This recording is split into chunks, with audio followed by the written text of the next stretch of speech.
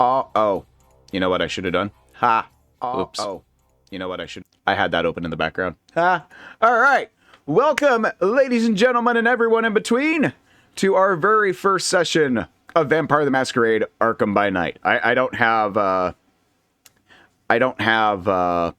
fancy intro for the game yet. We'll probably get one eventually, but right now, just a very simple starting soon screen, BRB screen, and yeah.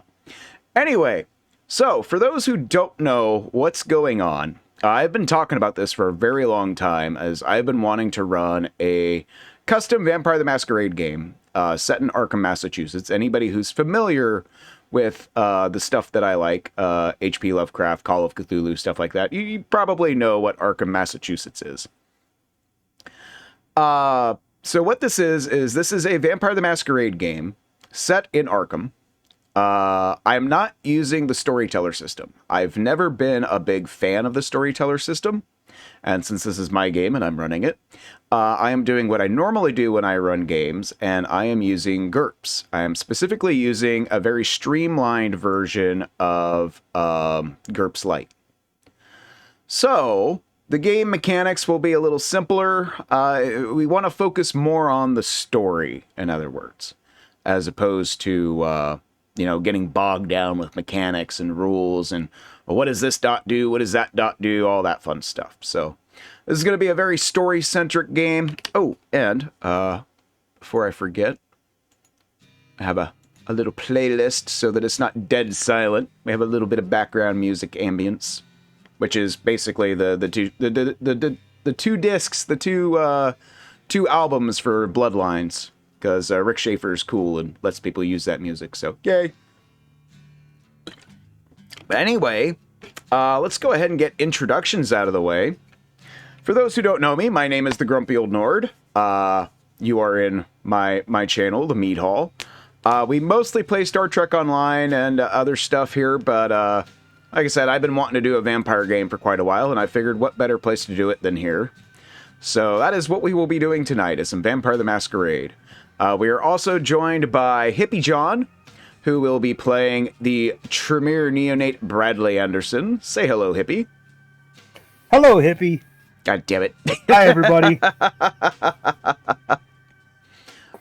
We are also joined by the Sovereign 42, who will be playing the Toreador Camilla Severino. I think I said the name right. And for those who don't know, Sav doesn't do mic, voice, camera, any of that. But we've got her in Discord, and she'll use text-to-speech to, when she wants to say something. Camilla said hi-de-ho.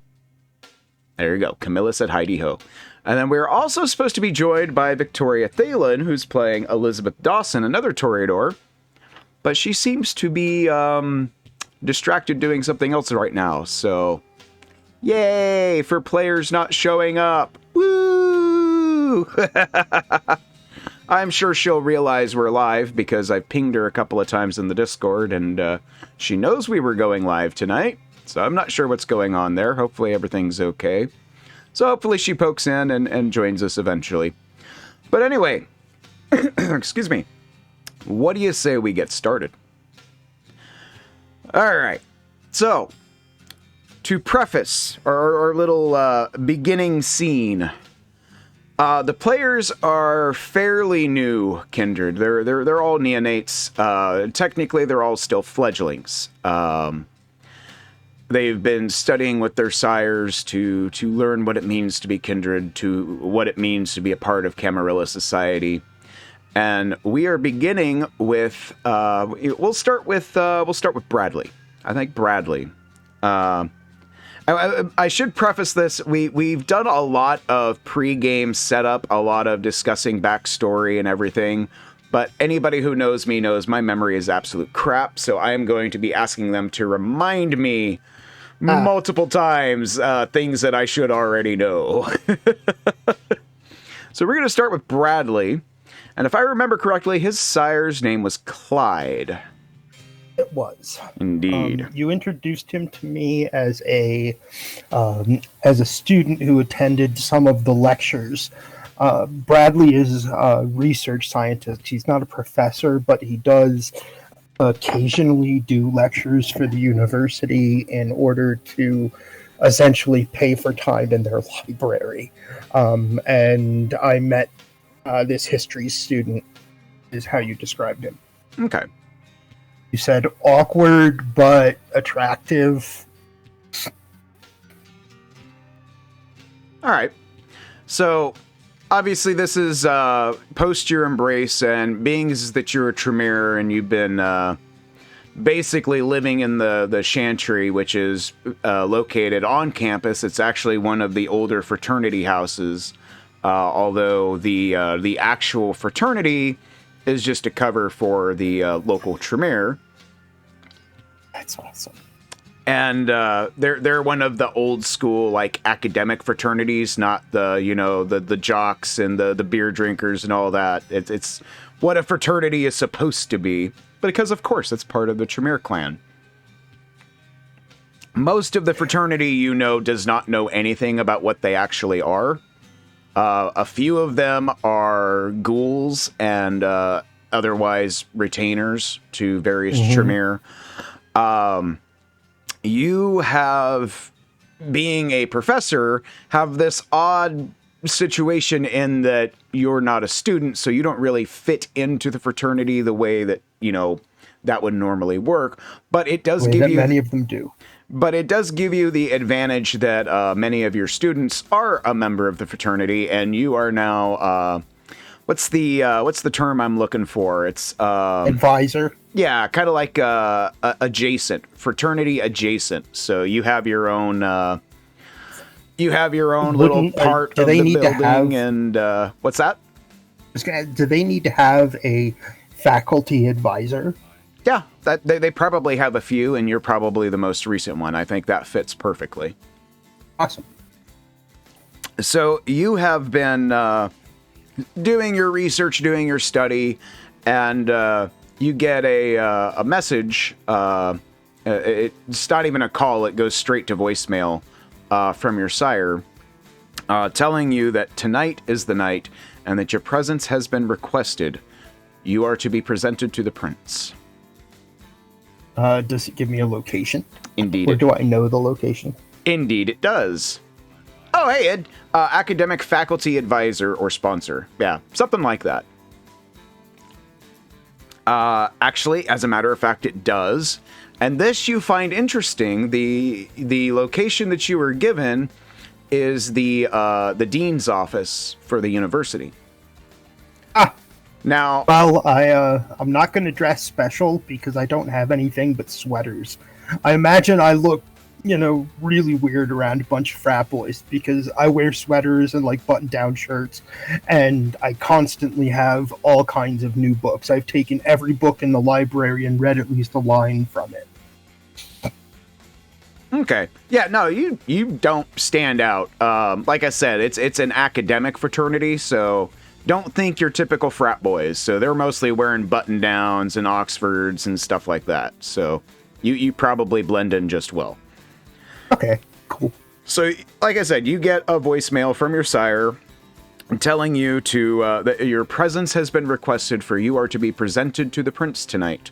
And if all goes well, you will be granted full neonate status and all rights belonging to a proper neonate of the Camarilla. With a very, very subtle undertone context of don't fuck it up. I double check what you're supposed to call the prince or princess of a city. It's never princess. It's never princess. It's never princess. Really? It's never princess. The prince of the city is not a gendered term. Prince in this case is gender neutral. Cool. Well, that's awesome. What are you supposed to call them? I double check that because, that's the only way I could really fuck it up. I'm not going to say much when I get there. What you have been told is that the prince of the city, and this is where you get confused because you thought the Tremere had a lock on Miskatonic University. So you're wondering if maybe the prince is just like borrowing the dean's office, because as far as you're aware, the prince is not a Tremere. You don't recall what clan he was. For some reason, that's escaping you. You remember his name as Mr. Leyland. which for some reason rings a bell, but you can't remember why. Can I make some sort of a research roll to see if, in official, in official doings, does he prefer to be called Mr. Leyland or Your Majesty or Prince or what? What does he? Look at your character sheet over here. What do you got for skills? Area knowledge, Arkham, I think would work. Give me an area knowledge check. You're gonna be at a -4 for this though. So it's intelligence -2. So how does that work? I roll 3d6 and -4. Right. Well, -2 because mine's normally intelligence +2. I get what you mean. Yeah. Oh, sorry, I forgot to put the word roll in there. Yep. It's not like when we do Reliant. You actually have to put roll. Got a 6. Alrighty. Intelligence is 15. That's almost a critical. Let's see here. So yeah, intelligence +2, which would be... So then subtract 4, so yeah, you succeed by quite a bit. Not quite a critical, but you do succeed. So, having made that roll, you remember that his name is Jonathan Leyland, that you think he's a gangrel, but you know that can't be right, because everything you've been taught about the gangrel make absolutely no sense for A, why they'd be the prince of a city like Arkham, and why he would have anything to do with the university. But you do know that he's very casual, he's very laid back from everything you've heard, from everything you've been told. He's a very relaxed prince, but he's also not a very public prince. It's very, very, very rare. He only holds court every quarter. And it's extremely rare to be given an invitation to his court. So it's one of those you have to know somebody to actually meet the guy kind of things. He has like this whole slew of people under him that basically take care of all the publicly facing stuff. But as far as you're aware, he doesn't really stand on ceremony all that much. He's a pretty casual, laid-back guy. He's been prince of the city for a significant amount of time at this point, at least 30 years. Any issue that has come up has been dealt with quite succinctly and cleanly and very quietly. So, that's what you know. As far as what he likes to be called, don't call him asshole. Don't be a bruja. That's wonderful. Bradley is now prepared to go meet the prince. I will wear a dark gray sweater and a cream white shirt underneath. I will try my best to look nice, but I really don't have suits and things like that. Okay. All right. So you start making your way to the dean's office on the university, which does not take you very long to get there. It's maybe a block away from where you're at. So we will now cut to Camilla. What is Camilla doing, Sav?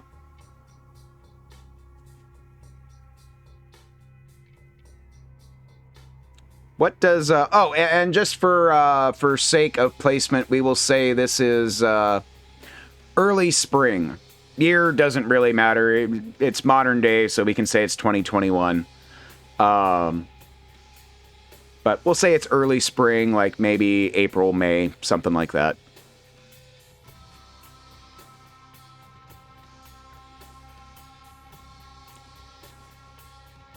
And again, for anybody that's just poking in, Sav does all her character work in text.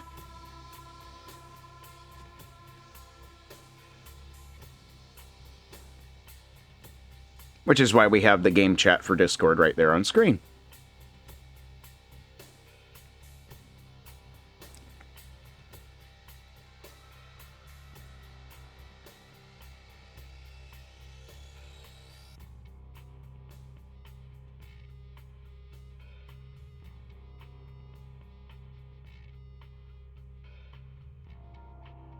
Right now, she's tailing someone her father wants her to keep an eye on, a potential betrayer in their business.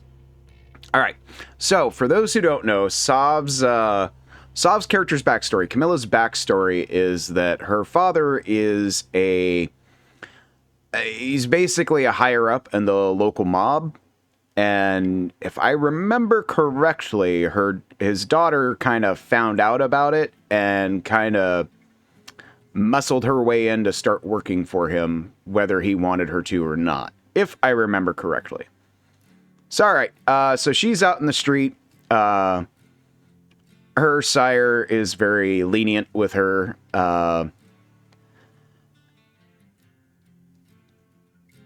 Give me a... Oh, let me look at your character sheet. Nope, wrong window. Where are you at? There you is.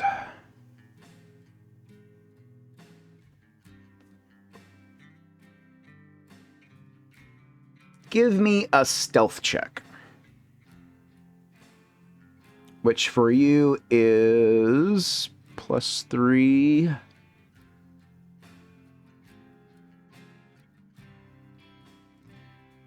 Which in this case, we're going to say would be an IQ, not Dex. So just give me a basic stealth check.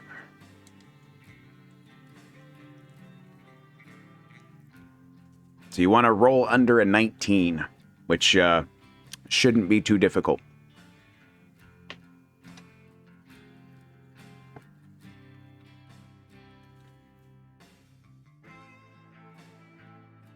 You want to do exclamation roll space 3d6.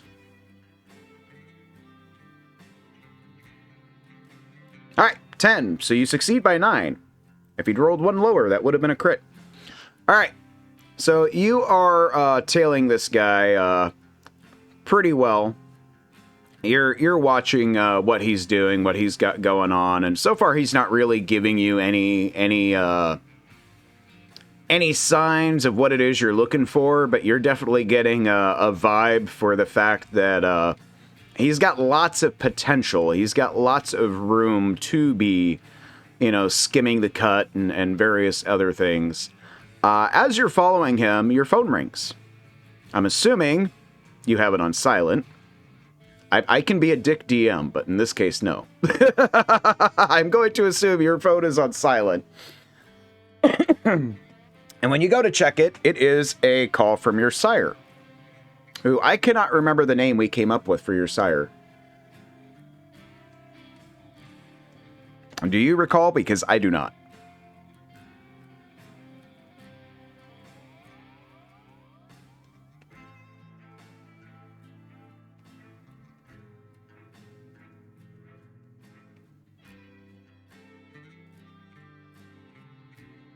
That is a very good question. It's probably... Okay, yeah. You reminded me right before we started. So the in-character explanation as to why Sov doesn't speak as her character is because her character is mute. So yeah, never mind. It's not a call, it's a text. That was a flub up on my part.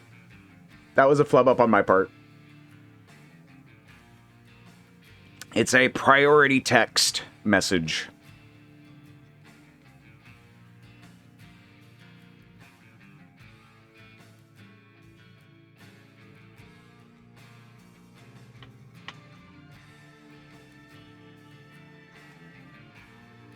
All right, so when you check the message, it basically says, well, things got moved up a little earlier than I thought they were going to. The prince wants to meet you tonight. And then it has an address for you to go to, which is the dean's office at Miskatonic University downtown. And he makes it very clear that this is important and you cannot miss it. And he looks forward to seeing you there.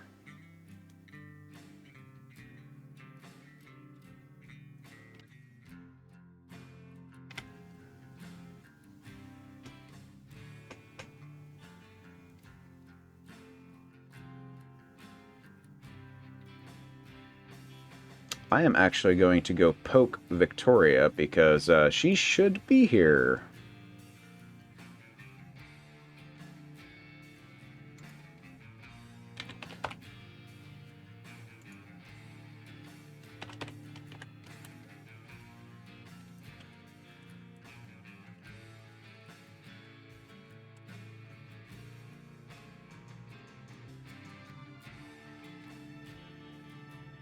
All right.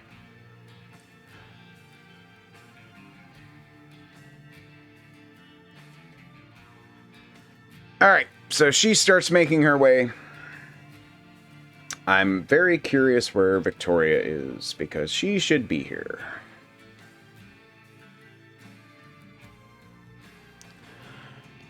That's kind of frustrating. We were talking about starting at a specific time and she was here and now all of a sudden she's not. That's kind of annoying. I hate to say it, but that's kind of annoying. You can do other things before the meeting. True.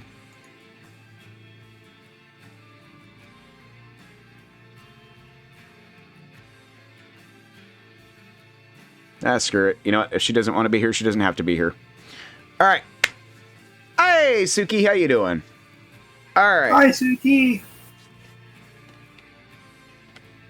All right. So,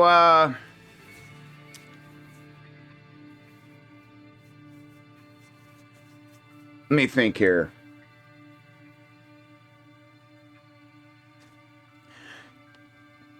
The two of you make your way. Of course, like I said, Bradley is much closer, so he'll get there first.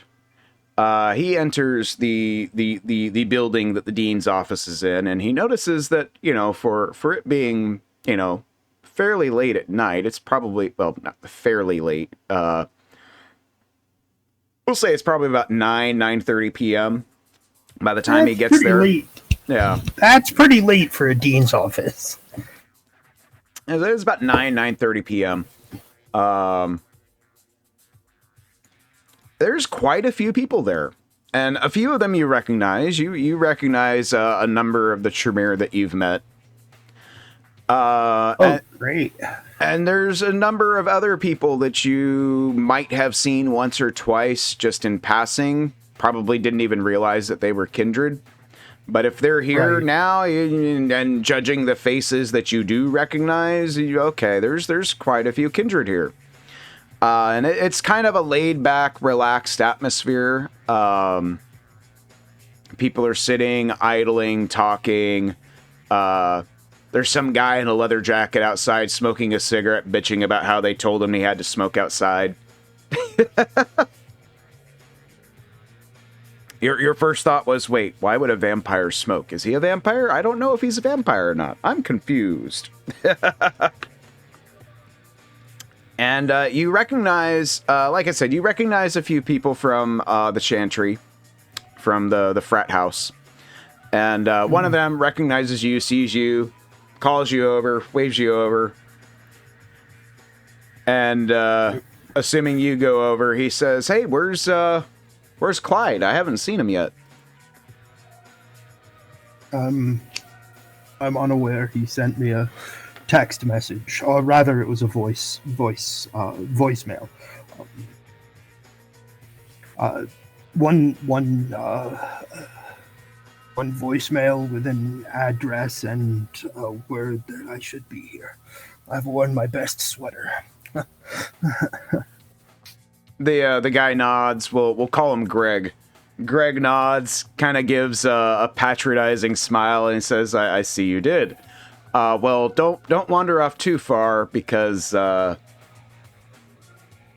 fledgling without because their sire." Because this is very important. And I adjust my glasses because I'm nervous, and I say, because this is very important. I understand, Greg. He nods. He says, yes, a fledgling without a sire on court night is not a good thing. Well, I'm certain of that. certain of He that. nods and he looks around real quick and says, here you go, have a seat. And he pulls up a chair and kind of gives a very firm slap on the shoulder, kind of subtly suggesting you have a seat. I do. I have a seat, and I get out a book. I take one of the books out of my shoulder bag. and start reading it because reading calms me. There This you go. particular book is not is not any kind of like lore or ancient thing. It's like a bird watcher's book, Oh, but like a really big, comprehensive one. okay. All right. I'm really nervous. Clyde not being here and all of these people, yeah, I'm just going to sit in the corner and read. All right. That works. Let's see. So probably about 10, 15 minutes, maybe 20 minutes at the most passes, and Camilla shows up. So Camilla, how do you enter?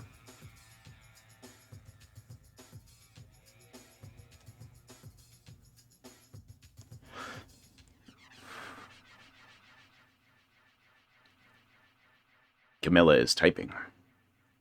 Oh, it doesn't show that on the thing on the screen. That's sad.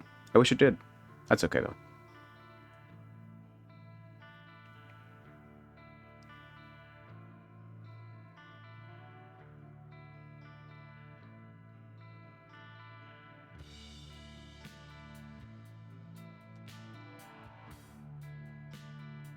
For her typical demeanor, she slips in quietly, unnoticed, and looks around for her Jackson. Jackson being the name of the sire. All right, so she enters, she looks around. She recognizes a couple of Toreador that she'd been introduced to before, but she does not see her sire anywhere. And beings is that her sire has probably kind of kept her to himself for the most part. She recognizes a few, like maybe 2 or 3, but like she knows them, but she doesn't really know them well. She's never really spent a lot of time with them. But yeah, she looks around and she does not see her sire anywhere.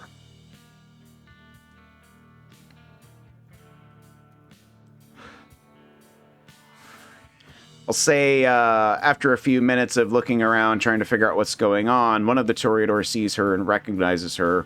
We'll call her Lucille. Lucille gestures over and waves her over.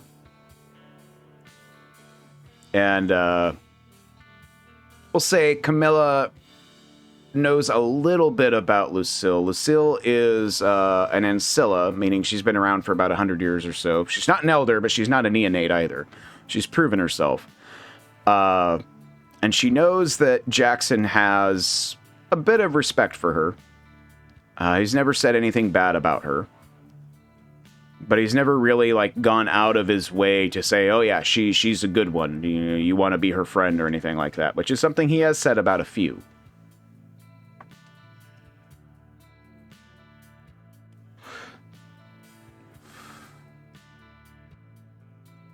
Camilla saunters over to the other Toreador and raises a quizzical brow. All right, she gets over to Lucille and says, hey, I heard tonight's the night you're supposed to be getting presented to the prince. Where's your sire? I heard from him earlier, but I haven't heard from him since then.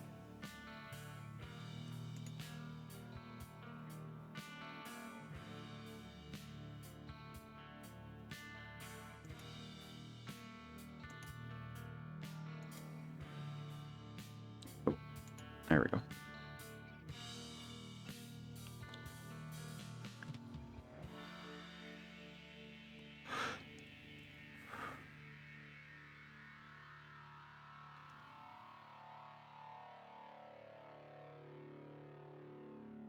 Camilla shrugs with a look of irritation on her face. She types furiously into her phone. So, while Camilla is typing, what is Bradley doing? I was wondering, like this, I would imagine the area outside of a dean's office not to be huge. Mm-hmm. Camilla I'm said Jackson wondering if texted me to be Bradley- here and said it was very important. You'd think he'd be here. Aha, there we go. Would I have heard that, especially when the text to speak comes out of her phone? That's a good question. When Camilla does when you do that, is that like it's being heard over the phone?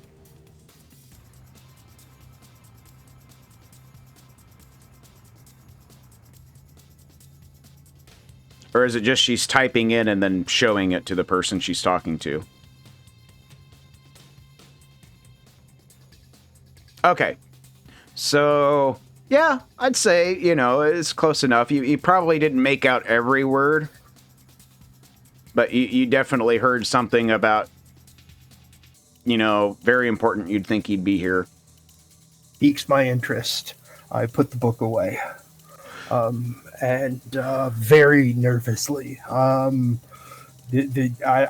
don't like talking to people I don't know. I'm much more comfortable with books, and I walk over nearby, and I awkwardly just nod my head and smile in your direction and say, "My sire has not arrived either. Is it possible something has happened to them?"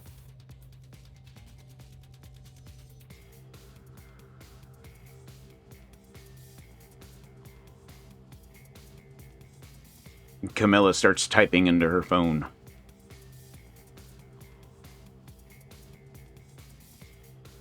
Lucille, we'll say she's blonde, fairly attractive. She's obviously an artist or something of some sort, because you can see like little splotches of paint on the hem of her shirt and stuff like that.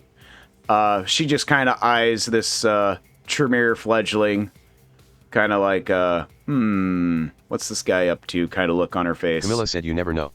In my world, trouble has a funny way of following you." Aha.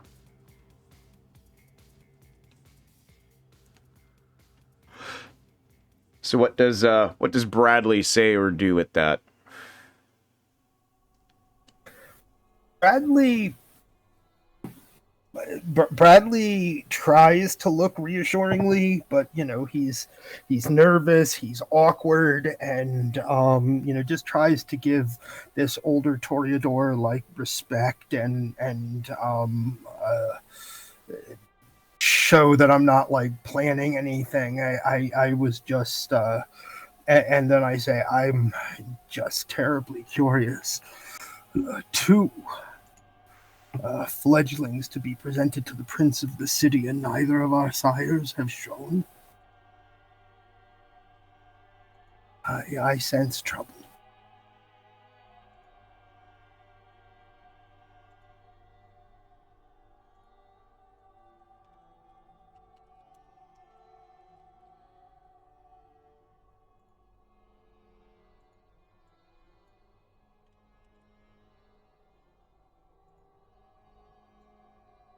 There we go. We'll do something like that.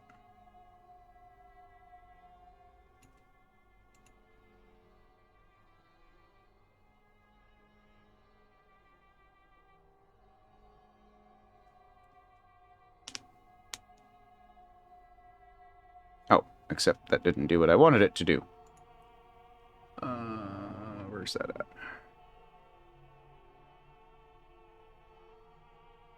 Camilla said, "Lax as he is, it's not like my sire to be late for something important like this." Lucille kind of grins a little bit to herself and nods. The other Toreador that are hanging out there have started to pay a little more attention, and they all just kind of chuckle and like, yeah, she's not wrong. Why is that not working the way it's supposed to? Bradley looks at all of the Toreador that are now paying attention, and he says, "It is not like my sire to miss something like this either. I'm very troubled. It will not be good to try to present us to the prince without our sires present.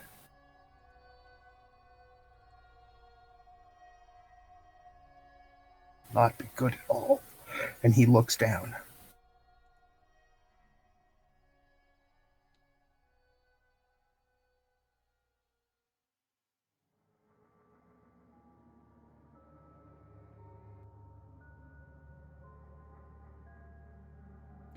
All right, about that time, a door in the back. Camilla said, "What happens if they don't show?" Oh. About that time, a door in the back of this little foyer that you guys are congregated in opens, and a guy walks out. He's dressed in like a blue denim shirt, leather vest. He's got kind of a scruffy but trimmed beard. Kind of younger looking. Like, the best way to describe him would be like a slightly more rugged looking Michael J. Fox. He steps out, looks around, nods, and says, "The prince is waiting. Court is in session. Let's go." And he steps aside and holds the door open as people start shuffling in. I take a deep breath and look. I look over at Camilla. I'm nervous for sure, and I fall in with the other Tremere as we enter. Next to Greg, and I try my best to look confident. I don't do very well.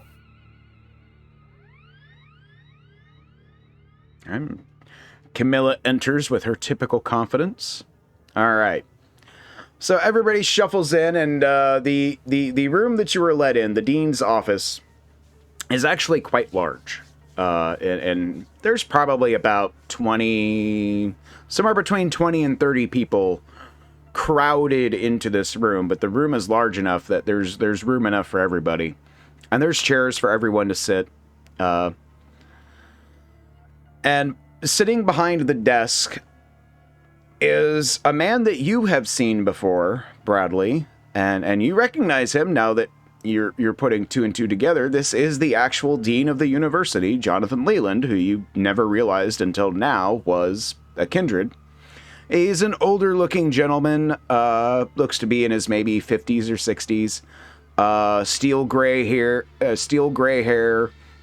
clean-shaven, dark eyes, very, very well-fitted suit, probably like a steel gray.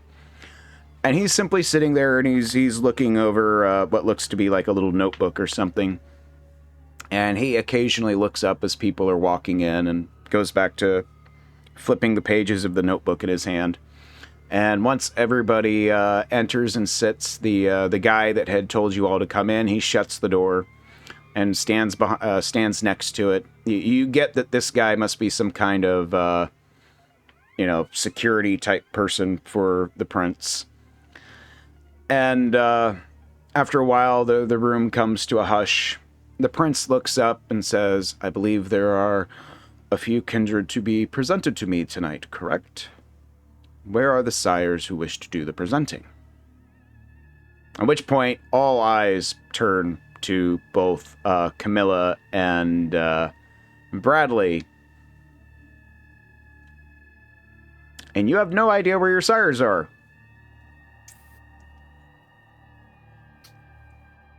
Bradley is convinced that something is wrong, and he's also stubborn once he convinces himself of something.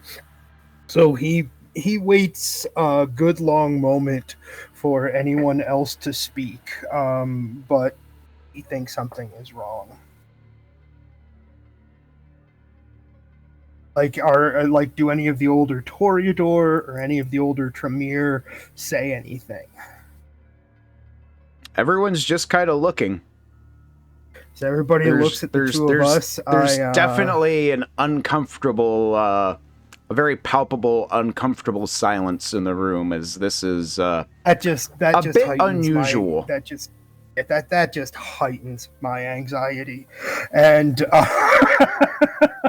and I look at the dean and I go, "Mr. Leyland, I had no idea, sir. It's a pleasure to be presented to you, and it saddens me, and I am quite confused by the absence of both of our sires at such an important occasion." He's definitely swallowing hard, and he's like, I don't know what to say except that we present ourselves to the Camarilla to decide if what we have learned makes us valuable allies to take into eternity. And he kind of like bows a little bit, not knowing if he should bow. So it's like not a proper bow. It's like a half, like he looks like a boppy bird more than trying. Yeah. So that's that. He kind of winces a little bit at that, especially at the bow. He sets the notebook down and he looks around and he says, "So fledglings were brought to me for presentation and no one is here to speak for them?"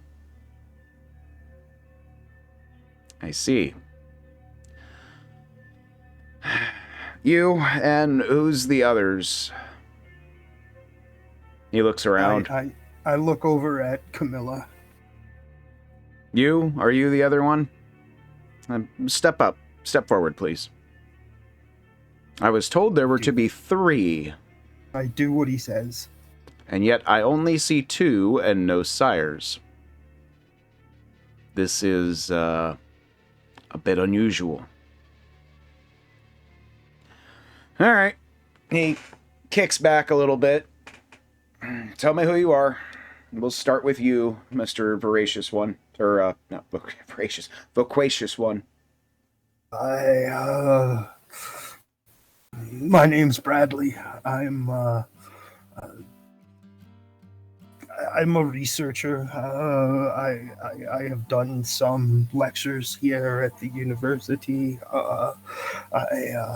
In the books that I have studied, I just figured out how to bind blood into a small object, and it's really been the focus of my thoughts. I believe that the mastery of magic can only improve our eternities. The prince nods. He has kind of a...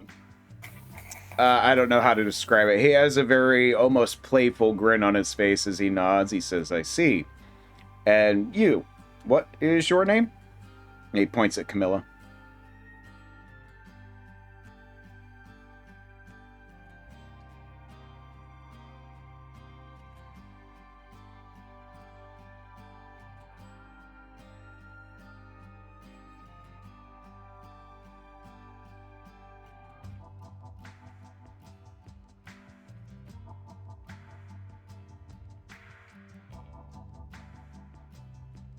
Camilla sizes up the prince momentarily, not sure what to make of all this.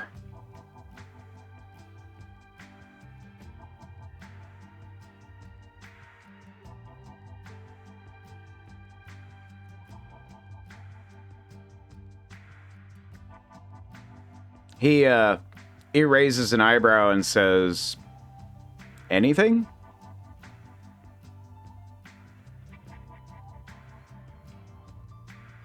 He kind of looks around the room a little bit. Camilla said, "My name is Camilla. I am a jack of many trades, but I please to be in your presence, your highness."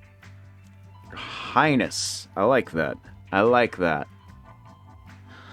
So, I'm going to assume that neither of you know where your sires are. That would be a very correct assumption. I see. One cannot be properly presented without one's sire. As you know, kindred law and tradition states that you are the property of your sire, that you belong to the individual in question. If they are not here to present you, I cannot accept your presentation. However, as we now have at least 2 kindred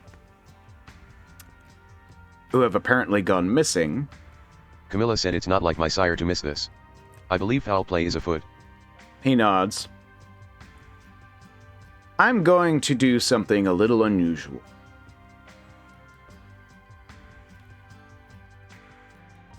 Normally, when a childer is presented to me, I do this long interview process to determine if they are worthy of entering my court, if they are worthy of the status bestowed upon them upon presentation. I'm not going to do that this time. Instead, I'm going to let your actions speak for you. Go find your sires and bring them to me and find out what is going on. Sound good?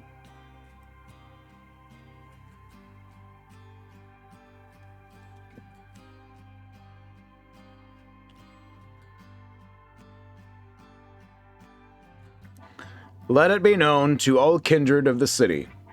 These fledglings temporarily have neonate status. Until we can ascertain what is happening and what has gone wrong with their sires, they are to be considered as kindred in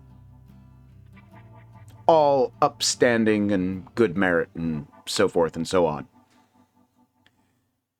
All laws and traditions apply to them just as any others, until we determine what is going on. He kind of looks between the two of you. I'm also curious as to what happened to the other fledgling that was to be presented to me tonight. So try to find her as well. I think I've said everything I need to say. Leyland, and understood, and thank you for the opportunity. He nods. And if I may make a suggestion, you may find it beneficial to work together on this. I had already assumed that was what we should do. Thank you so much, sir. All right. Toodaloo. There's the door. Go do the thing now. He grins. I turn around and walk out, glad that I'm not dead, and that's very obvious as like the nervousness kind of falls away a little bit as we're not facing everyone and I'm getting to walk out of the room.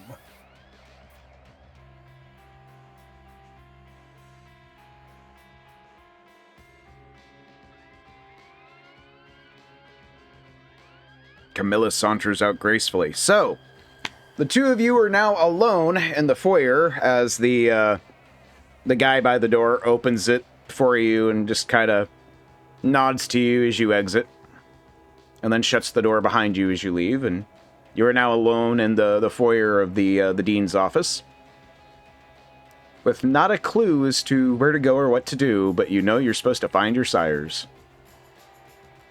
I look at my cell phone and I check the time that my sire left the voicemail. By now it's probably about 10, a little after 10. Yeah, a little after 10. It's probably about a quarter after 10. You received that voicemail probably about 2 hours ago. Maybe a little less than 2 hours ago. So I look at my cell phone and I look at Camilla and I say, my sire contacted me about 2 hours ago to be here. I had very little time to prepare.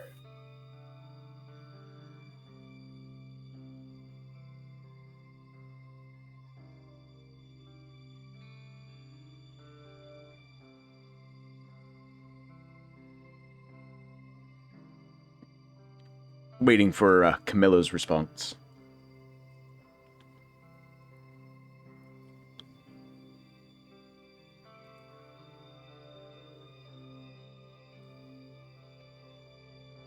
Camilla nods. She begins looking through her phone, seeing if there's a geotag to her sire's text. There is not. As anybody in that, in either of those particular walks of life would probably be smart to disable that. As a matter of fact, you probably know for a fact that the phone that your sire communicates with you on is essentially a burner phone. He goes through them about once every few weeks.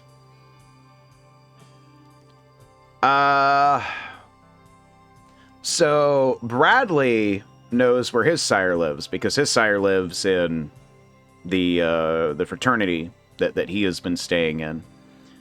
As for your sire, you know that he has a safe house of sorts that you've met him in a few times, but you don't know if that's his actual haven that he spends his days in. But you do know a few places that he tends to haunt, a few places that he owns that are his. I have a question about Clyde. Okay. You described him as, physically he appears younger than me. But, of course he's older.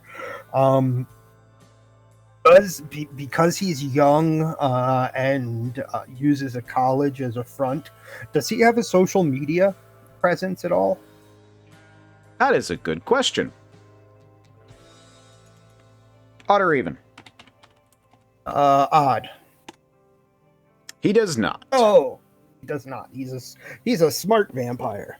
All right, so knowing that, what would be my next step?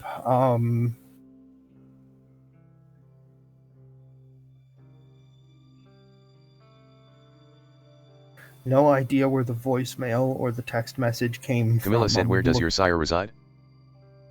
He lives in the Chantry with many of the other Tremere. He was not there when I left. I received his voicemail while I was reading.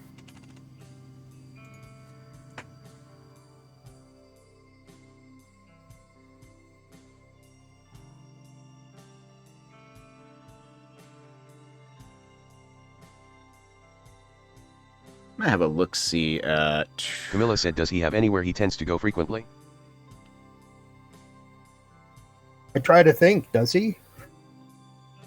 Outside of the fraternity, he hangs out in the library a lot. You really don't see him outside of the university, like, ever. He basically spends all his time at the university, as far as you're aware. So I say, he is... I think he has found his territory here at the university. I've never seen him anywhere but here. Lecture halls, the library, and the Chantry. Those are the places that he and I have met.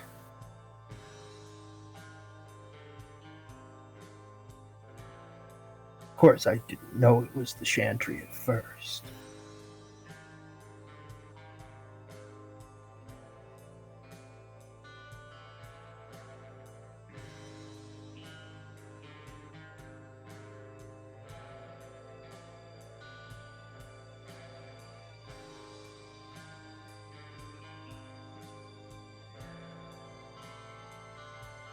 So what are the two of you doing? Camilla said, then perhaps we should search the grounds here, first. I know places my sire would go, but it's not here.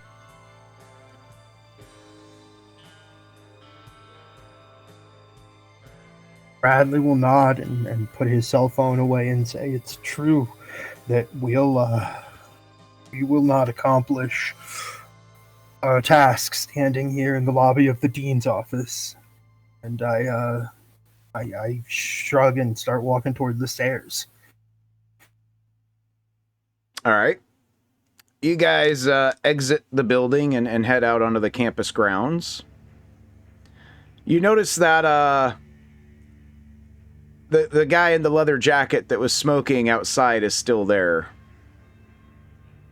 Except he's now sitting on some stone bench and he's looking at his phone, smoking what you assume to be another cigarette. He glances up as you guys exit, shrugs, and goes back to what he's doing. He has a very determined yet angry countenance as he's reading and scrolling and typing away on his phone. I mean, look at his job. He gets to provide the outdoor, the outside the room security for the prince. That's gotta suck. It's an assumption. As we walk out onto the campus, I look at Camilla and I obviously I tend to think that it's pretty obvious, and you can correct me if I'm wrong here, Nord. When a vampire activates some vampiric power of theirs, like I figure their eyes like glint or something like something. Because you're using a point of blood.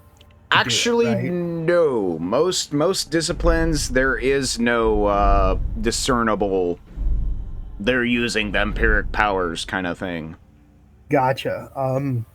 I say, give me just a moment to maybe improve whatever search we do. And I spend a blood point and I activate Heightened Senses.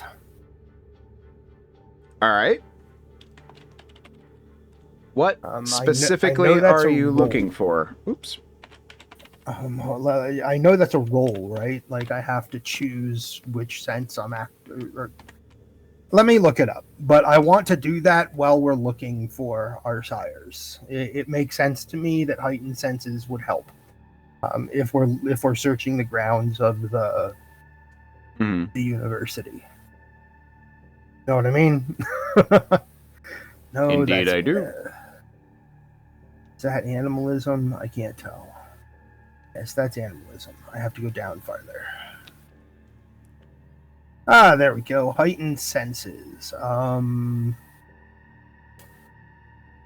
It doesn't require the use of dice, instead being defined by the storyteller's description and player's imagination. Yeah. It basically gives me the potential to make perception rolls, doesn't let me see in pitch darkness, but if actions come into play, like dodge or something like that, I have bonuses in darkness. And yeah, but it's really up to you how it works, apparently. It's always up to me how it works. All right. Of course, but... So... You're activating Heightened Senses. So obviously, since you're reading how it works, you're reading the flavor text for it. When you activate Heightened Senses, everything is a bit overwhelming. It's like your hearing gets dialed up a notch, your sight gets turned up a notch, your sense of touch gets turned up a notch. What is it specifically that you were looking for, or are you just looking and seeing what you see? I have a feeling Camilla wants us to look near the areas that Clyde frequented here. So I'm thinking of walking toward the library. And I say this out loud. I'm thinking maybe we check the area around the library. He was there often. Mm-hmm. And actually, outside of the Chantry itself, you know that is the place that he spent most of his time. And I quickly add, with my senses heightened, and for a moment, when I spend that blood point, I close my eyes, squinted shut, and hold my head like I have an ice cream headache. Just for a moment, because everything does seem overwhelming for that initial rush of senses, I guess. And I say, with my senses heightened, I may be able to see or smell something that others missed, or that others wouldn't even have been looking for. Okay. And let's see, where's it at? There it is. I'm gonna look this up real quick.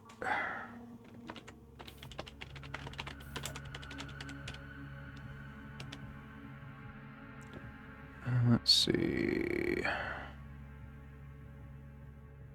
Oh, hi, Minoc. I'm having a swell time. I love Untitled, and this is a fun little story.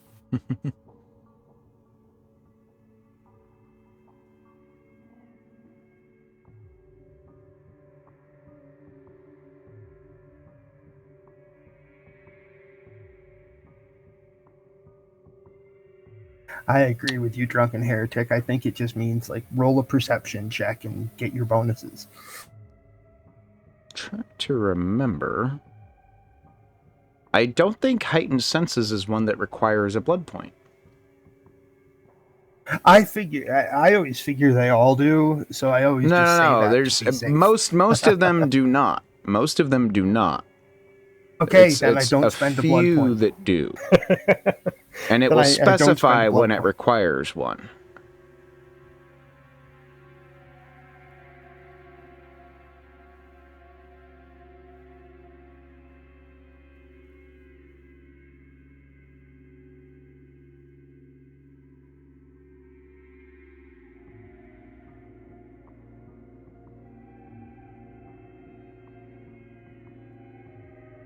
Okay, yeah, I'm not seeing anything about blood usage here, so okay. Yeah, I believe it specifically states when it requires a blood point. That is awesome. So I don't spend a blood point. So what I'm looking for is how long does it last? But if it doesn't require a blood point, then it should just be until you turn it off. What I thought. But you wouldn't want that rush of information all the time. We've all seen the Superman shows. Hmm. Well, and it can be extremely overpowering. All right. Oh, and there's a block. Ban. All right. So you start heading over to the library. And I want you to give me a... Ooh, where'd your character sheet go? I don't have anything. Like tracking or anything go ahead that. And... That's not my deal. Go ahead and give me a IQ check -4. Can handle that. Come on, big money, no whammies. 4, and my intellect is 15. So I accidentally got a critical. So you critically succeeded. Wow. Oh, wait. I heard the -4 and I was so worried. You know what? But doing it backwards. Yeah. Ah, damn it. Well, still, that's an 8. Well, it's still a success. Hold on. It's an 8. Yeah. So, yeah, I got to remember that. The -4 isn't to the roll. The -4 is to your skill. Right. So your IQ is... So it's 11 versus 4. I made it by 7. Well, no. It's 5, 6, 7, 8. And then your IQ is 15, so you made it by 3, and then your heightened senses kicked in. Okay, so I got to remember that that's how that works. Okay. Okay. Yeah, when I say -4 +4, it's not to the roll. It would actually work the other way around. So in this case, it'd be you rolled 12. Gotcha. But yeah, so yeah, I got to remember that the way this works. It's when I say a minus or a plus as far as like skill checks and stuff like that. It's to what your target number is, not the actual roll itself. The only time it applies directly to the roll is like damage.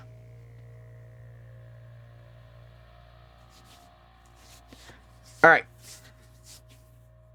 Yeah, Camilla, yes. He is specifically using Auspex right now. So you succeed by 3. And then kick in the heightened senses. All right, so you start looking around as you approach the library.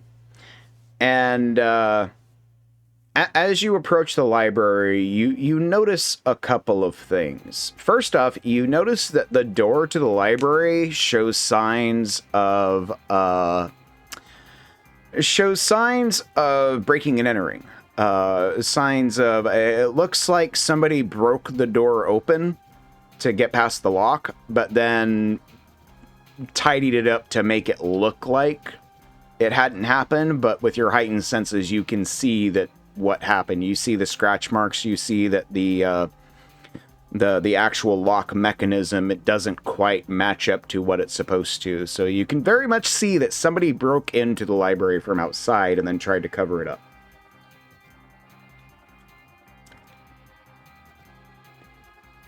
I'm silent for a moment looking at that. And it looked like it was a forcible entry, not like a like lock picking or anything like that. It was very much they smashed the lock and then kind of quickly fixed it behind them. Someone purposefully broke a building on my campus. I hate them already. I point to it and I point to it and start walking over. I have a very specific thing in mind, and with my heightened senses, I'm looking for it. Any blood in the area whatsoever, whether it's old, new, whatever. Not that you can see outside. Can I smell iron in the air somewhere close? For that, I'm going to make you do another check. And this one, I'm going to make it a another -2. So 15 minus 4 is 11, minus 2 is 9. So you need to roll 9 or less. I roll 3d6. You roll 9 or less. Got 11. Yep. So you don't smell any iron in the air. I take Camilla's warning very seriously. I am not like boldly going to try to walk up to this. I'm gonna actually I'm pointing to it like maybe it's something you can figure out, because I want to be behind you if possible. You look far rougher than me. I'm making no. That depends on your definition of rough, because she looks pretty fine to me. I mean, wait, what? I mean, she looks great, but she also looks like she could beat me up. Bradley's a coward. Try to remember that. Cowardice is a disadvantage, and I take that very strongly. Bradley is a coward. He does not want to be the first one walking up to something potentially dangerous.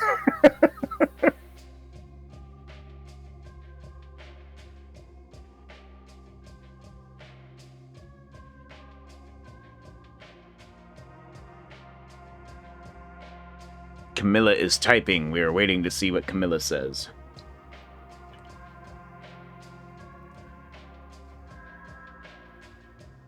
I adjust my glasses.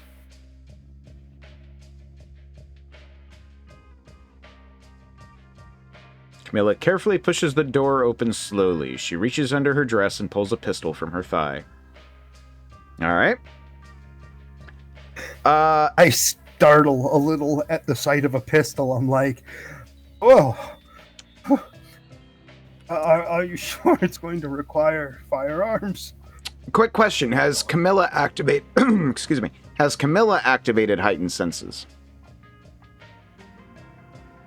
I don't think they have us. I don't think do Toreadors have specs? Yes, they do. And that's awesome. She had. Oh, yes, she does have heightened senses.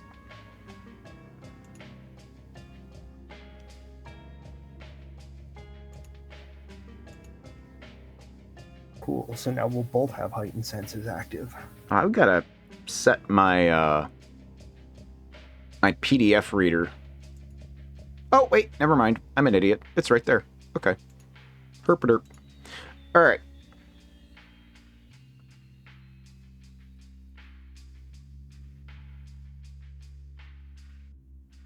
All right, so as you enter, the lobby to the library is dark. Obviously, the library is not often open at this time of night.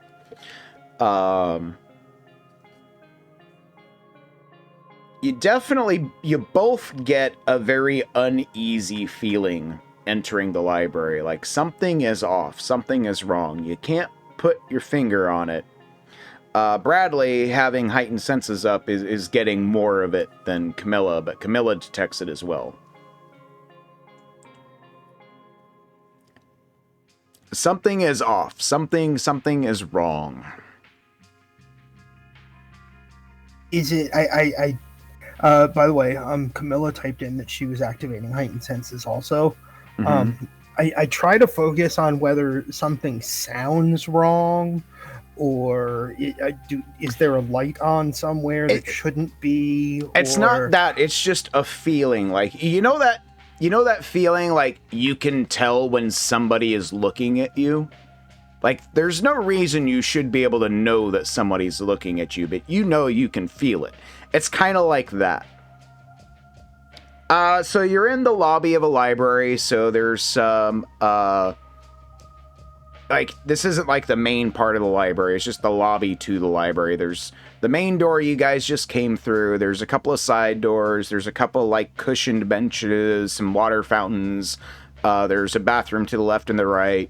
And then the main entrance to the actual main floor of the library.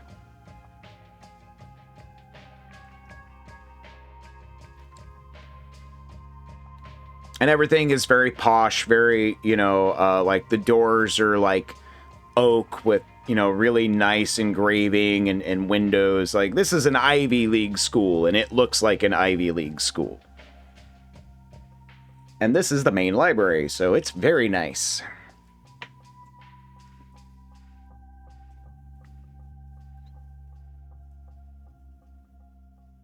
When I start feeling like someone is watching me, I activate my auspex further and want to begin to see auras, the psychic auras that people. Okay. So you're activating aura perception? Yeah, it's perception plus empathy. I think of which I have neither. So what is it? 3d6 minus 4 again. Well, so hold it's on. 9. Yeah. Give me a second.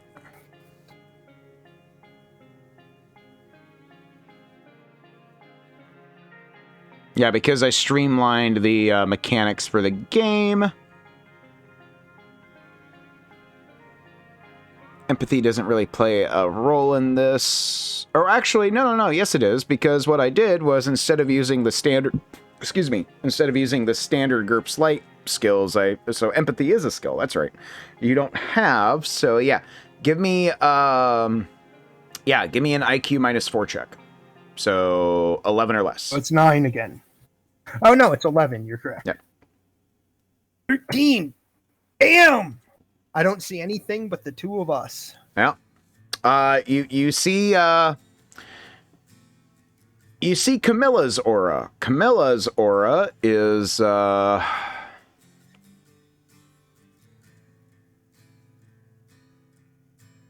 mean, obviously it's pale, meaning she's undead. And you see her with a little bit of kind of a purplish green. A very pale purplish green.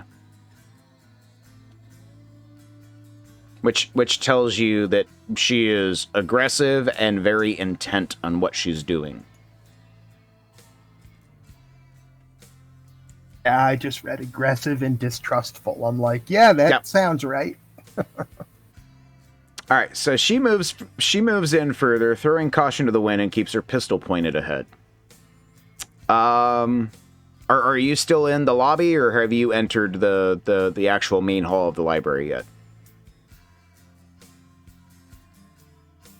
I will follow Camilla, but I expect that what we wish to find is in the main hall of the library. Give me another.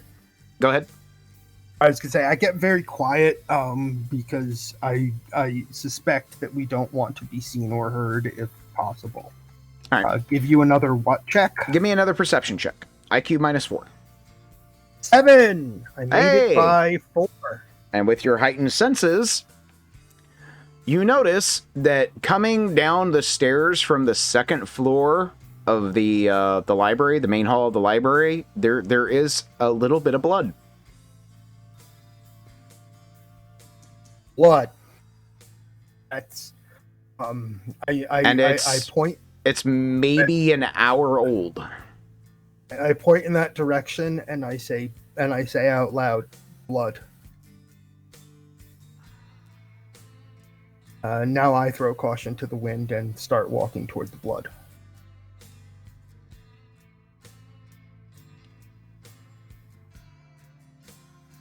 It's a shame you don't have Auspex 3. Oh, I know.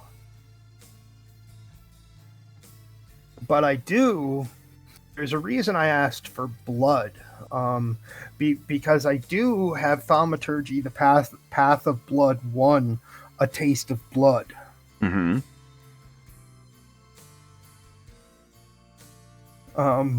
so I'm going to do that. That is, I don't know what thaumaturgy looks like to other people. Maybe you can describe that for us, Nord. Because a taste of blood is literally like I'm going to like scoop up that blood on a fingernail and like taste it.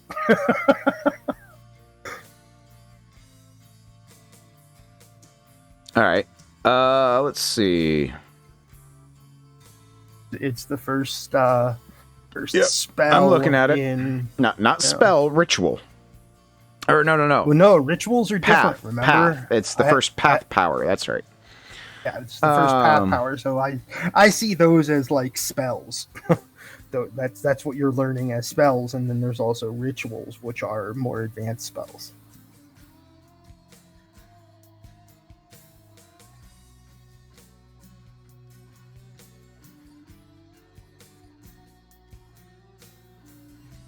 Hold on, I'm trying to...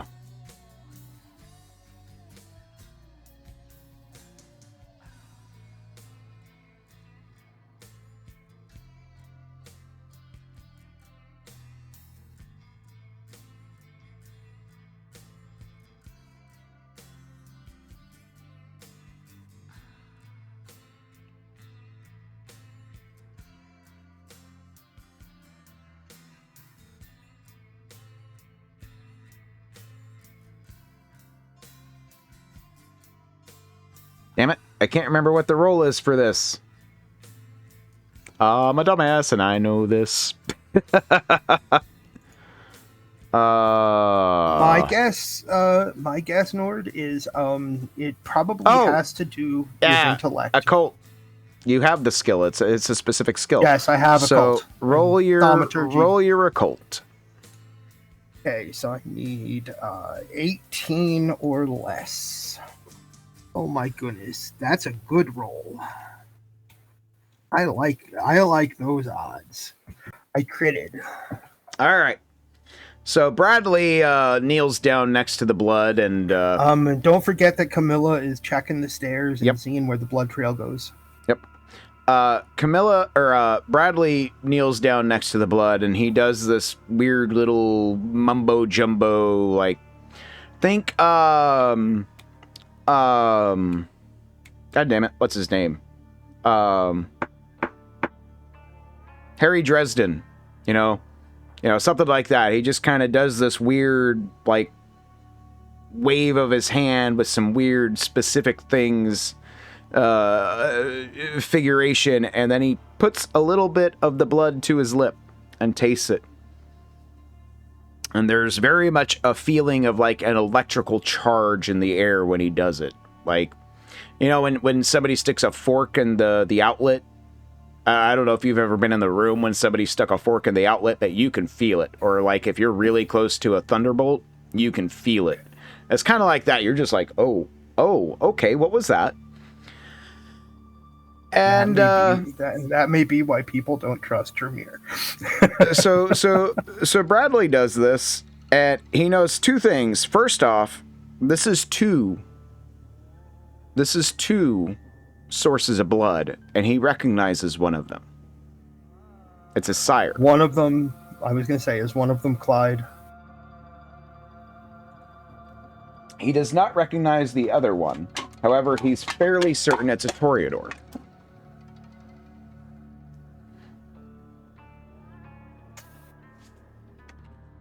This blood comes from my sire, and I'm fairly certain there is the blood of a Toreador here as well. I believe that at least my sire was taken here. It's possible both. Can I tell what generation they were? How much blood they have left? That kind of thing? So you can tell that one of them... Hold on a second. The one you think may have been a Toreador was 12th gen. And obviously, you know, your sire is He's also also 12th 12th gen. gen. Okay, yeah, so none of you put points into your generation. You're all 13th gen. Okay. Yep. I can tell that both were 12th generation, barely older than me. Was your sire also fairly young in vampire terms?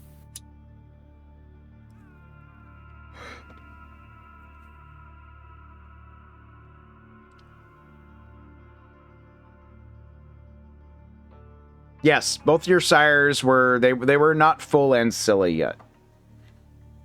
They'd been kindred for a bit, but not long enough to have any like special status. The reason both of your sires were given permission to embrace was it was kind of the first perk that they got for being so good to the prince and the Camarilla.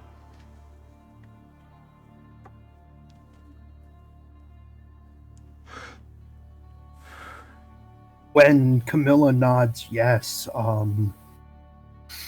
I say that's a good possibility. This is both of our sires having been taken here. Out of character question, Nord. How long does a ritual take to cast? I believe it depends on the ritual. The first level ritual, communicate with kindred sire. And what do I need to do it? Let's look that up.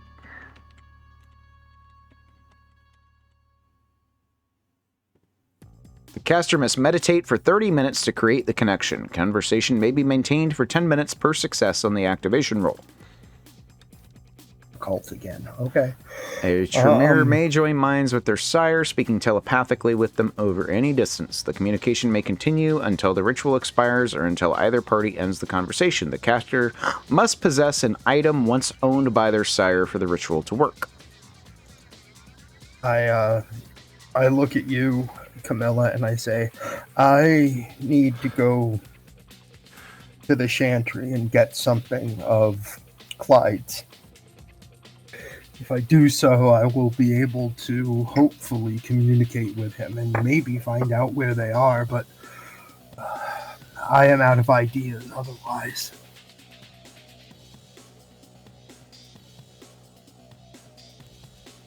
What a great ritual that is.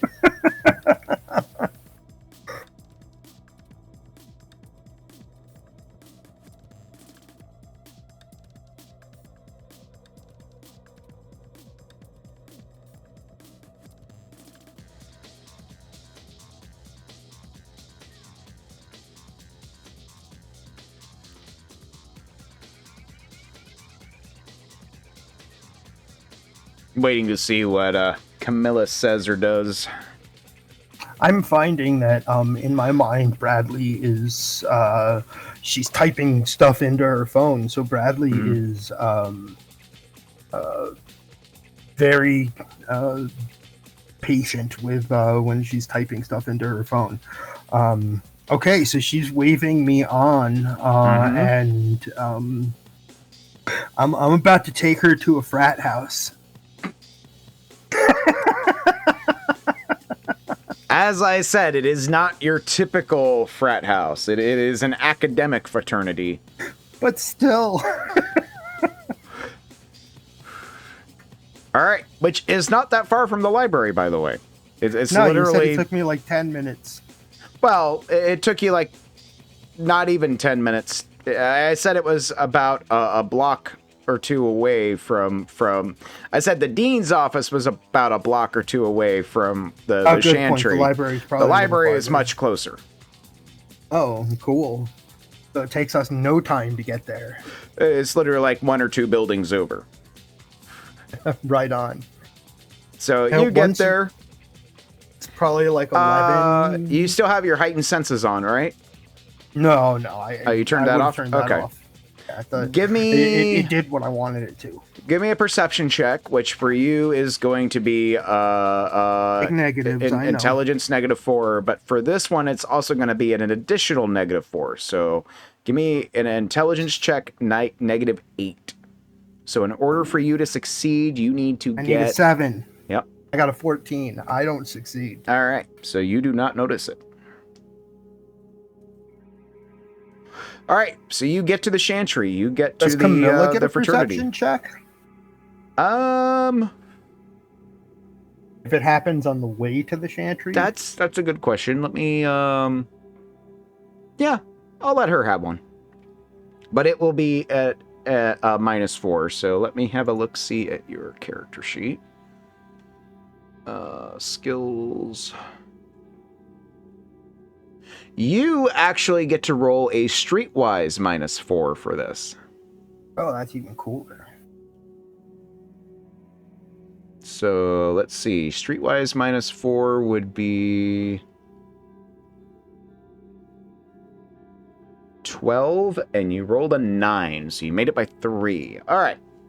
So as you're making your way over, you notice that in the parking lot to the library, there's a set of handcuffs.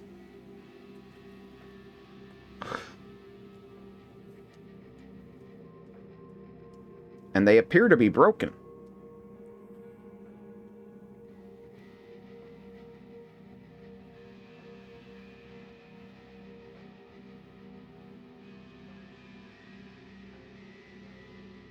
So Camilla grabs Brad by the shoulder and points to the cuffs. I stop and look at the cuffs, and I look at her, and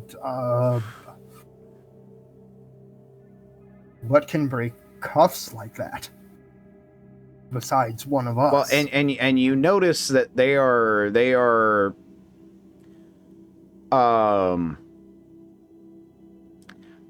not broken like, so when you go to look at them, they're very obviously not broken by whoever was wearing them. It looks like they got broken in an attempt to use them.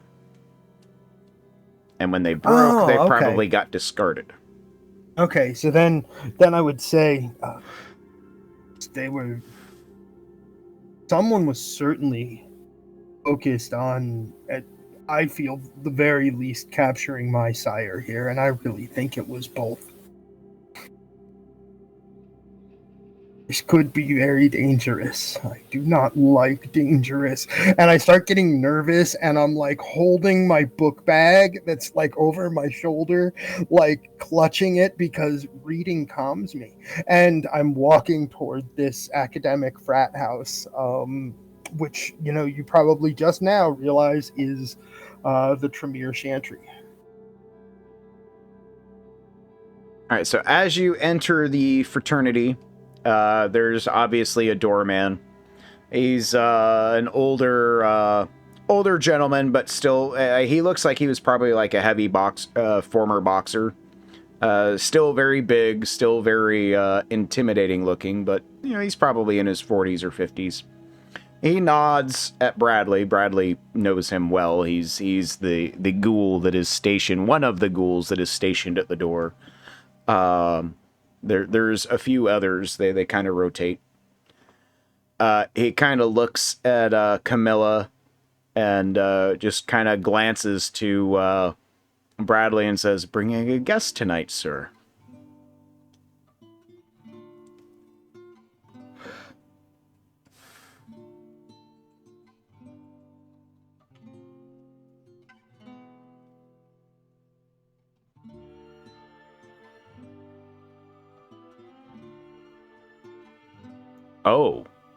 Oh, I see.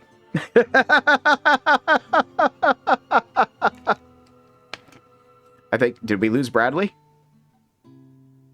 Your mic's muted if you're trying to talk. Sorry. At the door, when he looks at Camilla, says, "Bringing a guest tonight, sir." I say, because she's running her finger down my ear now and smirking. I'm like, yes, Camilla is with me, and we are on a mission of great importance.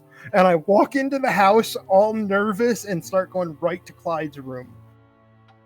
The doorman just kind of chuckles and says, "As you were, sir." All right, so you get Camilla said we're on a mission from God. That's what I half expected him to say when he's like, "We're on a mission from God." All right. Give me a second. So you guys, you get up to Clyde's door, which is on the top floor of the fraternity. You've met a few of the other people that live on the top floor, Bradley, but you don't know them very well. You know the top floor is reserved for, the higher ups in the clan.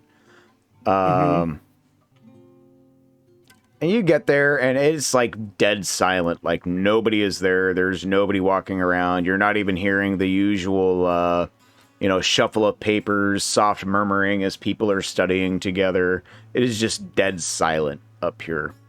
And you get to the door, and what do you do when you get to the door? I open the door. The door is locked. Clyde.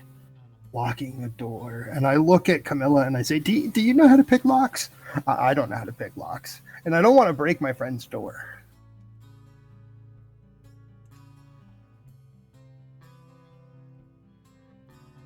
And, Camilla, yes. That would be a security check. My disadvantage of overconfidence is kicking in here. Even if somebody tries to stop me, I will just be like, we're on a mission of great importance. And that's because the prince told us to do this. My overconfidence is kicking in.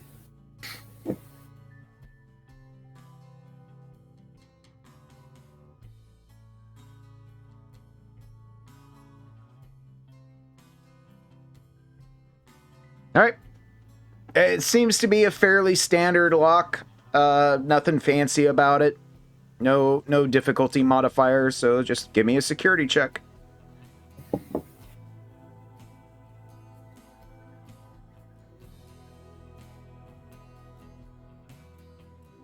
I believe that is a success.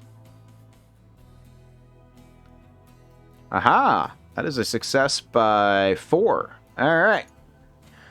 So you definitely picked the lock pretty quickly. The door is now unlocked.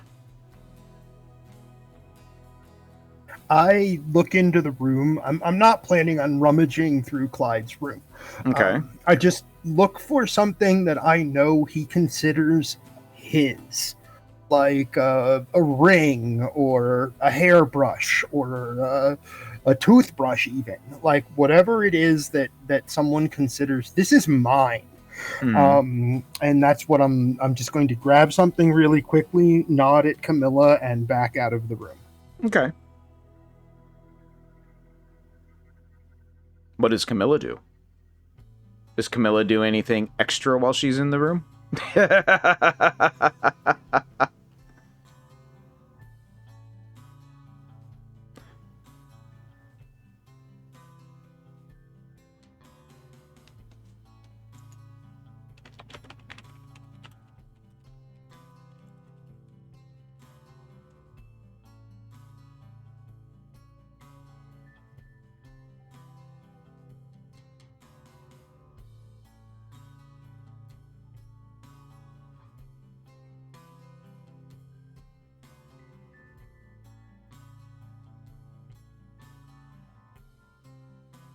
Okay, so she didn't go into the room with him. Okay. All right, so Bradley exits the room, and he has some random object that he's grabbed. We'll say it was a pen. Oh, so he's got like a special pen. That's awesome. Like something he knows he's seen him use. Like, oh, I've seen him use that pen before, so this definitely belongs to him. He writes important things with that. Sure. When I come back out of the room, I'll look at Camilla and say, when I do this, it will take me about 30 minutes. Is there something we should do before?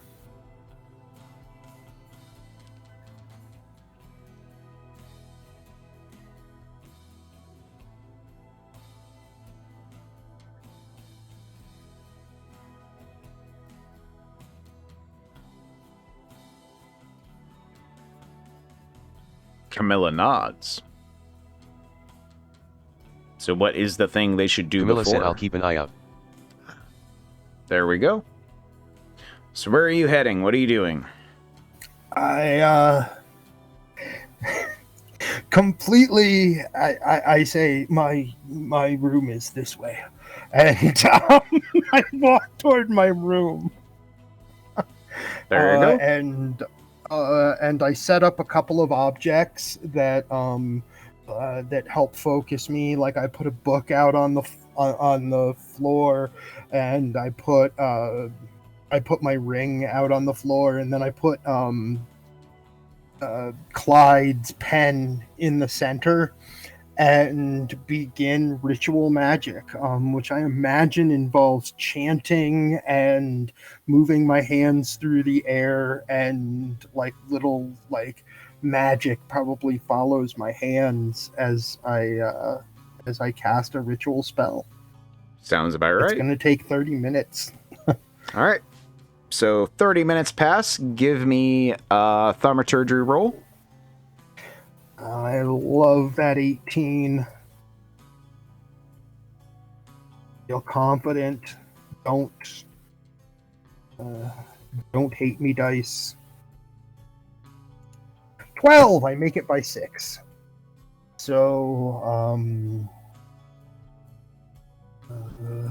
I have to look it up because you were doing it too. Yep, I'm looking at it right now. It's probably by number of successes, is what I'm thinking. So now I need to look something up. One ritual. 10 minutes per success on the activation roll, so I can talk to him for an hour.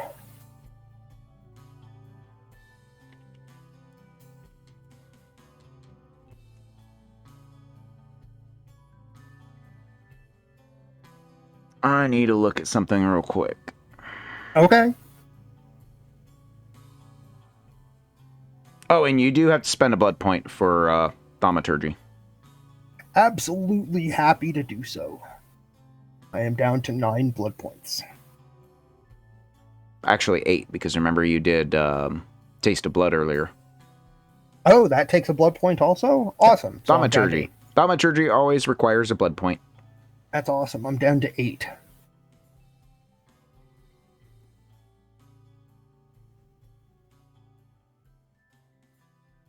So this does not answer my question. Okay, I am going to make a call and say that it does not work. You perform the ritual, you know you have performed it successfully, and you make contact with the mind of your sire. Your sire is unconscious, though.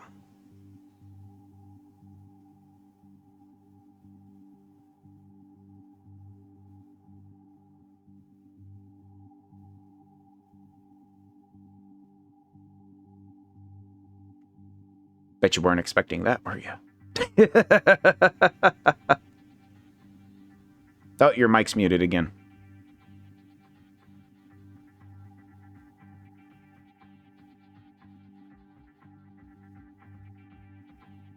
So you know that your sire is alive. Well, I look nervous. He is very much unconscious. I look nervous as I back away from where I just performed the ritual, and I'm picking up the items, and I put his pen carefully on a side, on a side table, and I look over at Camilla and I say, "My sire is unconscious. I no longer just suspect foul play, as they call it in all the movies. Something very bad has happened."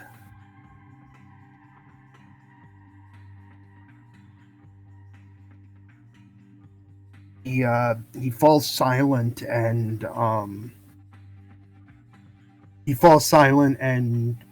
the book that he just picked up off of the floor, he hasn't put it back in his shoulder bag yet. He's kind of like rubbing the leather a little bit, Again, books calm him. Camilla said, does he have any enemies that you know of? Particularly, any Toreador? It's a good question. Do I know that information? You do not know. As far as you're aware, almost no one has ever paid attention to your sire. He rarely leaves the university. He doesn't make a big fuss about anything. Basically, everything you know about him says he's a pretty quiet guy, just like you are. I respond with, I don't know that anyone even pays attention to Clyde any more than they do to me. I wouldn't know who could hold a grudge against him, but he has lived a very long time. Despite his overall young age, he is hundreds of years old. No, he's not. No? Remember, I said neither of your sires are quite... Camilla said, better question. Do you have any enemies? Anyone that would want to stop our being presented? Yeah, your sire is less than 100 years old. Okay, no problem. I say, but he has been around a while, and there's anyone that would want to stop me from being presented. Within Vampire Society, I know very few. But outside of Vampire Society, I have made my share of enemies of men of lesser intelligence.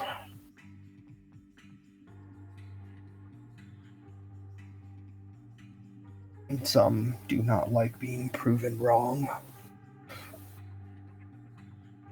He's a little arrogant when he says that, actually. There's just like a hint of arrogance at the end of his sentence there.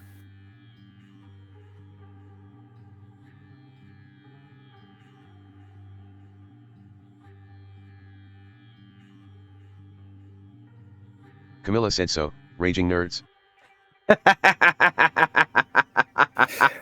Bradley smiles and says, yes.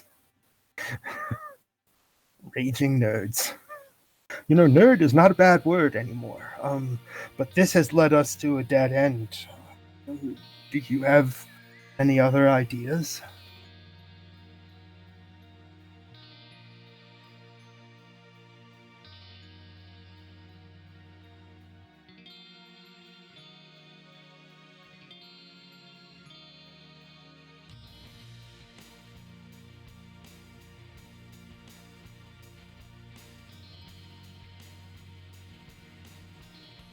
Camilla said, my car's in the lot.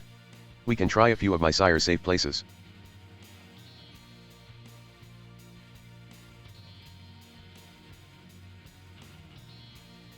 That works for me. We have all night, at least until the sun rises.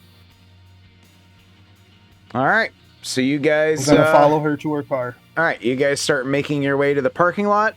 I say we take a break right there, because I've got to go to the bathroom. I don't know about you guys. So we'll take about a 10, 15-minute break, something like that, however long it takes. Sure. We will be right back. Sure. I'm going to go ahead and leave the Discord audio on so that, you know, blah, blah, blah. If people want to talk, they can talk. And we will be right back.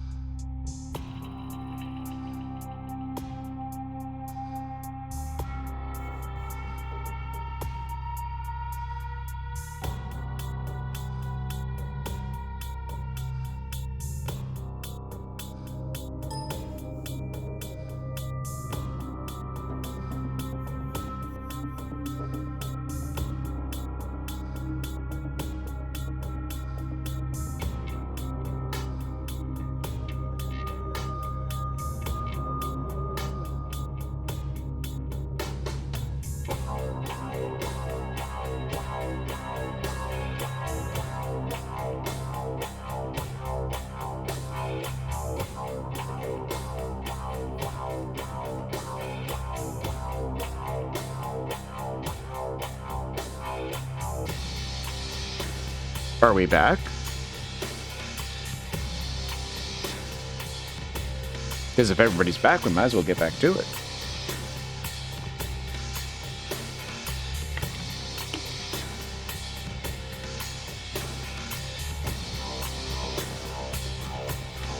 Camilla said boobies.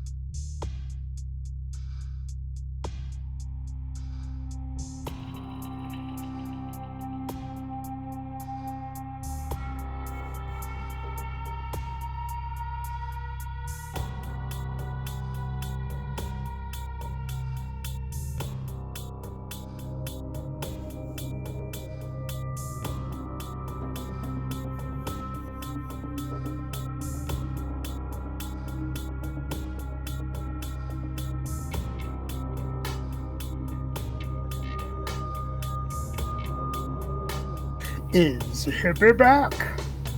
What's a hippie back? All right. Sounds like everybody's back. Let's get back to the game. All right. We have returned, and where we left off was Bradley and Camilla getting into Camilla's car. So where are they going?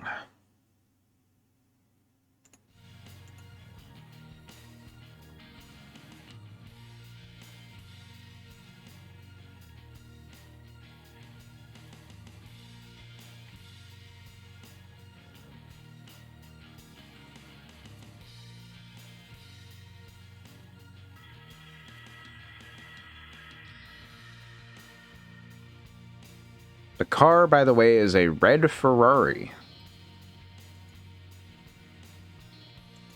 Let's see here. Oh, that's far nicer than what Bradley drives. She definitely has the resources for that. And he even says that because he's constantly like commenting on the world in awkward ways. He even says as we get into the car, wow, this is a lot nicer than what I drive.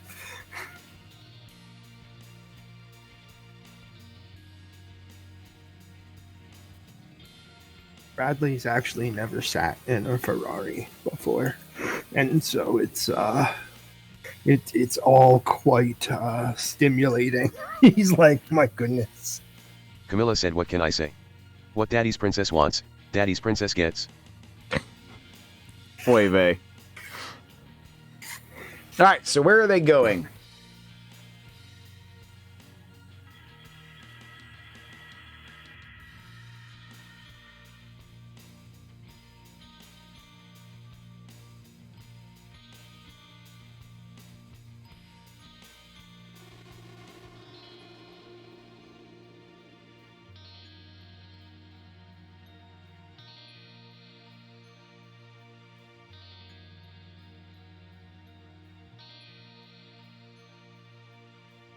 the mostly place to go? I think you meant to say most likely. Okay. Let's see.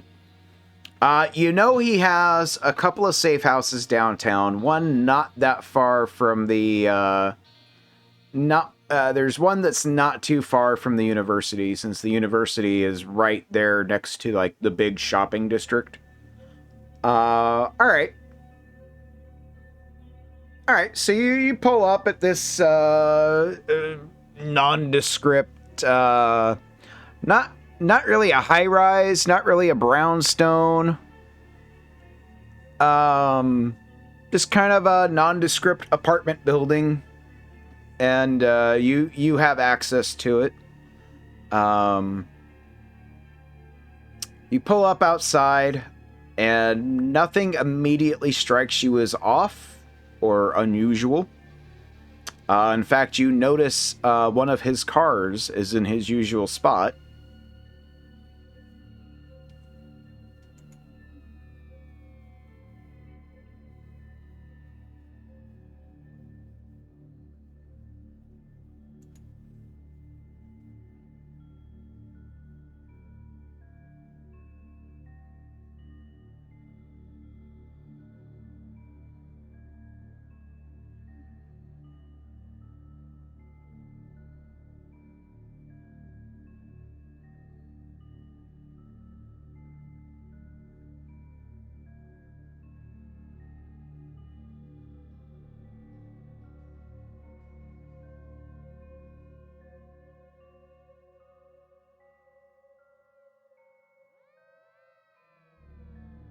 Okay.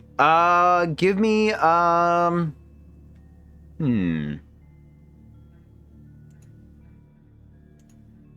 Perception.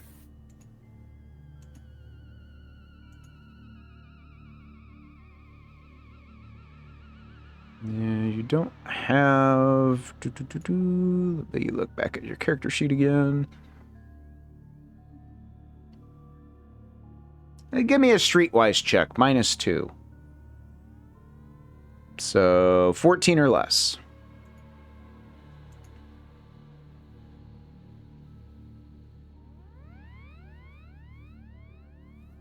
Makes it by 7. There you go. Alright, yeah, nothing seems unusual about the car. It looks like it hasn't been moved in a while. You know, this isn't, like, his main car. This is just one that's there for when he needs a backup car for whatever reason. And it looks like it hasn't been moved in a while. Quite a bit of dust. Oh, you're getting raided. Lead to raid. Toby King, Fatahim, thank you for the raid. Ha! Table of Horrors, thank you very much for that raid. Oh, what a cool name for a channel. Give you a shout out there. Also going to pop over and give you a follow.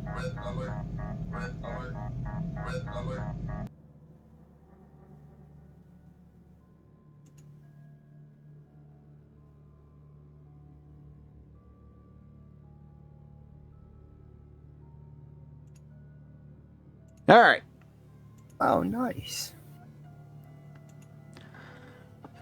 All right. Camilla looks at Brad and shakes her head and gets back into her car. All right. So what are you two doing? What do you think we should do? If we're now sure that someone has... some foul play has occurred, is there anyone we should inform? Any place we should go?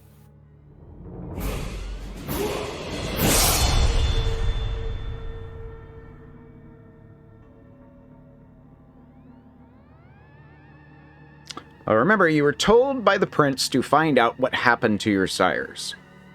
To find them specifically. This was your test, since you weren't able to be presented by your sires. Your test was to find your sires. Do you have any enemies, or does your sire have any enemies?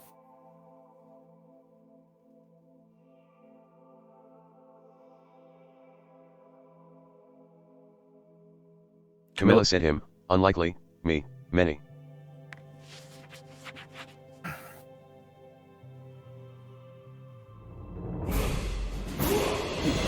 Perhaps we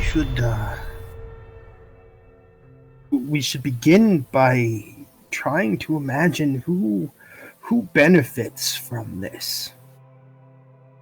Who benefits from the two of us not being properly presented to the prince?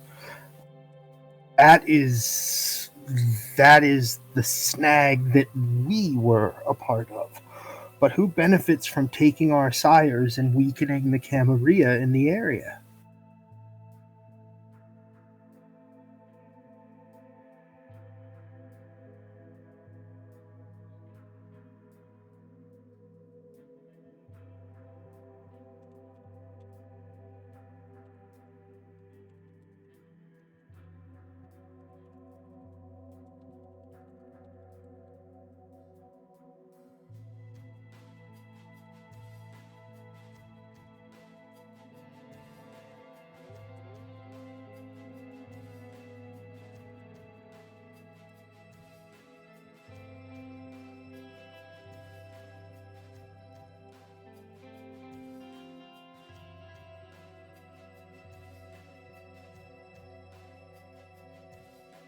There's lots of thinking going on. Brain.exe is in use. That is entirely what Bradley is doing, and he probably doesn't even realize that he's fallen silent. Were there any other fledglings that I know of other clans, of our own clans, that could be jealous of our rapid ascension? I've only been a vampire a year. I expected a decade before being presented to the prince. You know what I mean? Is there anyone who... Camilla said, well, I can't think of anyone who would benefit from taking Jackson. I mean, other than Jealous X, maybe. What about yours? Was he working on something that could be seen as a threat?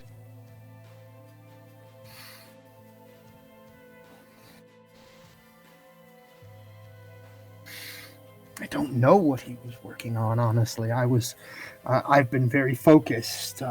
There is, when I get the time, I intend to put blood into a necklace that I wear. It's an ancient coin.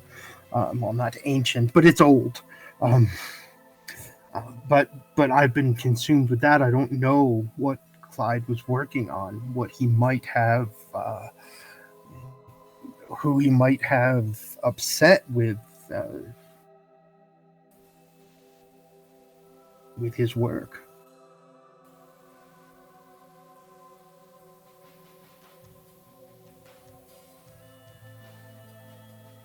I'm at an impasse, honestly. He's one of the most unassuming people that I've ever met. However, taking out even neonates like our sires from the Camarilla's ranks does conceivably help some. There are other clans of vampires than those we are now a part of.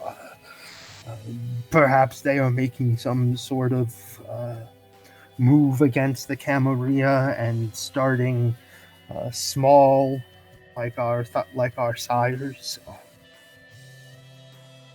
The only other thing I can think of is that I have area knowledge Arkham, so I say the only other thing I can think of is that over the years, Arkham has been rife with various cults and beliefs. Camilla said, my next thought is to check my sire's home. After that, we need to dig deeper into the clans. Who would want to start trouble?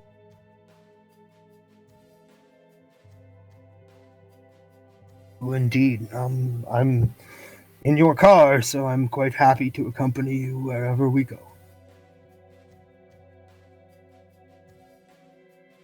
All right, so where are you guys headed? You said you're headed to your Sire's Haven?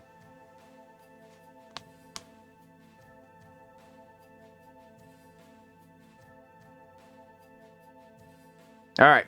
So your sire lives on the other side of the river. He lives in North Arkham, which is we'll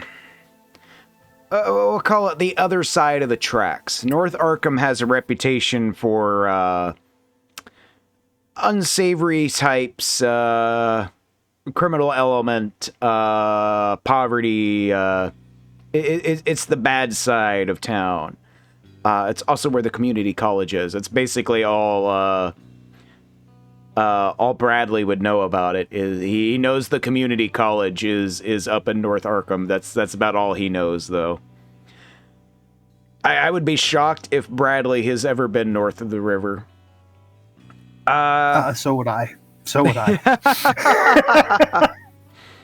Camilla is probably fairly familiar with it, though.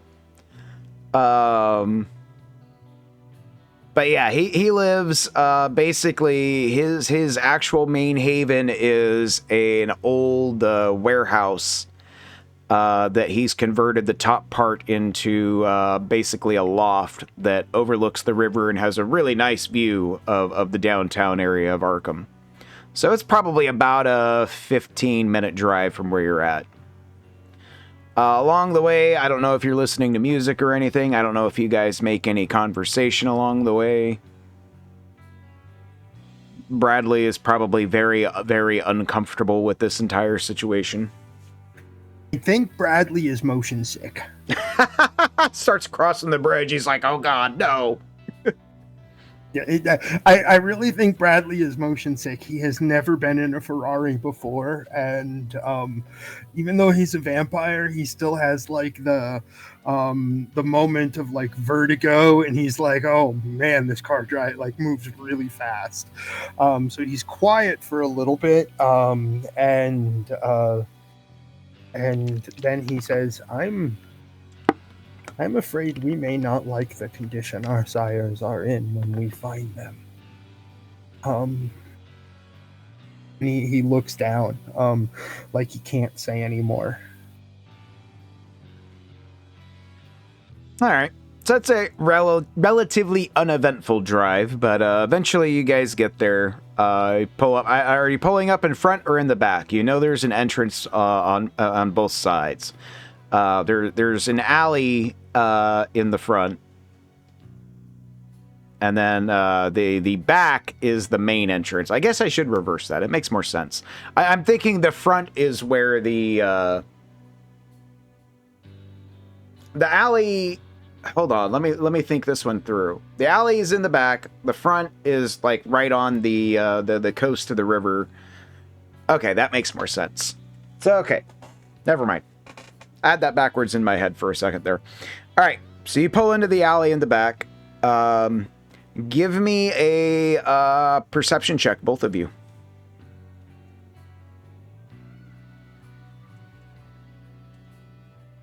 Why you keep asking for perception checks? Well, you got to notice things, right? Yeah, I have to get below an 11 and I get a 6. You both succeeded. For not having the alertness skill, you both succeeded very well. All right, so you guys both notice that there is a van parked in the alley that very much obviously looks like somebody is in it, but not in the front, in the back.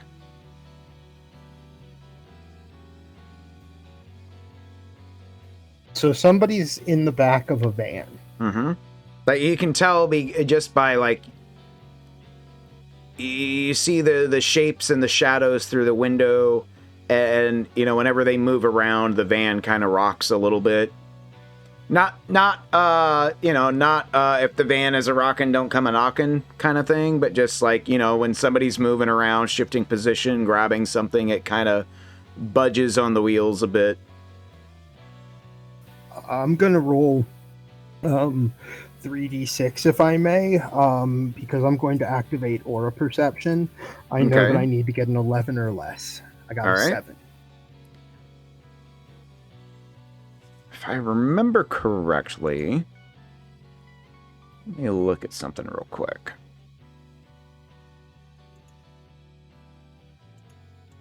If I remember correctly,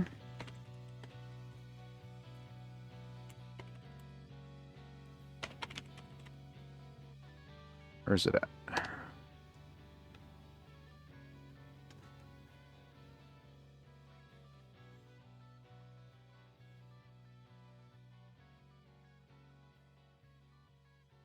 Okay, never mind. All right, that works then.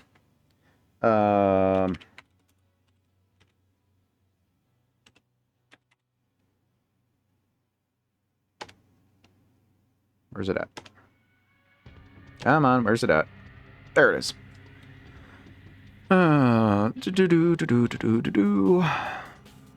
You succeeded by how much?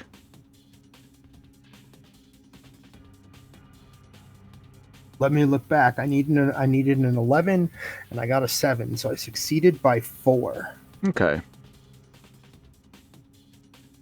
I am taking Camilla's advice and staying by her car, but I am I am standing next to it on the side away from the van. All right. So you notice 2 auras coming from within the back of the van. You don't get a lot of information, but you can definitely tell that both of them are mortal.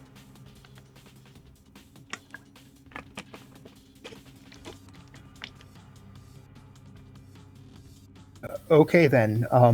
I whisper that as Camilla moves away from me. I say, they're mortals.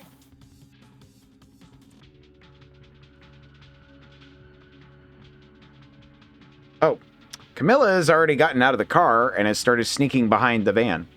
All right, Camilla, give me a stealth check.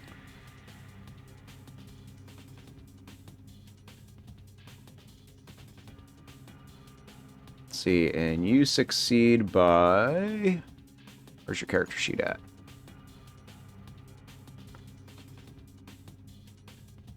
You succeed by 4. All right.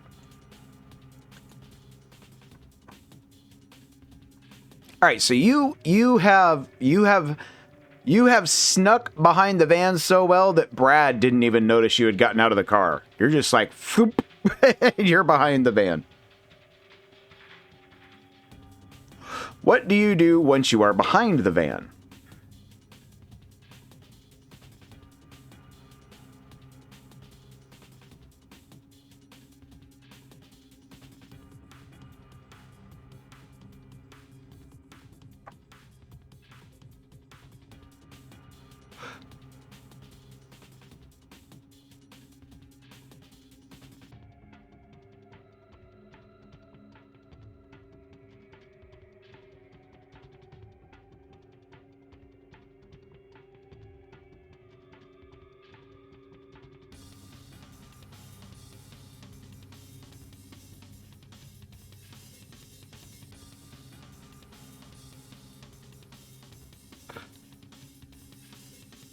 Pull out your pistol, scratch your nails along the door, see who comes out.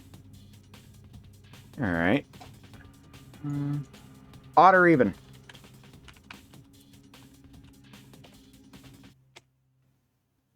Even.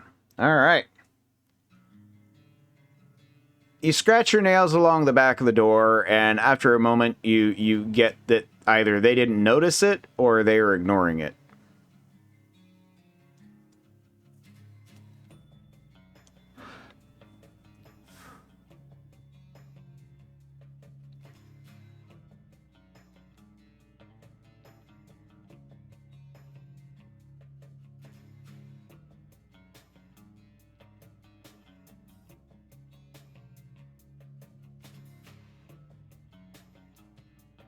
All right.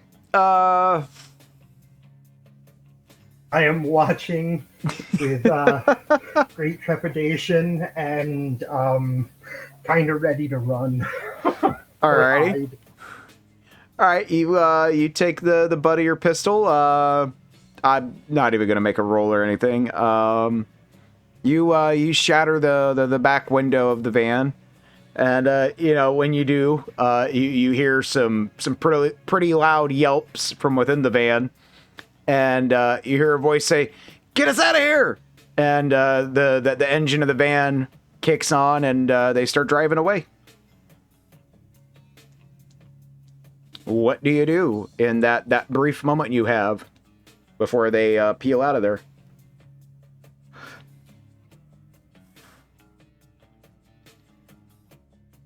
All right. Give me a firearms check -2. So which I believe for you will be +3 to dex, so 12 or less. And you made it by 4. All right. So you she fires her pistol. She does. Bradley gets into the driver's seat of the Ferrari. Sorry, my mic wasn't there. While she fires her pistol, Bradley gets into the driver's seat of the Ferrari. Okay. Starts the engine. All right. You pop out one of the tires. They are. Were you aiming for a front tire or a back tire? Back tire. All right. So they can still steer, but they're definitely not getting as much traction as they were. They're still gunning it. They're still trying to get out of there. You notice somebody kind of briefly pop their head out the or not out the window, but in front of the window to try to get a look at whatever's going on. You see some kind of middle-aged guy with a very like oh shit look on his face, and he's just like go, she's shooting at us.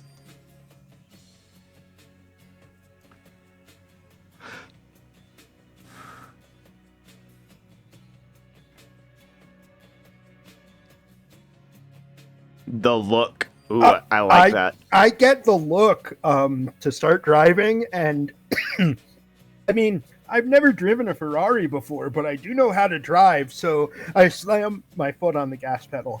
All right. Give me a driving check. Which is your dex +1, which will be 11 or less. Hey, it's something. I'm gonna crash your Ferrari. God. Oh! I'm gonna crash your Ferrari. Okay. Let's give I them told you I'm gonna a crash your roll. Ferrari.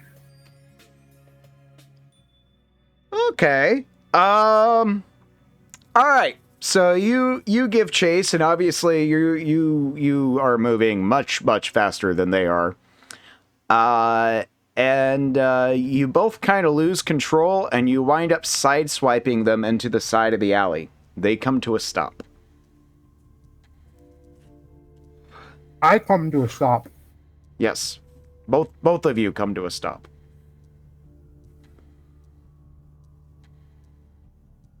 I come to a stop, and I look at Camilla like I have no idea what to do now. Camilla, give me an odd or even.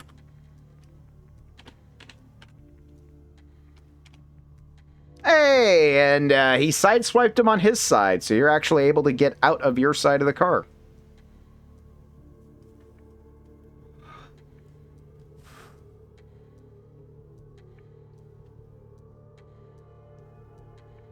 All right.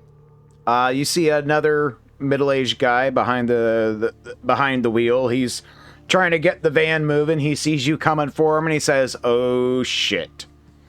The guy in the back pulls out a shotgun and very, very warily points it at you and says, "You need to leave us alone now. We're on official business. This doesn't concern you."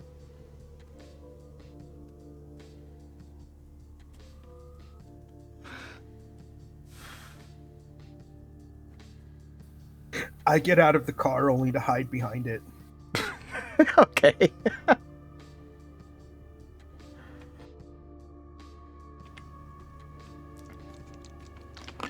All right. Give me a firearms check. -2, aiming for the shoulder. Thank you, succeeded. Oh, wrong thing. That was not what I meant to open. Let's see.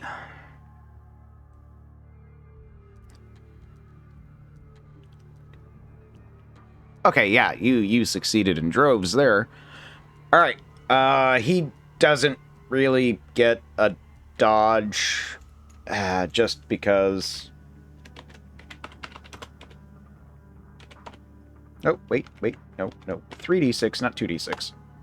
Because he's climbing out of the van? He definitely does not dodge in any way, shape, or form. So you hit him.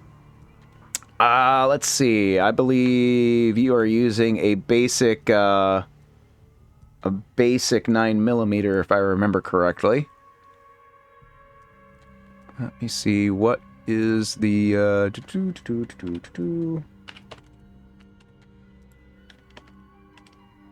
There we go. Give me a roll 2d -1. And in this case, it will be an actual -1. Hey, there's Victoria. Oh, you were passed out. Oh, that's what happened. Okay. Yeah, I passed out at like 2. Ah. Oh. She's a social media icon. It's okay to be late. Yes, exactly like that. Unfortunately, all right, you winged him. You literally just winged him. All right. Yeah, it's not. That's a graze, if anything. Damn. Damn, that's a bad damage roll. All right. So you hit him barely. It definitely made him bleed.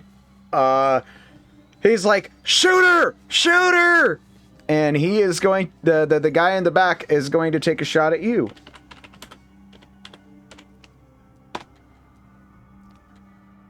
You get a much better chance at dodging. So, yes, you can. So what you can do is you can spend a point. You can spend a blood point to activate your celerity, which will then add your celerity skill to your dodge roll. Which, let me check real quick. Your celerity is, where you at? You have a celerity of 1, and then your dodge is...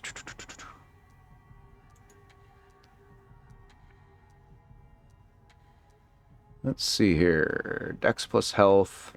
So 25 divided by 4. Where's the calculator?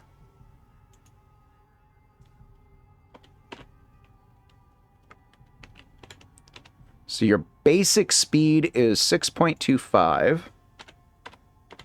Round down for your move is 6. So your dodge is a 7. So in order to dodge, you need to roll under 7, and you need to beat it by more than he did. Now, dodging guns is really hard in this game, by the way.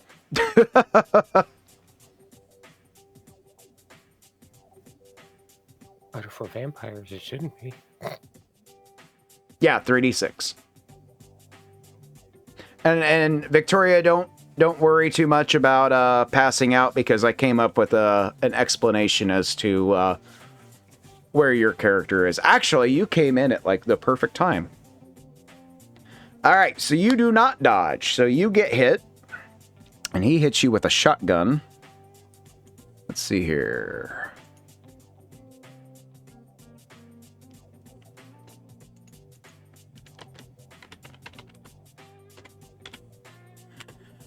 And we'll go ahead and, based on positioning, I'm going to give you a passive defense of, let's say, 6 in this situation.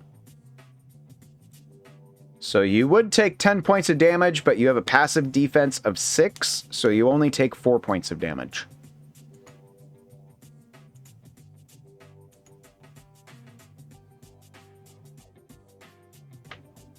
So, which puts you at, let's see, where'd your character sheet go?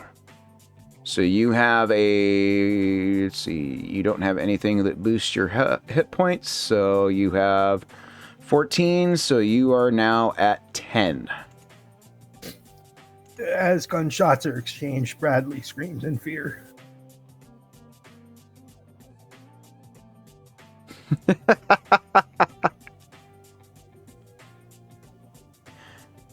All right, so Bradley is screaming.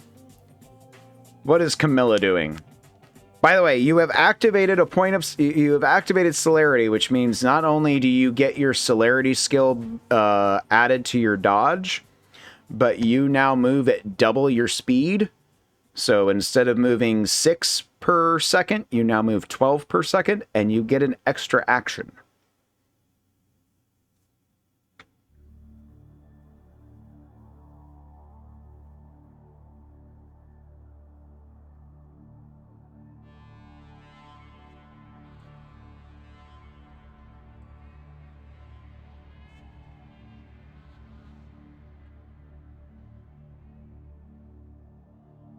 You're going to shoot back at the guy? Okay. All right. Give me a roll.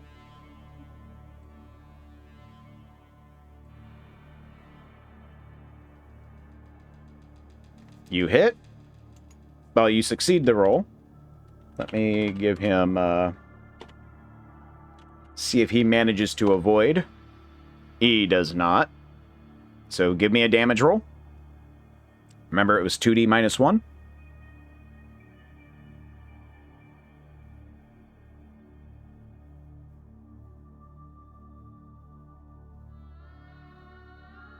Alright, so 3 points of damage to him. That is enough for him to have to make a knockout check.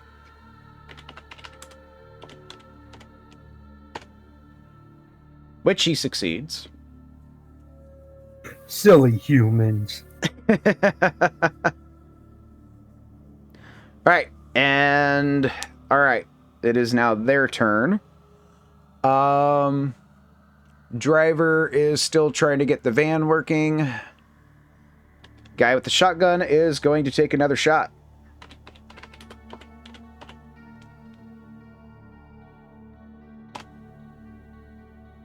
He does not hit. So he takes a shot and he misses. It is now your turn. Your second action for the round.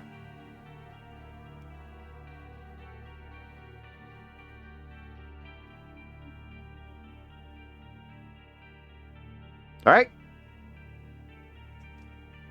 You hit. He is going to attempt to dodge again. Let's see. You succeeded by...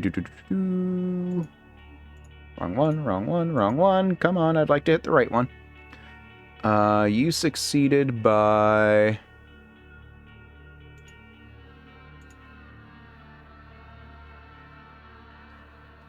You succeeded by 8. He did not dodge. You hit him. Roll damage. Roll that beautiful gun damage.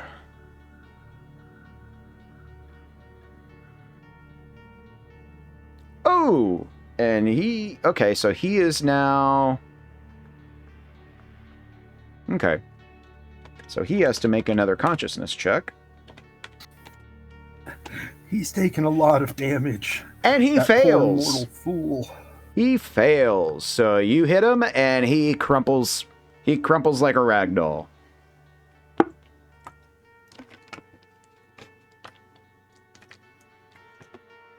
All right, the guy behind the wheel is still trying to get the van moving, but it's failing miserably.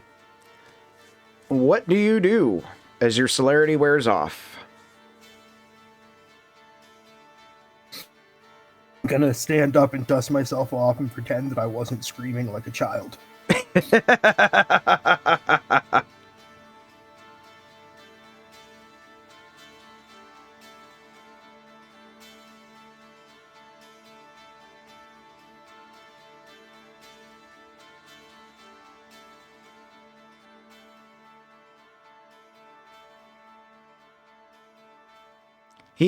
All right, so you point your gun at him and gesture for him to get out of the van.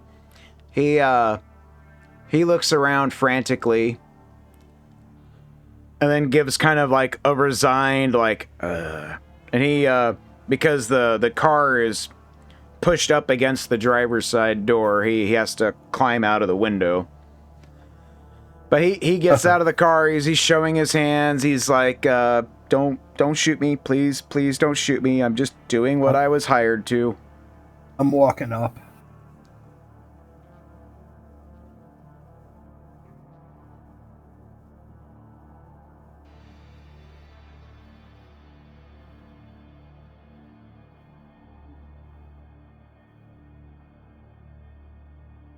You are you're in a lot of trouble. He keeps Why his were you mouth shut. watching that house? Why were you watching that house?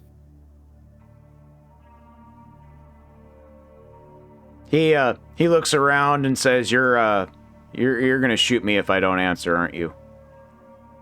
No. Every time that you're resistant to answering, I'm going to ask my friend to shoot off a finger. That gives you 10 chances.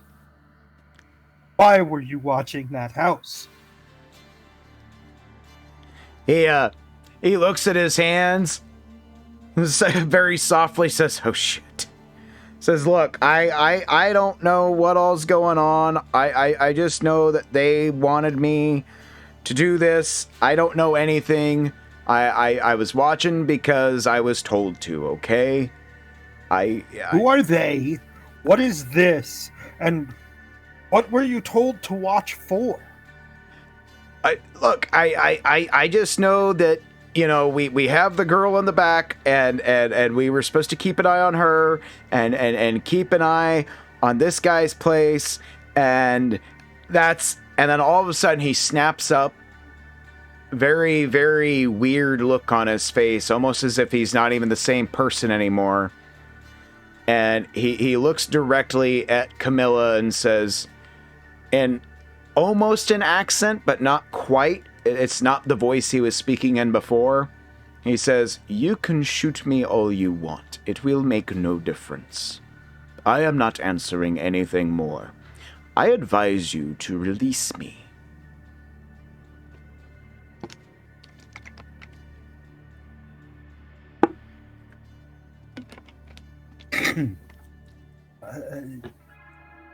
Brad thinks he recognizes, and when she shoots him in the foot, he says, "He's just a vessel now." I'm not even gonna make you. I'm not even gonna make you roll for that. So you shoot him in the foot, and he winces a little bit, but he winces like maybe you pinched him. He says, "If you honestly believe that I care about my life at this point, you are sorely mistaken."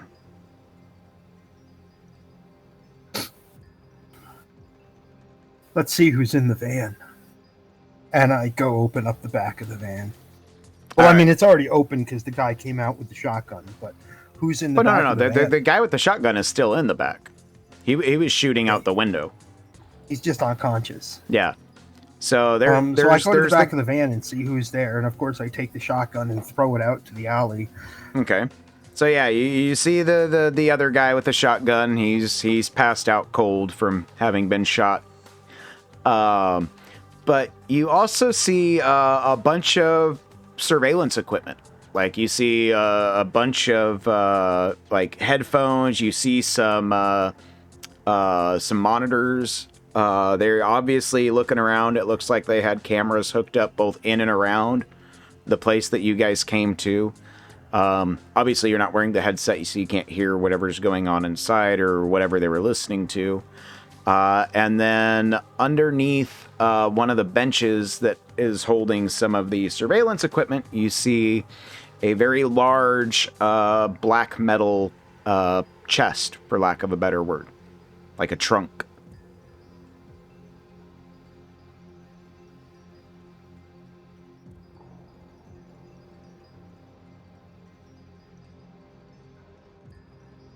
As I climb into the van, I try to see if there's a way to download all of the surveillance that these people have. Like, can I take the tapes? You know what I mean? Okay. But I'm gonna go over to the box and see if it's locked. Give me a computer check. I actually know computers. Let me look at my sheet. Intelligence +2, so it's a 17. Mm-hmm. Nice. I'm big money. 14, so I made it by 3. Yep. All right. So you have a quick look at the system, and it's multiple. There's like 3 or 4 different laptops that are running this whole thing, and it's very,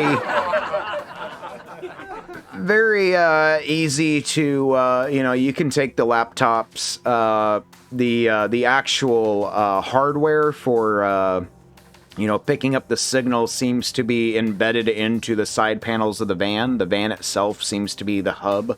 So, like, the actual surveillance equipment is attached to the van. Well, no.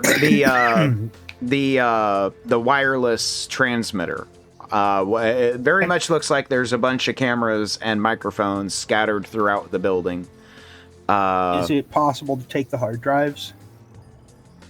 If you want to take the time to pop open the laptop, sure, but you could just take the laptops. The computers are all. I'll just take the laptops. Yeah, I'll just take the laptops. Okay. So I'm grabbing those as I move to the box and see if it's locked. It is, in fact, locked. I shuffled through the body of the unconscious man in the van and see if he has keys. You find keys, you find wallet, you find a box of shotgun shells in the pocket of his jacket. I tossed the shells out the back of the van. Like, I imagine that other people know how to use those things better than me. And I take the keys and try to open the box. All right. You go through the keys, and none of these keys open the box. I yell out of the van. I say, Camilla, does that guy out there have any keys? Tell him if you have to find them. And meanwhile, Camilla has the guy. He was already on his knees, but you're holding the gun to his head, and he's just staring back at you with a very resentful look.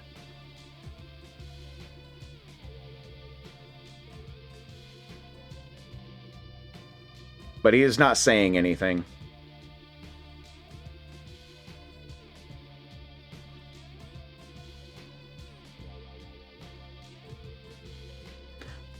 Okay. You do not have to make a roll. You hit him. Yeah. God, I didn't see that. Man, Camilla is cold. He is very dead. Give me a humanity check. Which, how did I say we were going to do humanity? Humanity was your health. So yeah, roll your health at 3d6.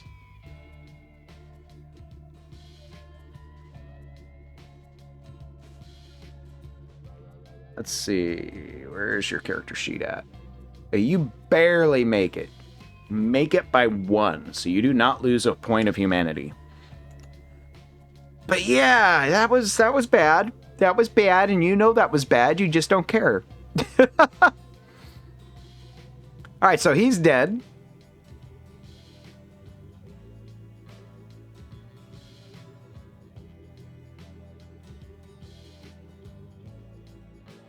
All right, you check the body.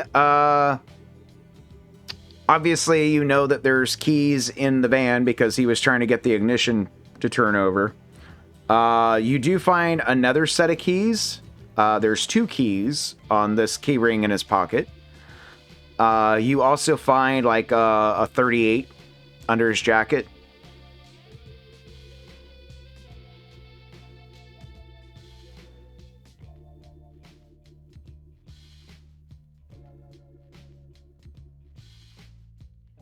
All right, so what do you do with the keys that you find?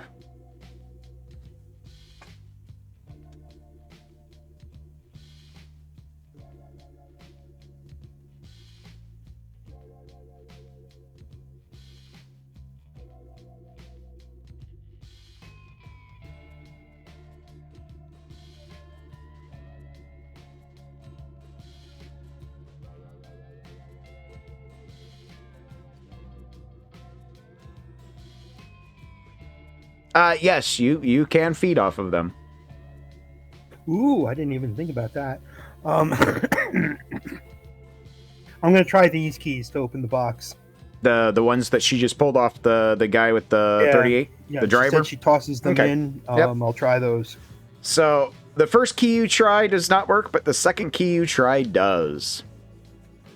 When you open the trunk, you find wrapped up in duct tape and handcuffed both at the ankles and the wrist, and with a large chunk of wood protruding from her chest, a fairly attractive woman who looks an awful lot like that picture that's on screen right now of Elizabeth. Someone, I say out loud, because I'm suddenly very nervous.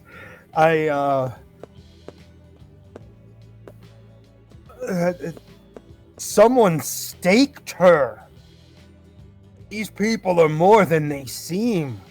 And I pull the stake out, and I turn to the guy on the floor of the van, and I feed on him until he is dead. Okay. Well, you're full up on blood points then. Fucking mortal staking one of us. And I even say that someone staked her. I pull out the stake, turn to the guy, and I'm like, this fucking mortal thinks he can stake one of us, and then I feed on him. All right. Oh, when you pull the stake, Elizabeth is no longer in torpor. She wakes up.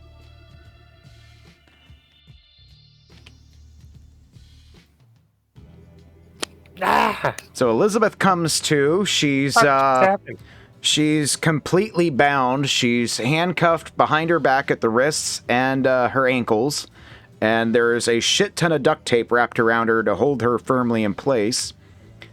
She's in this large black metal chest or trunk. The last thing she remembers before she got staked, she doesn't even know who staked her.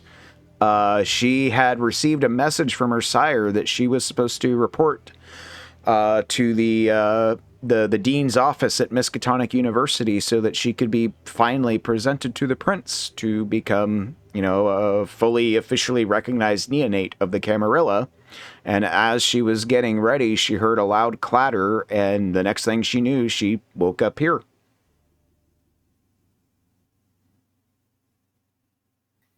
After tearing his throat out, I'm going to turn around and say, I'm sorry this happened to you. Let us help. And start trying to undo the cuffs with one of the keys on the key ring. That would be the other key. Very, very good guess. What the fuck happened? Who are you? Where am I? My name is Bradley. We're here to rescue you.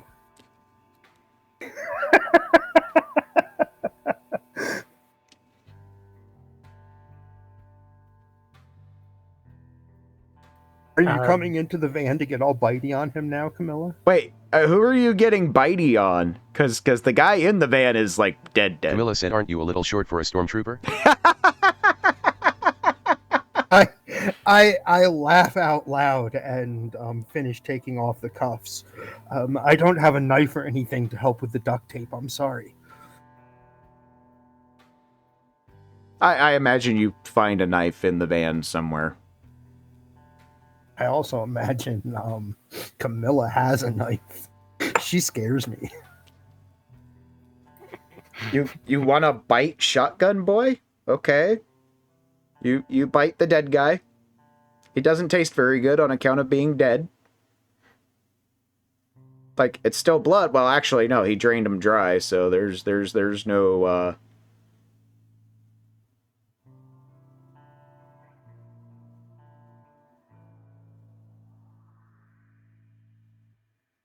Well, actually, no. You said you drank until he was dead.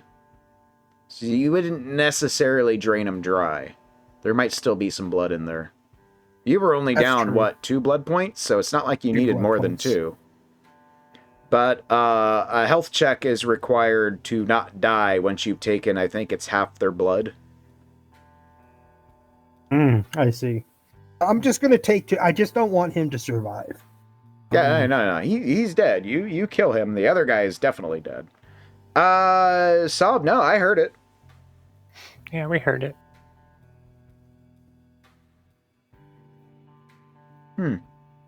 Maybe try restarting Discord. Oh, actually, no. You don't have to restart Discord. Just go into your, Oh, actually, I don't know. That one, I don't know. But we heard it. Yep, heard it just fine. All right. So what is everybody doing? You have found the missing fledgling. Backing out of the van and trying to come to terms with the fact that there are mortals who know enough to stake someone. I'm really troubled now, and probably have my hand on my forehead. Free from the duct tape and everything? Yeah. Okay. Well, we gotta do something about these bodies. We can't just leave them here. Masquerade. That and somebody with streetwise would know that, even though this is a bad neck of the woods, still a few gunshots in the middle of the night is going to draw some attention. Check the glove box for registration. There is none. Okay. Well, I'm gonna drag the body that's outside to the inside. Okay.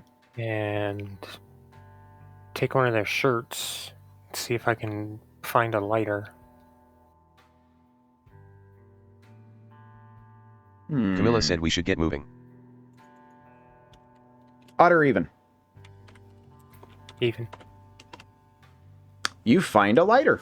I don't know why I did 3d6. Usually I just do 1. But you find a lighter. Awesome. So stuff the shirt into the gas tank. And once I get enough gas on it, I'm going to light it. Okay. Just before you light it, I double check and make sure I have grabbed everything that will count as information by grabbing the laptops. Is there anything else I should grab? All right, so you've got the laptops, you've searched both the dead guys, got the girl out of the trunk. Camilla said test. Testes? Works. You still didn't hear it? I heard it. I heard it. That's weird.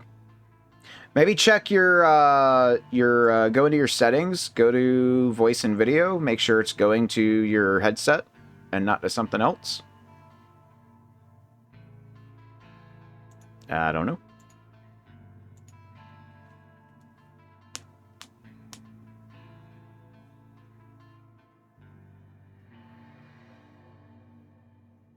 Which reminds me, mine should be set to default.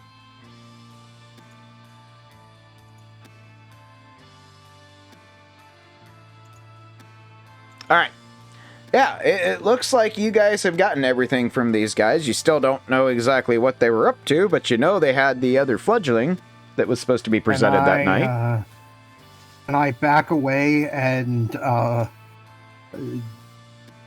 if Camilla doesn't do it, I'm going to back her car away from the explosion. We don't want our car that we're in to be. Camilla said test. Test complete. I heard that, Camilla. Yep, same here. Well, there shouldn't be an explosion. It should just catch fire. But anyway, just in case. So where do you guys have like a place to go? Because clearly I can't go to my place. Chantry seemed safe enough when we were there. I tried using magic to contact my sire.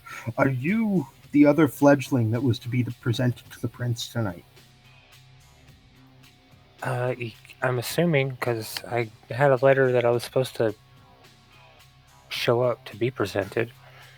At the meeting, our sires did not arrive, and we have reason to believe that at the very least mine was taken forcefully against his will, and quite possibly yours at the same location.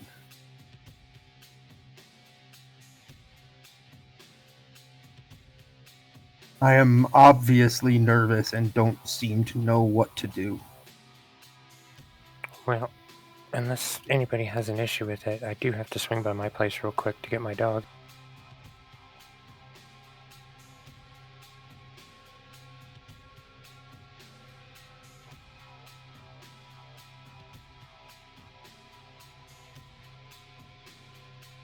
No response indicates... oh, wait. Oh, yeah. Hold on. I was going to say... How are you going to fit 3 people in a Ferrari? Aren't those things 2-seaters? Oof. I say... I say, this is definitely not my area of town, but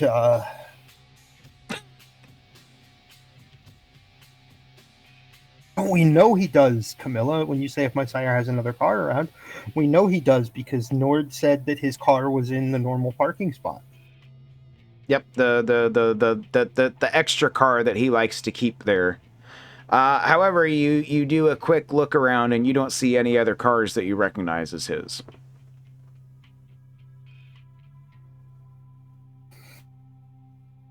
This is not my normal area, and unless there's a vehicle I can use, I could take the bus, I suppose, back across the river. They run this late. Yeah, I'd imagine after being staked, it's a little difficult for me to walk at the moment.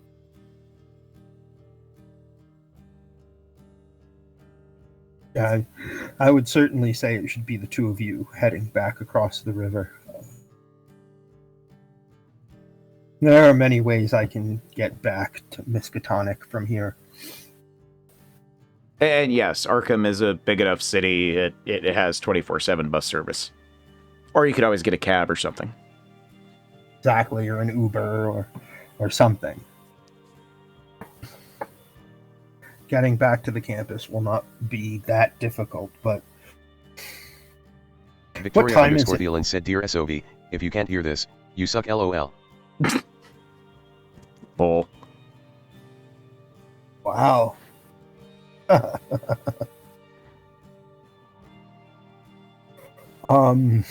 But I mean, she is playing a vampire, so I mean, sucking kind of. Never mind.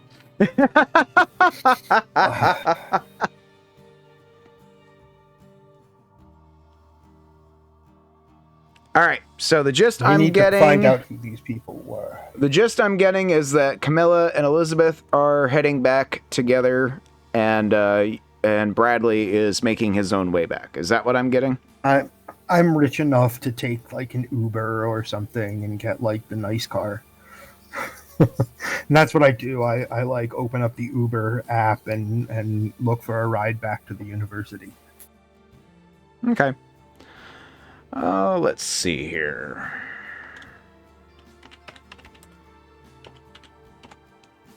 Don't ask what this is. All right. All right. Does anybody do anything before they all meet back up at Miskatonic? At the Chantry? I know Victoria, right? Your dog? Mm-hmm. Oh, that's right. Yeah, you were asking if you could swing back by your place to grab your dog. I have my dog and my laptop and my purse. Camilla said, I am going to take a quick look inside. Okay. All right. So, let's see. What did you have? I say to Camilla as she heads toward her sire's haven, I say, from what I can tell, these men had cameras set up inside too. They somehow gained access.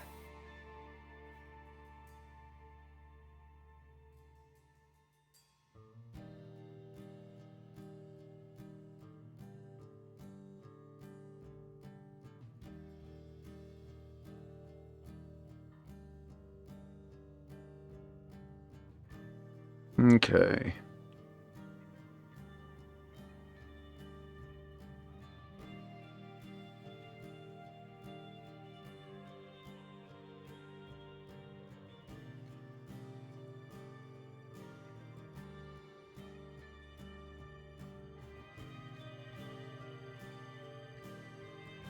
Just wanted to check something real quick. All right. So, you guys, Camilla and Elizabeth get to Elizabeth's haven, probably an apartment, or I can't remember what you had said you lived in before. My memory is absolute shit, and it's been forever since we went over all this. Jackson. His name is Jackson. But your dog is fine. All your stuff is there. The door looks like it was broken into, but they did a quick repair job, so it didn't seem obvious it was broken into, which Camilla would recognize, having seen work like that before.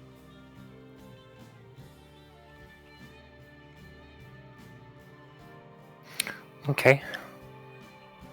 Camilla said we saw the same thing at the school. What school?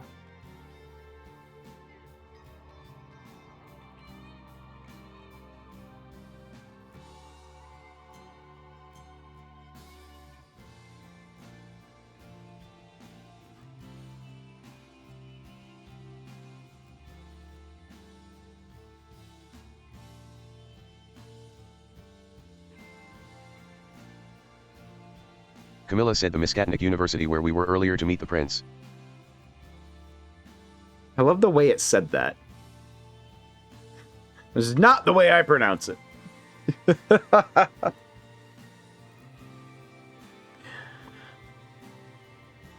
All right, so Yeah, I gotta grab my pizza real quick, but I'm grabbing my dog, my laptop, my purse, and a jacket. okay, And then go back to the car, I guess. alrighty. So you get your stuff, and Camilla looks around. Other than the obvious sign of the break-in and the repair job for the break-in, nothing really stands out. Give me a security check.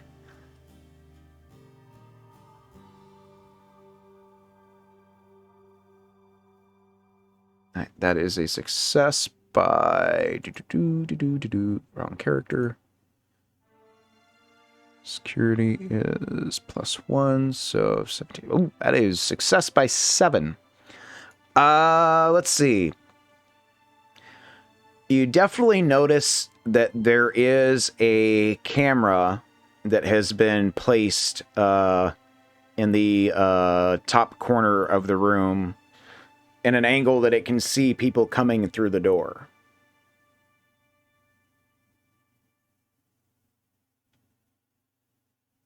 But you're going to probably be correct in guessing that this is the same kind of setup they had at your sire's place. Welcome back.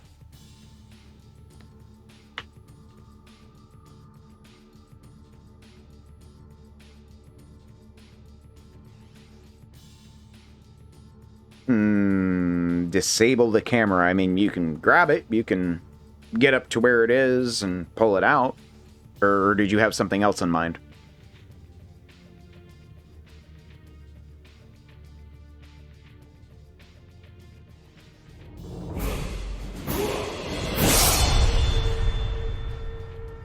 Okay. Yeah, that's fairly easy. Pull it down. It's set up to be wireless. It had a whoever set this up, they set it up to use the actual power of the house. So it's got like a little wire that goes directly into the wiring for the house. Once you pull that out, it powers down. Soft smash. Alrighty. Give the camera the finger and pull the wire. Alright.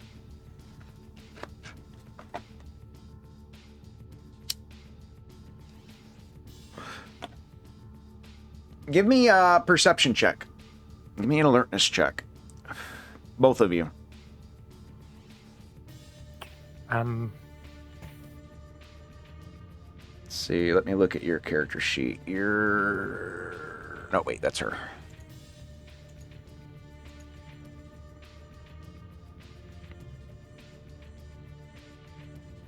So roll 3d6 and you need to get an 8 or less.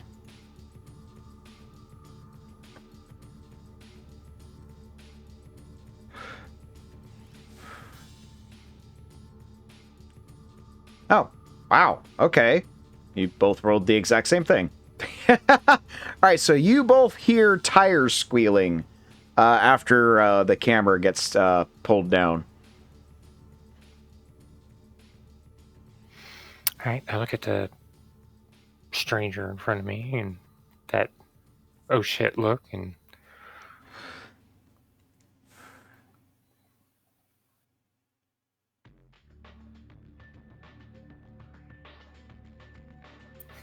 so Camilla said what a surprise.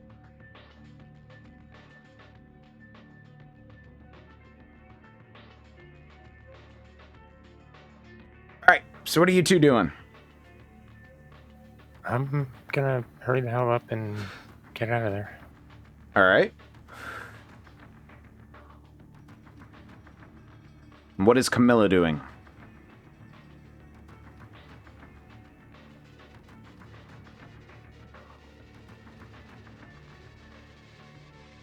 All right. So you guys both head back to the car, and I imagine start making your way back to the university.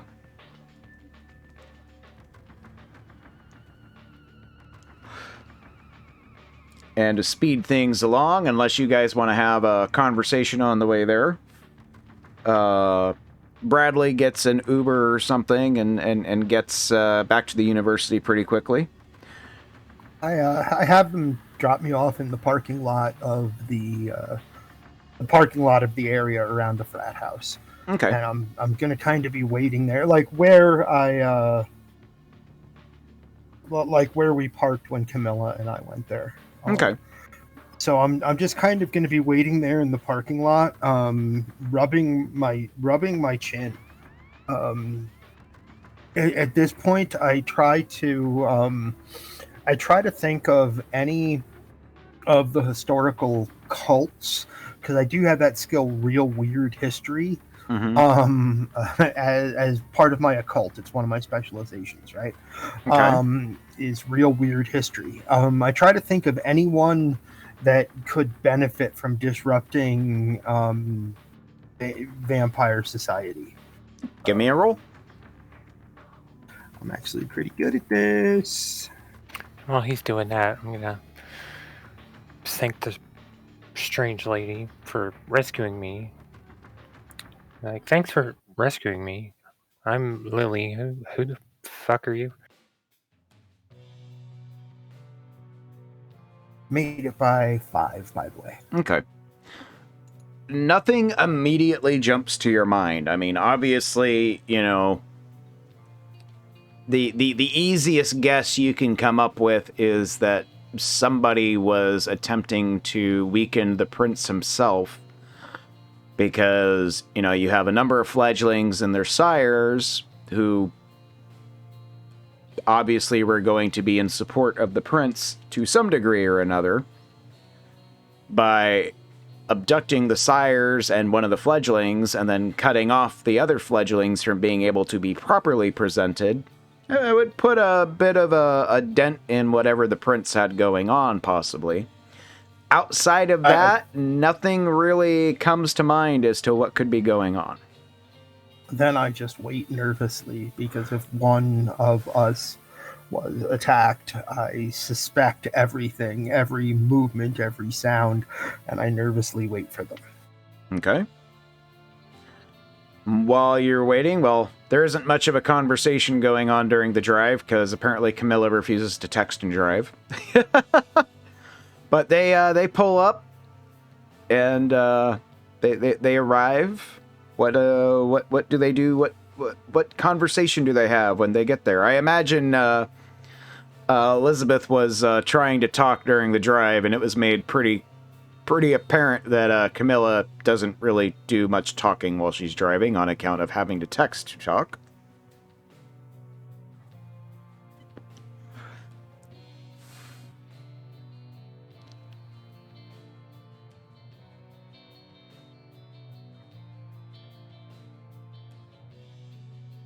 By now, it's probably close to midnight, if not a little after.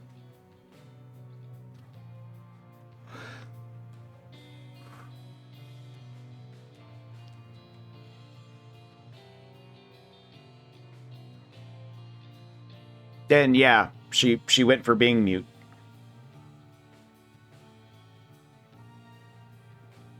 I hold up my hand and wave to them when they arrive.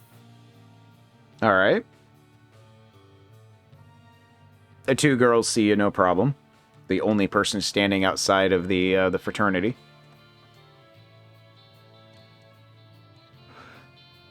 Is everything all right at your house?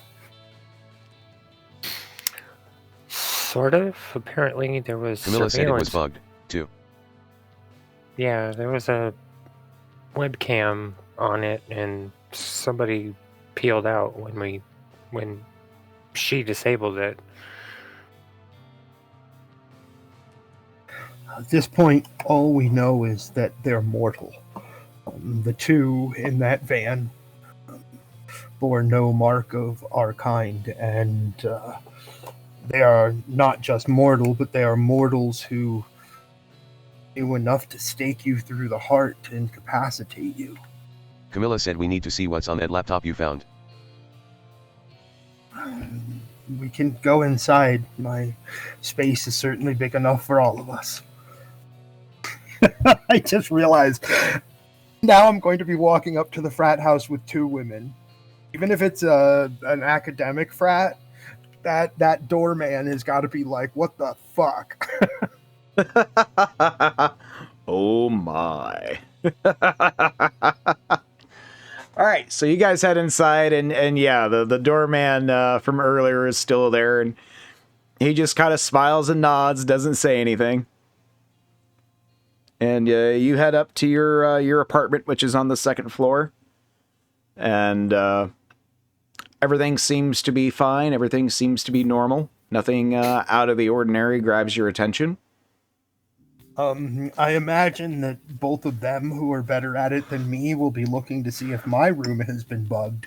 But I go ahead and set the laptops down, and I say, sure, one of you is far better at recovering anything from these than I will be. A couple of hours have passed. I'll see if my sire is awake yet. And I do what I did before, which for Victoria, I take a ring, a book, and like a necklace with a charm on it, and I set it into like a semicircle on the floor, and I put a nice pen in the center of that, and I sit down and begin to weave my hands over it, and like little magical trails come off of my fingers, and I begin casting a spell that takes some time.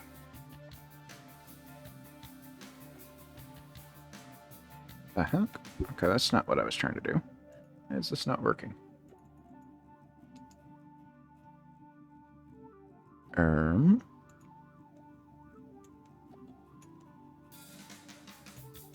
Okay. Oh, okay. That's what I thought it was. All right. Do you want me to make the occult roll now, Nord, or we can wait. at the end of 30? I was going to say at the end of 30 minutes. We can wait. All right. What are the rolls that you two are doing? Awareness, perception, whatever it was. Ah, okay. Yeah, you don't have any skills for that, so yeah, you don't see anything. And Camilla looks, and she gets a 10, so she succeeds by quite a bit. She succeeds by 7, no worries. All right, so Camilla and Elizabeth do a quick check around the room. Elizabeth doesn't find anything, but Camilla does. Camilla finds a couple of cameras and a microphone embedded into the walls.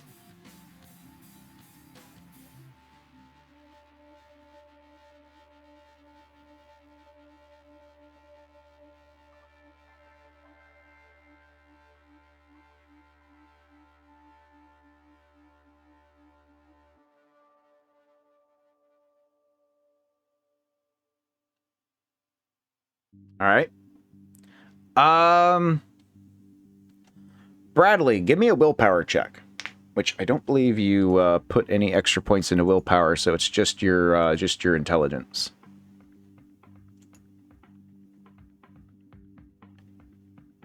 We figured all those numbers out, and my willpower should be an 11. But I have the weak will disadvantage to one level, so I only have a 10. That's a bummer. I fail by 3. Okay.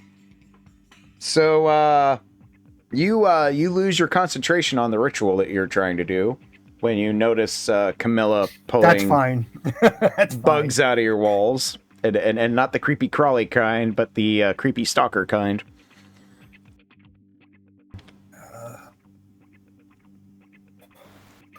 Uh, whoever is doing this was able to get surveillance inside of the Chantry. Which is a big, big deal.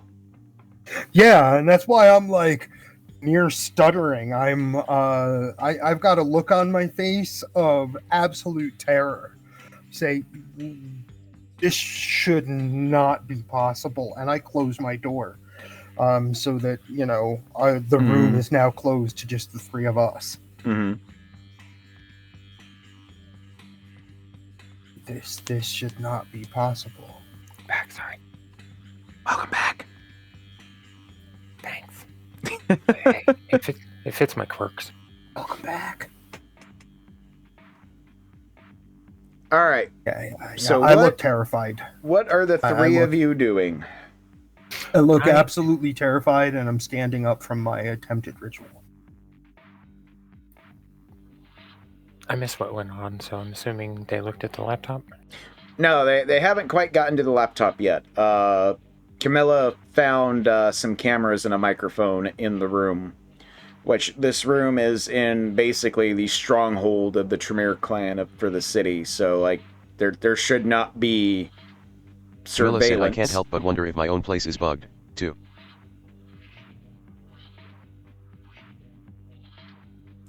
All right. While you guys decide what you want to do right now, I've got to run and take a bio break real quick. So I'm going to run to the bathroom, and I will be right back. Okay. Camilla said we would pee.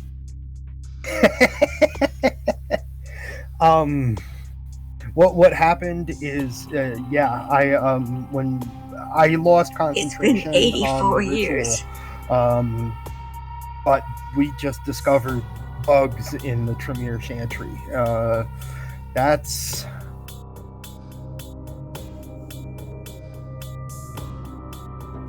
unheard of. This should be impossible unless someone within the Tremere clan is involved. Well, they would have to be. Your place was bugged, mine, her sire's. Very likely, if we examined my sire's room upstairs more closely, we would find bugs there too.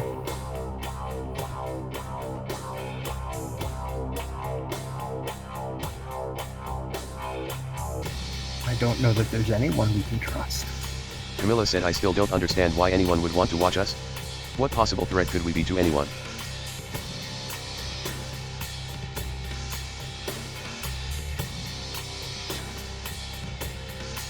Definitely shaken and pacing a little bit. Yeah, look at Camilla and say, you've never had a stalker?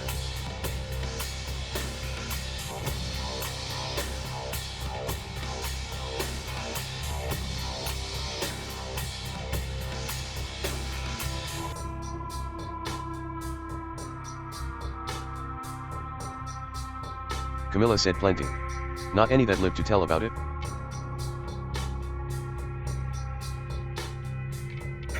Bradley chuckles lightly.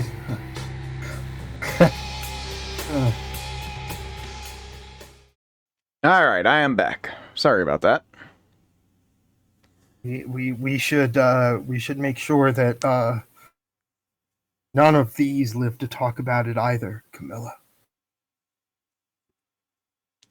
I'm scared, but I'm also angry. Someone targeted us. And you're right, what possible threat could we be to anyone?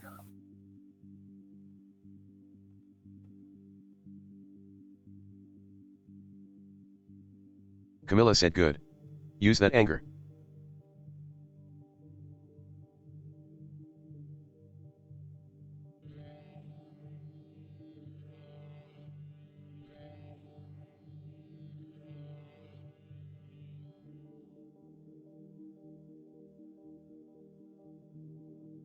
All right. So are you going back to attempting that ritual again? Bradley?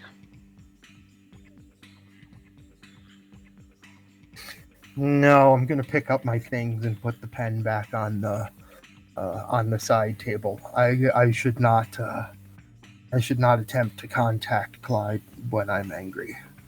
Okay. Don't feel like I should attempt any magic when I'm angry.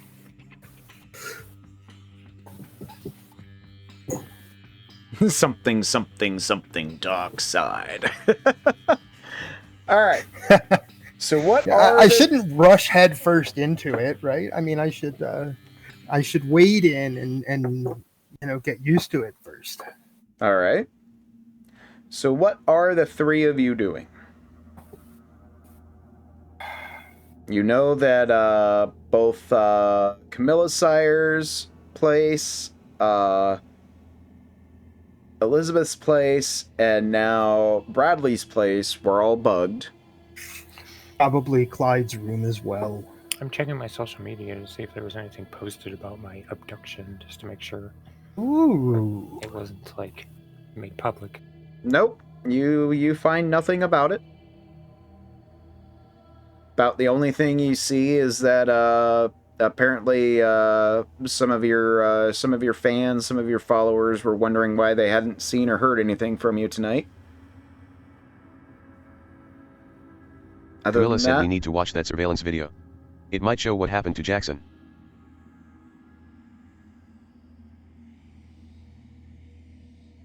I point to the laptops and say, "Have at." I'm not real. You'll probably do better at finding things on there than I will. I mean, I know how to press the right buttons. Make a quick tweet to explain I'm not feeling well today, and so I won't be streaming or anything. Let's have at this laptop. All right.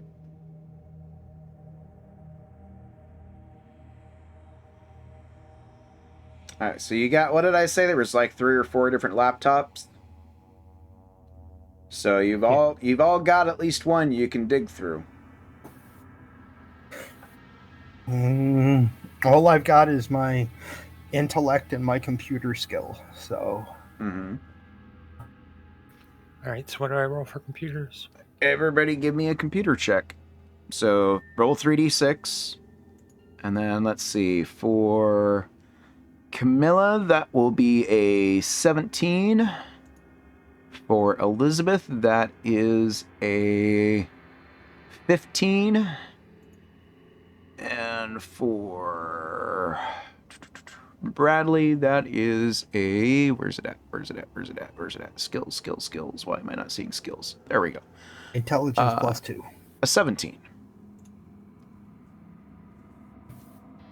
All right, so Camilla succeeds. We are all rolling remarkably close. Yeah. All 3 of you succeed. All right. So you guys spend a chunk of time digging through these laptops, and they're normally encrypted. However, they were in use when you grabbed them, so you're fortunate in that you didn't have to get past the main encryptions. There's a couple things that you start digging in and poking around, and you're all like, okay, that's weird. That's a weird firewall kind of thingy, but okay, I don't know. I could just go into settings and turn that off since everything's logged in. And you get in and you find all the recorded footage and the audio files and everything. For all intents and purposes, nothing super important was captured.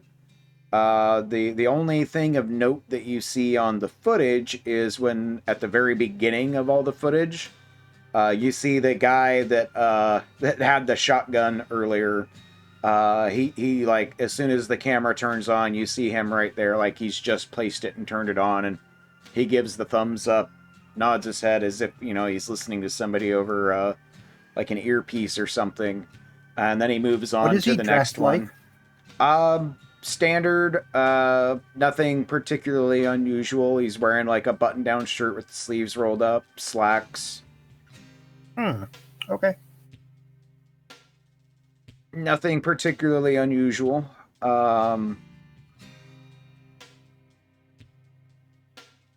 Yeah, you go through all the footage, you fast forward, and yeah, there's nobody ever comes in until you guys come in. All right. Well, I snap a screenshot of the dude's face as much as I can, and Okay. Send it to my phone. Okay.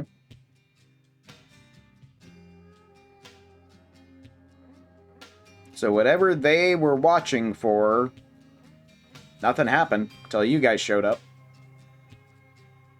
Now, is it just my place, or do we see videos from other people's places? Well, no, none of this footage is from your place. All this footage is from your sire's place. Oh, shit. Which is where, and you would have recognized it when you got in the Ferrari with Camilla, that's where they found you, was in the alley behind your sire's place. I point to the screen when you take the screenshot and I say, "That's our only clue. Can you find out who that man is?" I'm sorry, say that again. I didn't hear you. That's our only clue. Can you find out who that man is?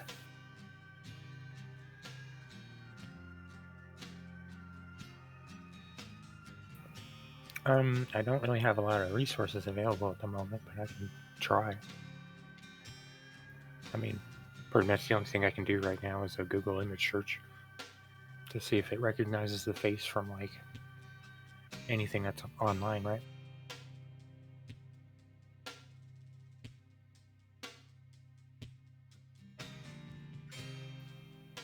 Grumpy? Yes. So pretty much the only thing I could do at this point without going to, like, the Camarillo is just Google image search, right? Let me have a look. See at your... I have an idea, Victoria. You have hundreds of thousands of or you have a lot of followers. Just post on all your social media that image with "Who is this man?" Maybe. I don't want to do that quite yet. Yeah, it does kind of put like a big flag up, right? Yeah, exactly. Camilla, yes, that is definitely something you can do. That is definitely something you can do.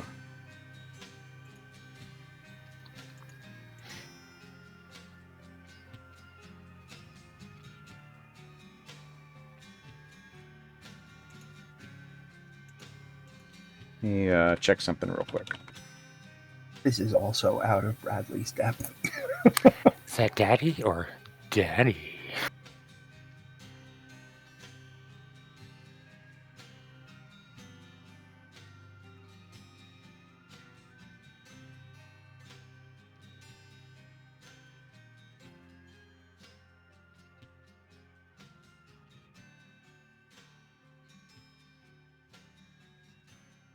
Yeah, the reason why I didn't want to post it on social media is because not only does it make things look bad with me disappearing tonight and saying I don't feel good, and then, hey, there's this guy staring into a camera. Who is he?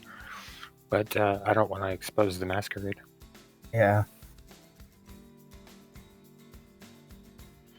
All right. Savi, give me a roll of 3d6.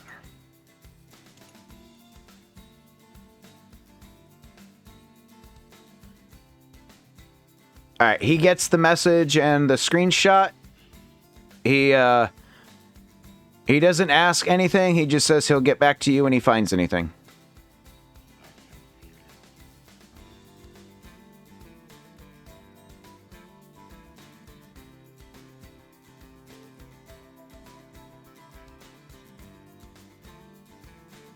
And for the moment, that seems to be where you guys are at. Unless anybody has any other ideas. Bradley, while they start to do more with the computers than he's comfortable doing, really, he gets one of the books off of his shelf, which is kind of like a family tree of the Camarilla around here, and I start looking for any pattern of the vampires, starting, of course, closest to us, and then kind of climbing the tree. Not really, I don't really have a set thing that I'm looking for. I'm just hoping that, inspiration strikes as I look at it, and I manage to find some kind of pattern with people that are near us. Okay. Camilla said, don't suppose you have a stash of blood in the building? I'm starving. Oh my god, me too. Being steak takes a lot out of you. So I have a wine bottle that's full of blood, Nord, because I was researching how to make the Vitae infusion amulet. And it's about half full, and I take it off of a shelf and I pass it over to you, and I'm like, I find it best warm.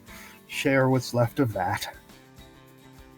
When they ask for blood and say they're starving. How big of a bottle is it? Just like a normal wine bottle. Like, Okay. I was still in the experimenting stages Okay. of like trying to make my amulet, and eventually I'll get around to that. So But I figure you'd have blood around if you're researching and trying to master that ability. So I would say standard wine bottle that's half full, you said, would have about 2 blood points in it. Yeah, I figured it's like a blood point for each of them was like my best thought. Mm-hmm. But yeah, can I make a like intelligence check to see if there's like a pattern in family structure, a pattern in who gets embraced, etc., etc.? All right. Give me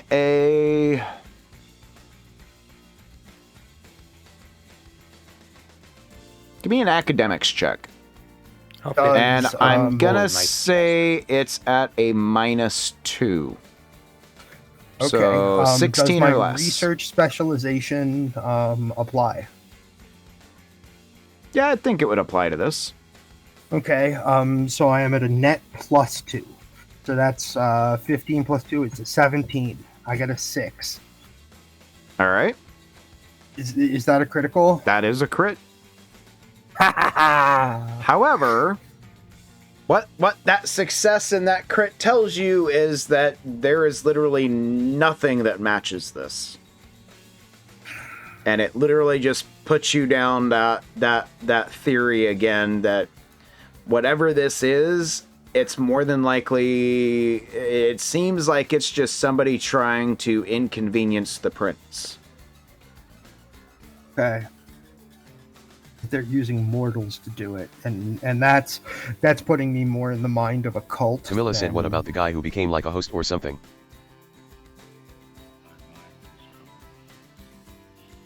One who saw us in?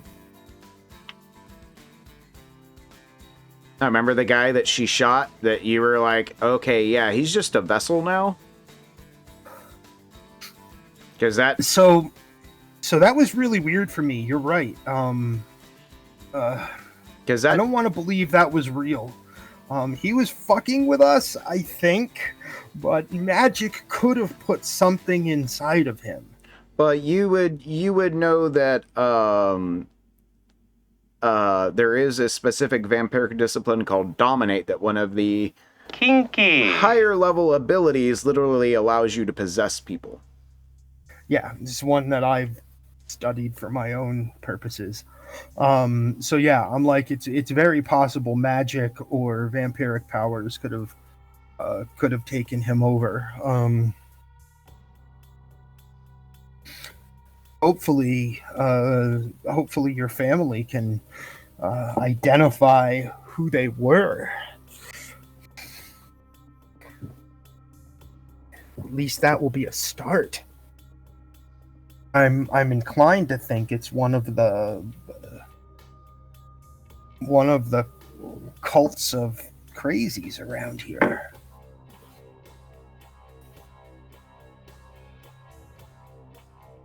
Camilla said, crazies. There are a number of I've lived in Arkham all of my life, and for all of my life, I've been made to be aware that there are people in this town who hold to the most insane theories about gods that exist beyond time and all sorts of mystical madness, for lack of a better term. They form groups, cults, and no one really knows what they do, but they've been around forever. I don't know if they would have reason to mess with the Camarilla or mess with the prince, but Well, I will say that in how well you have rolled on the relevant rolls tonight, you are pretty sure that's not what it is. yeah, I still like the idea that I think it might be. Okay. Bradley blames a lot on stupid, crazy people. Fair enough. And everything I'm finding says the Camarilla didn't do it.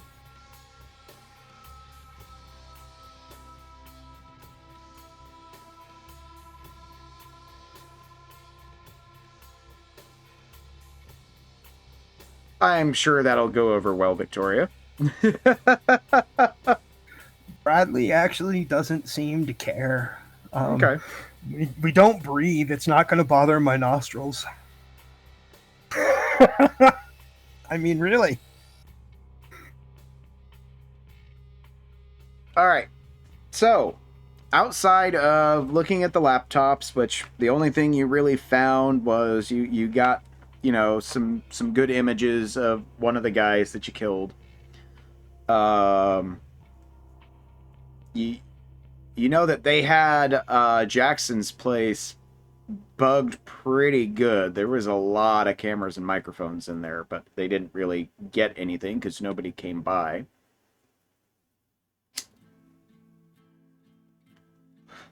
Other than that, Camilla is still waiting to hear back from her father. Victoria, remind me. Camilla said it's frustrating. It's got me stumped. Because you said you didn't post a picture of the guy and asked if anybody knew him, right? Correct, but I Okay. tweeted in response to where I was that I wasn't feeling well, so Yeah. I was taking Okay. the day off. Yeah, you've probably gotten quite a few responses to that, you know, asking if you're okay, if there's anything anybody can do for you. Of course, the standard, oh, if you need anything, just let me know. I'll wire you some money, or, you know, stuff like that. Other than that, nothing out of the ordinary, nothing unusual.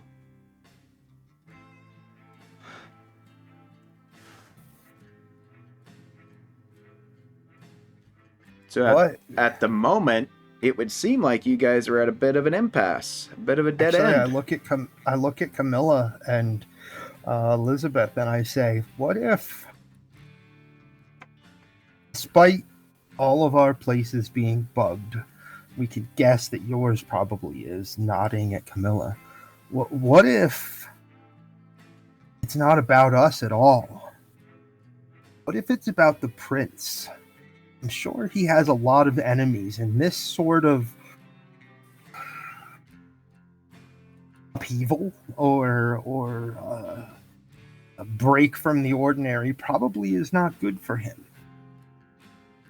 This may have really nothing to do with us at all, and it may be an enemy of the prince.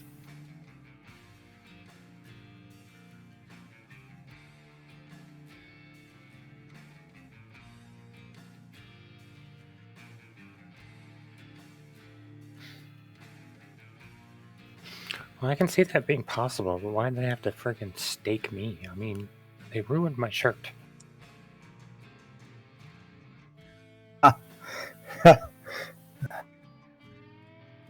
Camilla said who would benefit most by weakening the prince.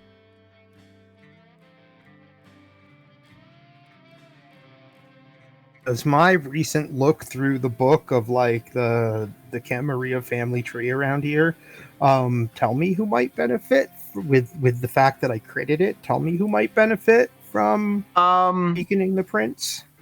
What you do know is that obviously the prince of a major city like this being a gangrel has always raised a few eyebrows, but his term as prince, like I said, he's been prince for about 30 to 40 years, and there have not been any serious incidents. There's been a few situations that he handled quite well. The city, as far as you're aware, is for the most part pretty happy with the job that the prince has done. Not a lot is known about him. He very much keeps to himself. There are a few, Bruja and Ventru that are, as always, jockeying for political position and power. There's no one that you know of that's specifically gunning for the prince, like, extra hard. But, again, we're talking kindred politics, and nobody is ever forthright about their intentions.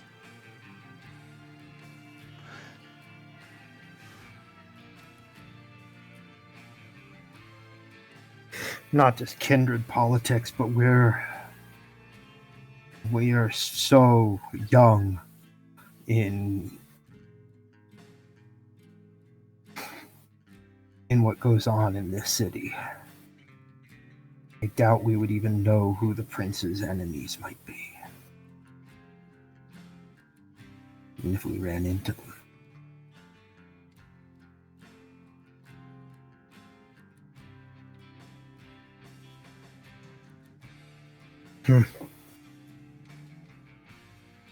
Best hope may be finding out who that man is. I go back to nervously pacing.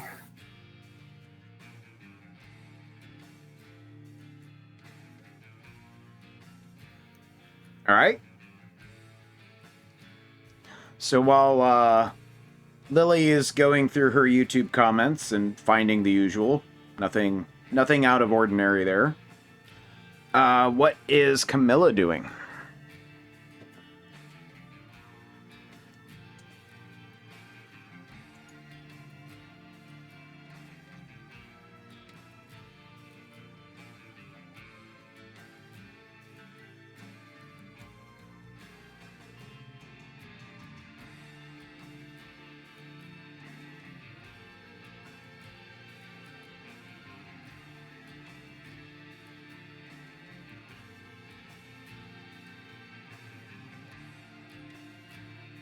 All right.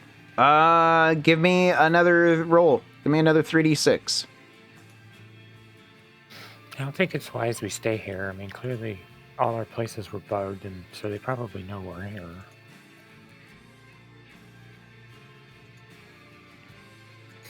Even if they had this room bugged, it would be foolish for someone to assault the chantry. All right, so you start. Camilla starts poking at her contacts, and she messages a guy that she knows, and he almost immediately responds. He says, "Huh, that's kind of funny that you sent me this. I just got a message from your dad, and he asked me the same thing. I know this guy."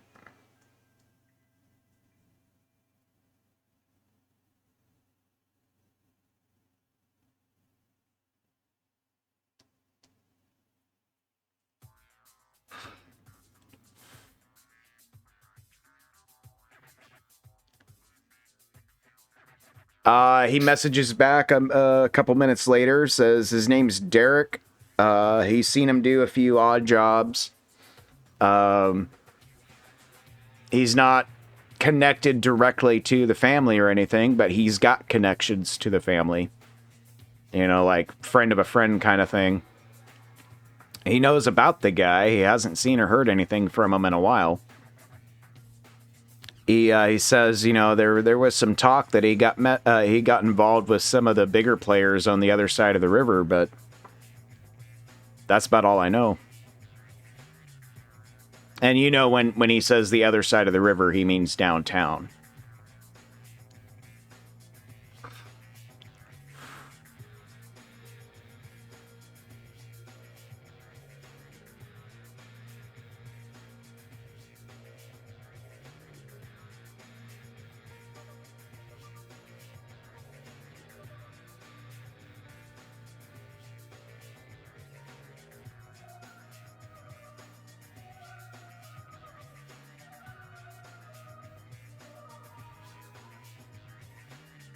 All right. He's very appreciative. He also sends you the guy's full name and address and phone number.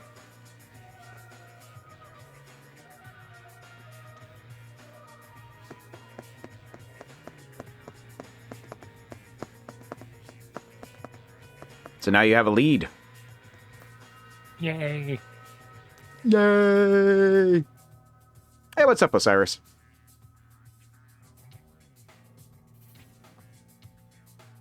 Camilla said seems our man is named Derek and has been working for someone downtown, and I have his address.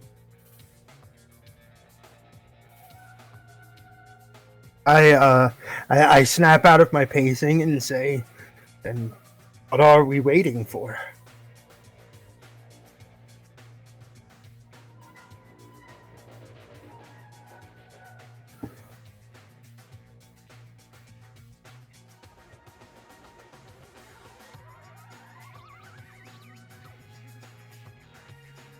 Some roomier wheels.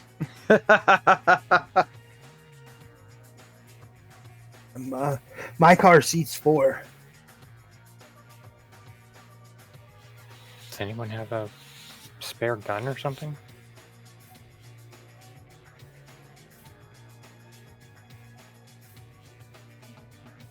Camilla said great, I'll drive. I give you my keys as we walk out of the room. She's seen you drive before. You sideswiped her Ferrari. There you go. No, thank you. All right, so you guys all pile out and into... I forget what car Bradley has. Isn't it like a Prius or something? Yeah, it's some kind of like compact modern car with 4 seats. It's some kind of like Prius or something. You know, something. A Volvo. Something very teachery. Yeah. So it's a very teachery car. There's no bumper stickers. It looks like I wash it a lot.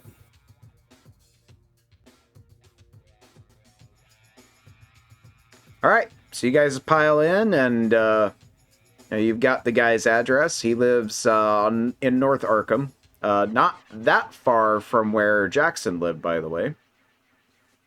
Camilla said to the Bradmobile. To the Bradmobile.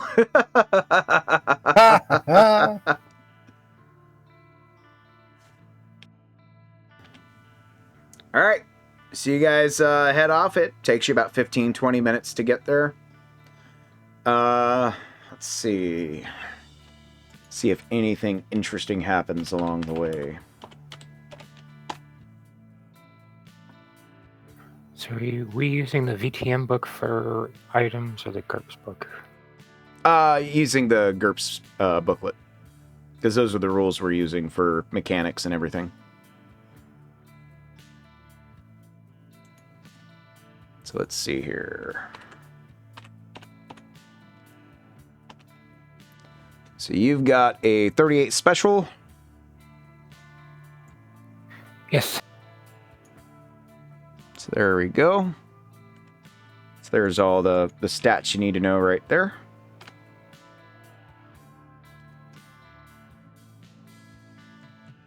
Of course, that was written a long time ago. It's not worth $20 now. It's probably worth $20 if you were to sell it on the black market. Okay, what is CR? Crushing damage, which means it has no damage modifier after you roll the damage. So whenever you roll damage, it's just 2d minus 1, and that's how much damage it does. What is 2d minus 1? 2d what? 2d6. All dice rolls in this are always d6. Then I'm assuming SS is 10, and then Yep, that's straight down. Snapshot, which means if you go to take a shot without taking a round to aim first, your skill has to be at least a 10 and not in order to not have a penalty to hit. Although I'm gonna kind of flub those rules. I don't want to get too intense with the mechanics and everything. I'm trying to keep it fairly simplified. Oh, okay. The accuracy bonus is accuracy. that's the bonus you get to the roll if you take a round to aim.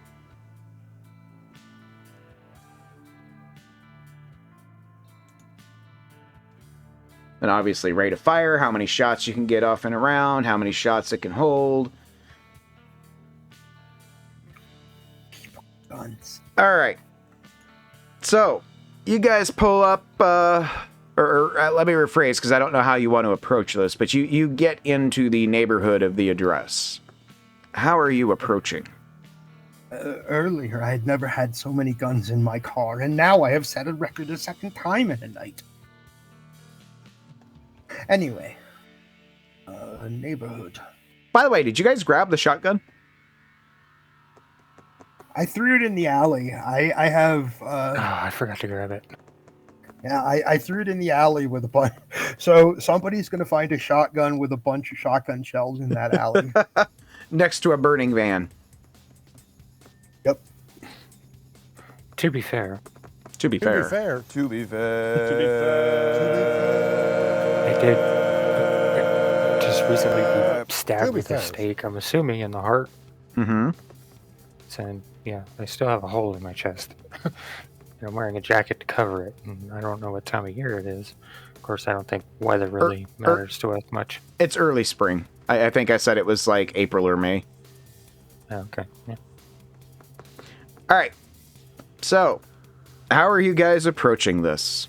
You're in a the neighborhood is an apartment kind of neighborhood. You know, it's not suburbs. It's not, ranch housing or any of that. It's a bunch of apartment buildings.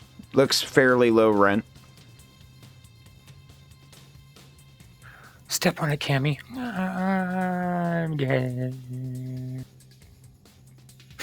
Prius, sorry. I'm gonna activate Heightened Senses and or Perception. Close my eyes really tightly because it hurts when all of that noise rushes into your brain. And I'm gonna follow Camilla and Elizabeth because you're not gonna find me going first. All right. Hey, the saying is ladies first, right? Absolutely, I'm being a gentleman. Not a coward. All right. So Camilla's looking for a side or a back door. As you drive around, you notice there's a couple of entries to the building, and his apartment is on the 5th floor.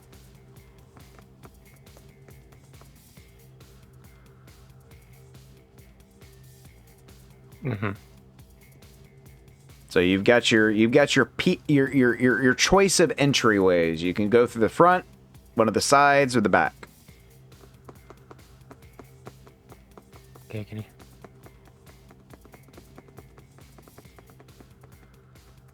Do you need a check to get in the side? No. I'm not sure what you mean. Do you need a check?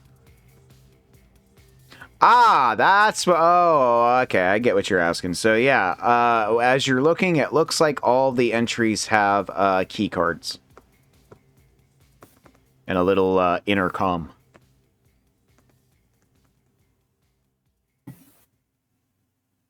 Ooh, do they have balconies?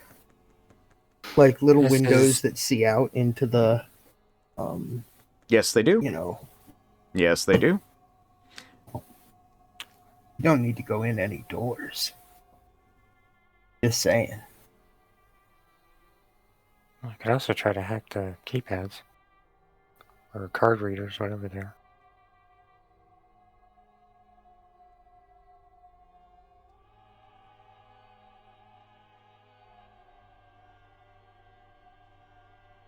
So Vasa, Camilla you said do. I like to keep our entry clean and quiet.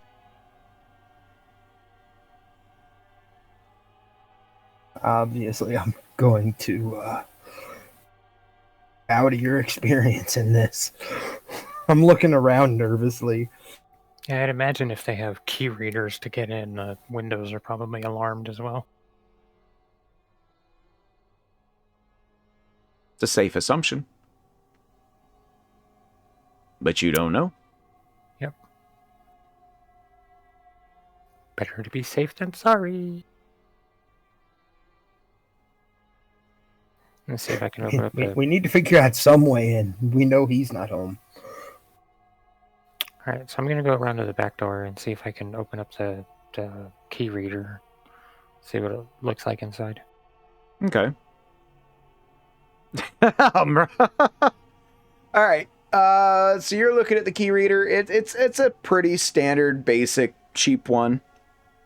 You know, you've got the keypad to punch in a number for the intercom, and then it's got a card swipe thing for the actual to unlock the door from the outside. Okay. Unfortunately, no one thought to grab the guy's wallet when they killed him, so you don't have his card. Truth. So give me, Can I see if I can figure out what wires to connect to jump it? give me a, let me have a look-see. Wrong side of town, maybe it's poor security.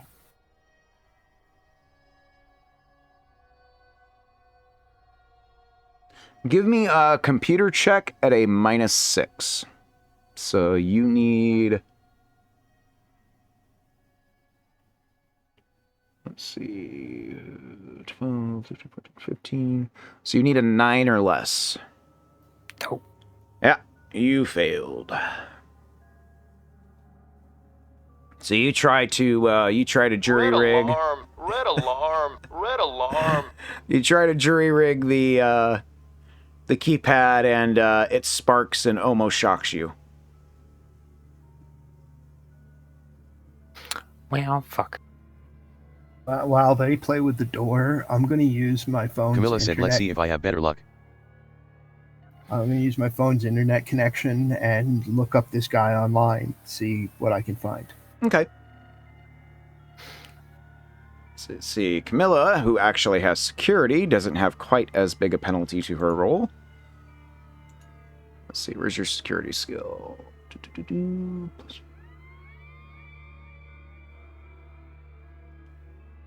15 or less, and you made it by 3.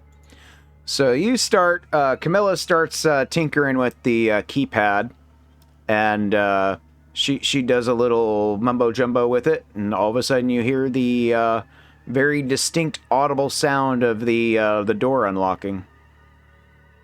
Camilla has a number of criminal skills. Yes, she does. Aren't you glad you brought her along?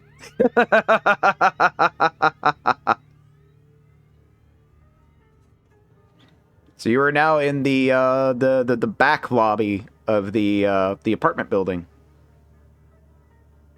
Like I said, you know he lives on the 5th floor, so you can either take the stairs or the elevator. Okay, and while you guys were making your way, what was it you said you were doing? Bradley? You said you were getting on your phone just looking him up online, seeing what kind of hits you get by looking him up online. Sipping on my Instagram. Give me a computer research check. Oh, wait. Ooh, nice.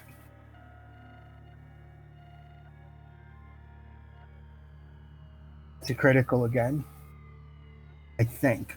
I'm following. Intelligence +2 is 17. Research is the specialization. That's 18. That's critical. All right.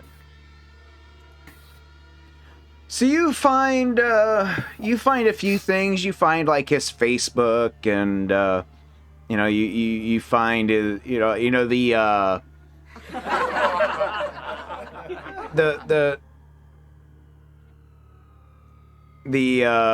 the free background check kind of stuff. You probably get some public records. He's got some parking tickets. It looks like he's lived in this apartment for a while, a few years at least. You don't find any marriage records. No birth certificates that have him listed as father or anything like that. It looks like he's got quite a bit of debt. Lots of debt collectors have him in their records. He's had a few warrants for like breaking and entering, and like I said, speeding tickets, parking tickets. All in all, the guy looks pretty blah, pretty boring. Nothing about the guy really I have jumps something out I'll at you. I have something I'll do while they, I'm going to follow them, of course. Mhm. But I have something that I'll do while they check out the apartment because they are far better at seeing things than me. Okay. All right, so you guys get in the elevator and ride up to the 5th floor. It's an uneventful elevator trip. You get to the 5th floor, and we'll say there's 6 apartments, 6 doors on the floor, and his is in the back corner, furthest from the elevator. And you get there, and the first thing you notice is that the door is open.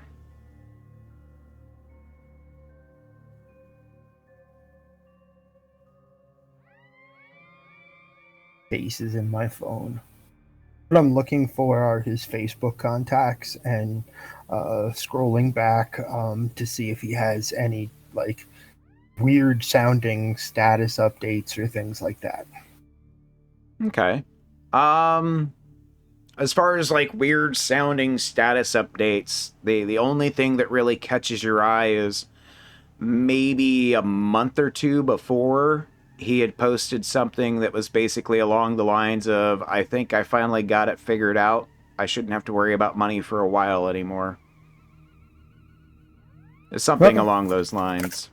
I'm just following them. They are braver and more capable than me. All right. So, like I said, you guys get to the door, and the first thing you notice is it is wide open.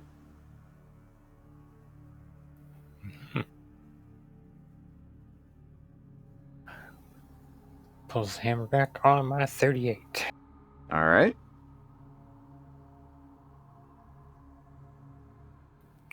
Looks at Camilla. Oh, I still don't know her name.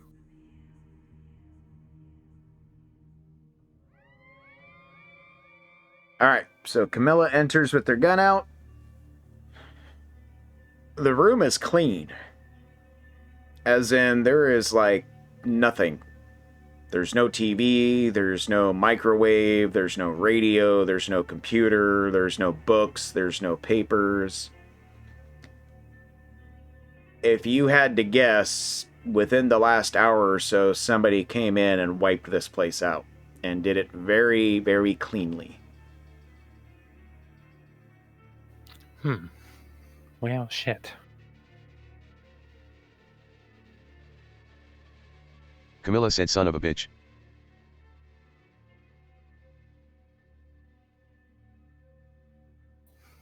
Guess that's what that fucker was driving to go do from my place. Or I mentioned, Nord, that I turned on Heightened Senses and Aura Perception again. Yep.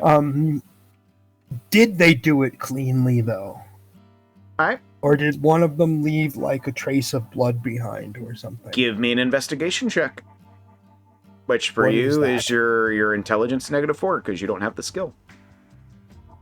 Okay. 11.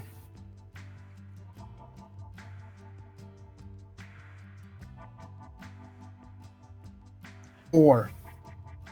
What? Wait, no. That's not Hold how you on. roll. Shush. What is it doing? You're not typing it in right. yeah, it's slash I You're- am, you're- exclamation point roll. Oh, you're You right. have I'm to- using the wrong widget. No! There you go. Oh, all right. Good proper widget. All right. So you look around with your heightened senses, and yeah, there's no dust, there's no nothing. Like whoever came through and did this, they did it very, very well. However, you do notice something. The bed, which has no bedding whatsoever on it, it's just a bare mattress.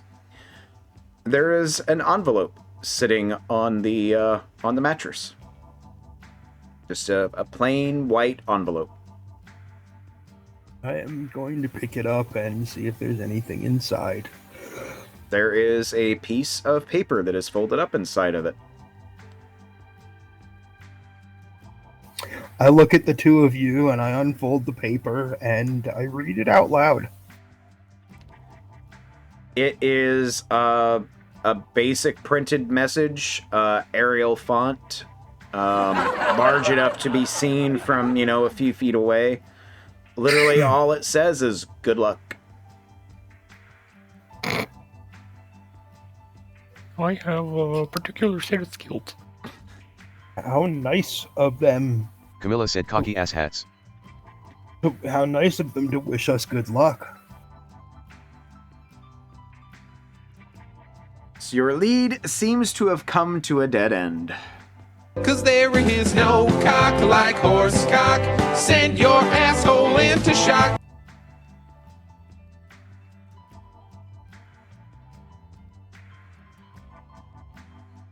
Oh, and you want to see if there's surveillance gear here too. All right. Go ahead and make a security sweep check. So the picture we got off the laptops, that's not one of the people that was killed, was it? Yes, it was. Oh, okay. Well, while Camilla punches a hole in the drywall, I spend a blood point and cast a very horrifying sounding spell, and the paper crumbles in my hand. You have I used decay. Saying. Oh, okay. My secondary thaumaturgy path is Hands of Destruction, Mm-hmm. and the first one is Decay. Okay. It is good and destroyed. It's just a blank piece of computer paper. Well, aside from 2 words typed on it that said good luck. We could have checked that for DNA or fingerprints, but that's fine. You still have the envelope, right? All right. Let's see. So Camilla does a quick sweep, and she can see where there were spots that there was probably camera and microphone, but they are not there now.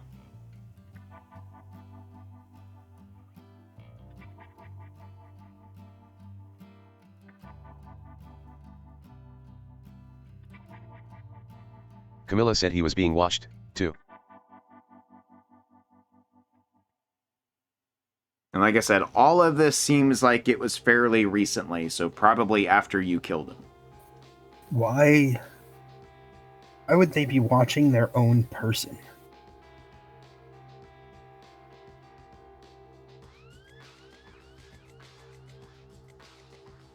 Camilla said to keep him from blabbing.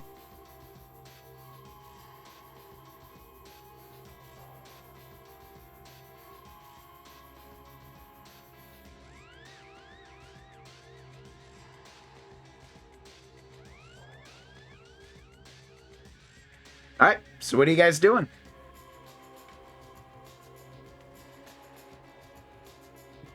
The hell? Cursing in Russian? I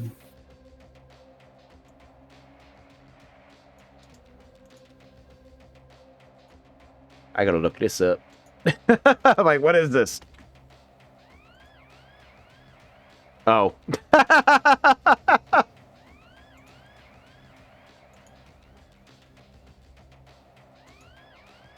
All right.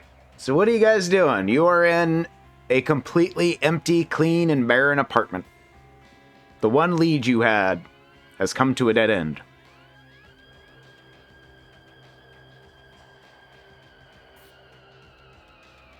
We can deep dive him on the internet and maybe find someone else to look into.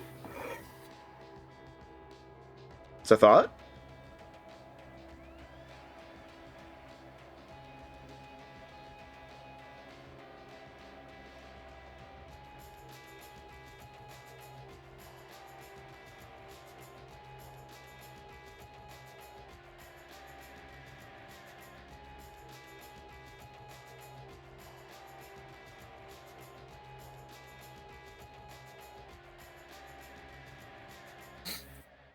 My guess, based on his Facebook, is that whoever hired him for this job did it about a month ago.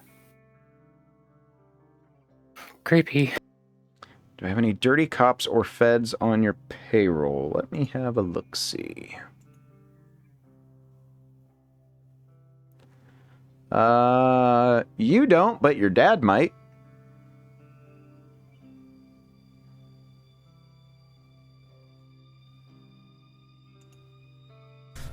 Oh, Daddy!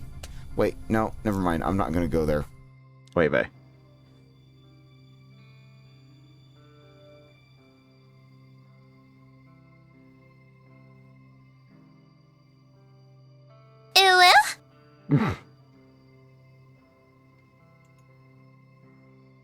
All right, so what are you guys doing?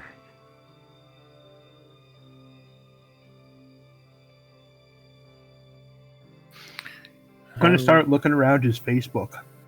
All right. Other things that were going on for him about a month ago, right around the time he made that post saying that he wouldn't have to worry about money anymore.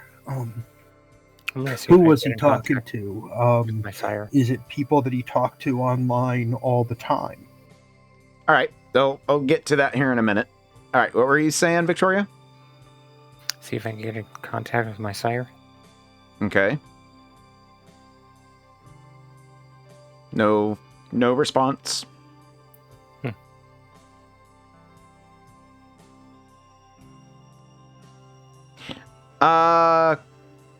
Camilla, give me an alertness check.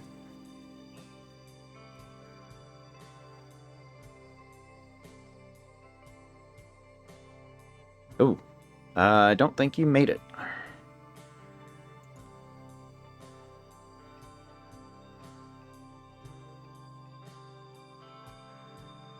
Yeah, no, you did not make it. Damn, that would have been a good roll to make. That's okay. Let's see. Yeah, you guys are at a dead end. Bradley is looking through the guy's Facebook to see if he can get any kind of information that way. Other than that, there's nothing.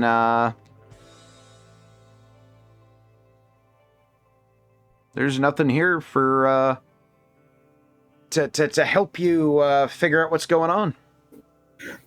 Here's an idea. On his Facebook or social media of any sort, does he seem to have a nickname?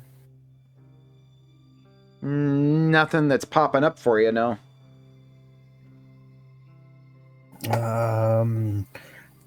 Name of a family pet. Some kind of name that wouldn't be his. Something.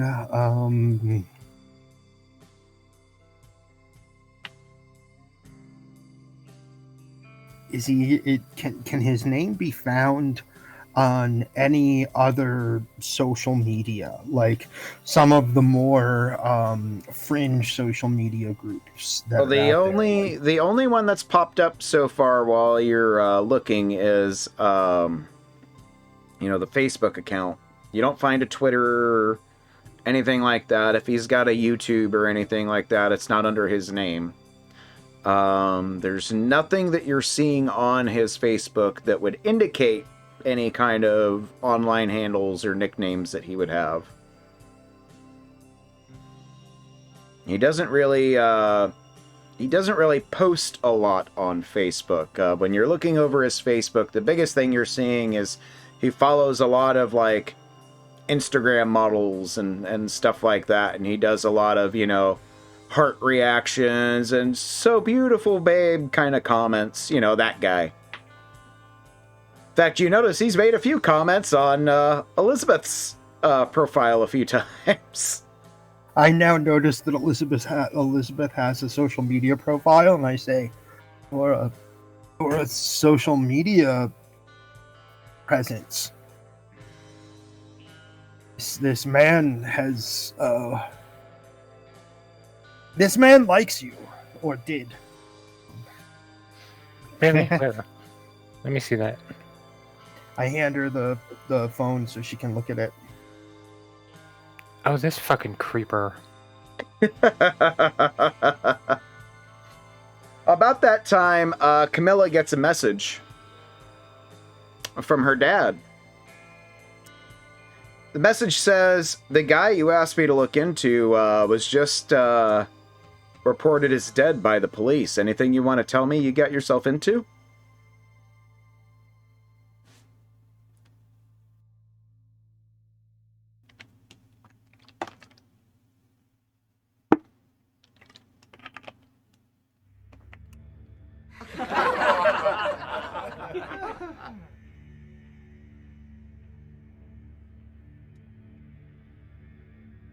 Warning, this is a plot complication. Warning, this is a plot complication. Warning, this is a plot complication. Warning, this is a plot complication.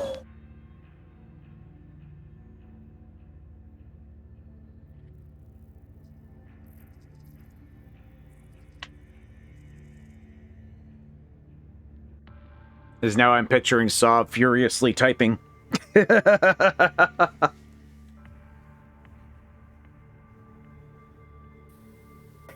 Want to tell you that I've gotten myself into? No.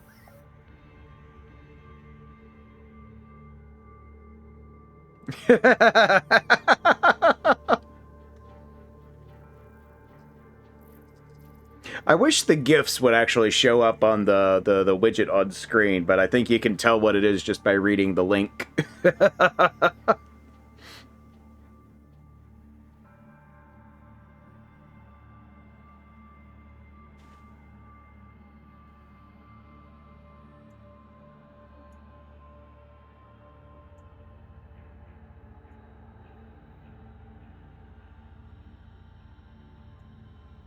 Oh, that's interesting.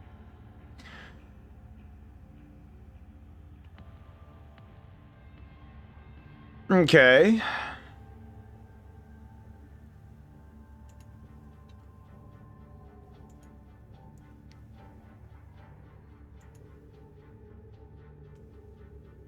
Goddaughter, but she's a vampire.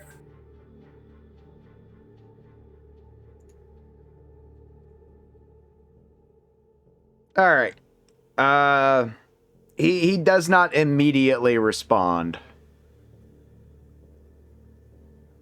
All right, so what are you guys doing?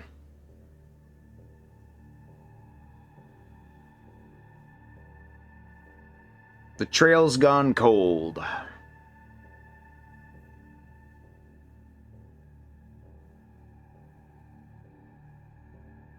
How does a nobody like this come into the knowledge to stake a vampire?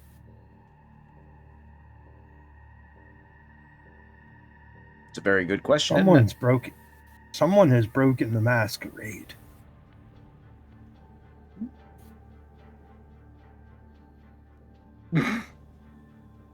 Camilla said, can we trace his financials?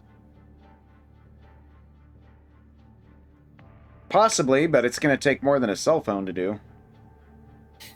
That's exactly. I actually just. It wasn't possibly. I was thinking maybe, but not going to do that on my cell phone. Well, we do have 3 laptops. Good point. Let's just not do it here. Can we find somewhere somewhat safe to go? Yes, I hope. Yeah, till I get the Watchdog cell phone number.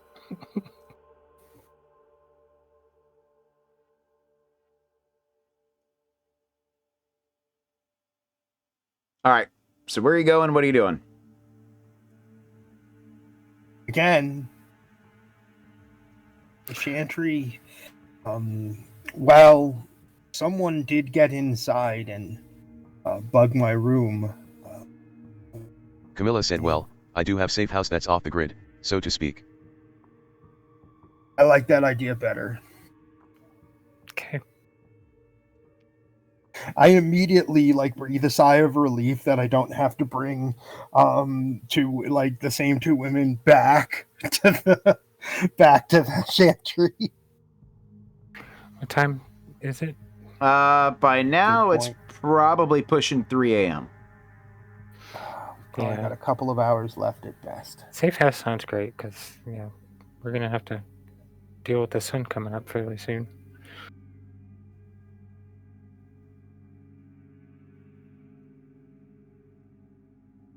Camilla said let's move then. The Bradmobile. To the Bradmobile. Quick question, Sav. Where is your safe house located?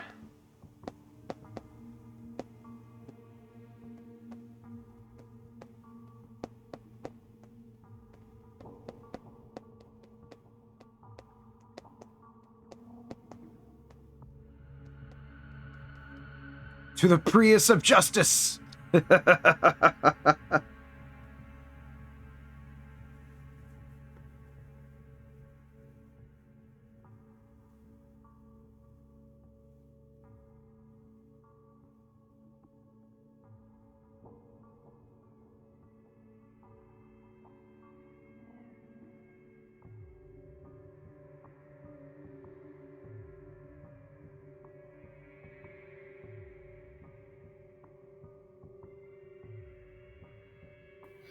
We stopped by a grocery store on the way there. I forgot to grab dog food. Imagine we're spending the night at Camilla's house. Underground bunker under one of Daddy's high-rises. Pre-war bomb shelter type place. Doesn't exist on city records. Okay. Alright. That'll do. Alright. So headed downtown then. Since that's where most of the high-rises in Arkham are, is downtown. Alright. So you guys start headed that way. Imagine you stop by somewhere and pick up some dog food. Actually, that works perfectly. When Lily goes into the grocery store to go get some dog food, what do the other two do during that? Do they go inside as well, or do they just wait in the car? I don't know why, but I'm going inside. Okay. What about Camilla?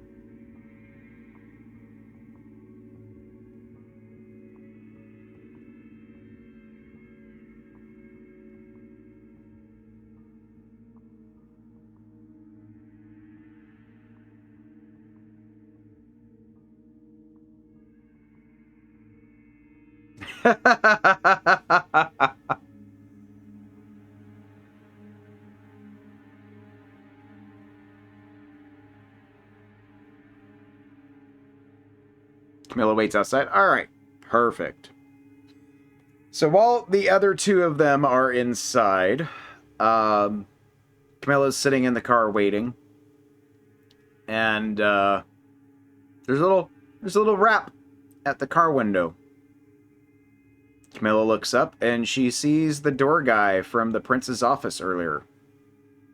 He smiles, waves, makes a little gesture for her to roll the window down.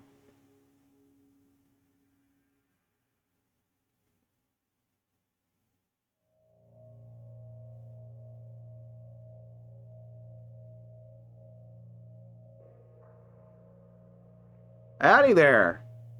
So, it's been a bit of a night. Got any updates for the prince?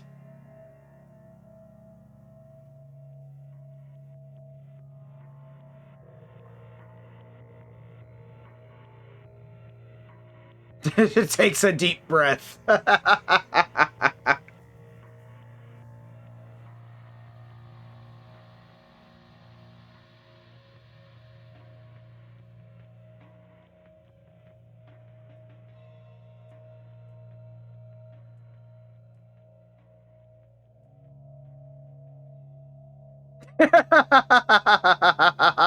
That gif is perfect, Victoria, yes.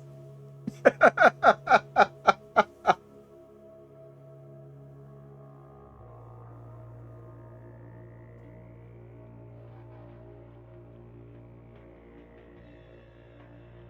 wonder if I can... Bradley is looking at the magazine counter to see if there are any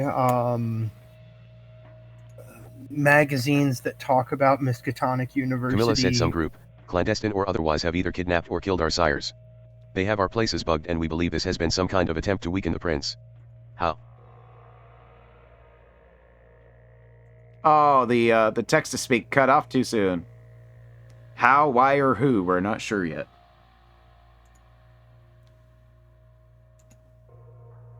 I'm going to add this just because it'll be funny. Uh-oh.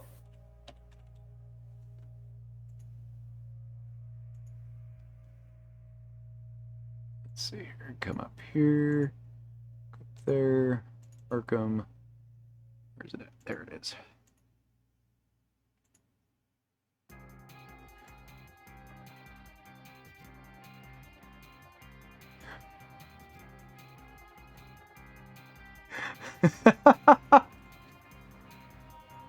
For when, there we go. For whatever saw of his texting. I just turned that on.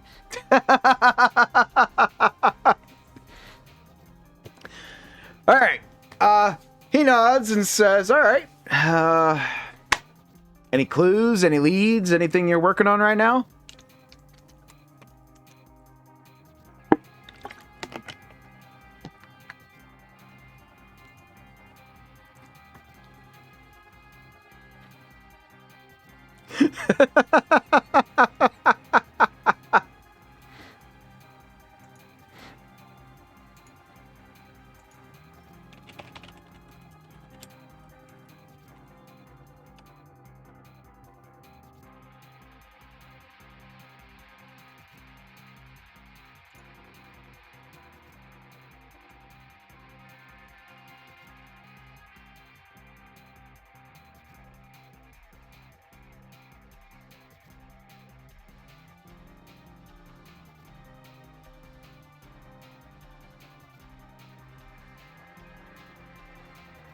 Oh, I can't find a gif Camilla of said that. the one lead we had is dead and his apartment cleaned out.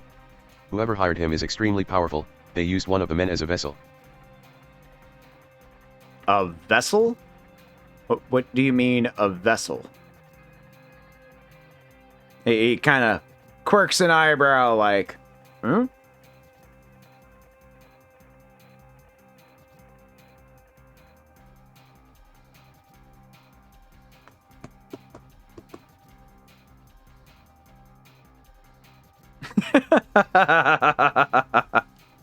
Camilla said it spoke through him in a different voice, as if the actual person was no longer there.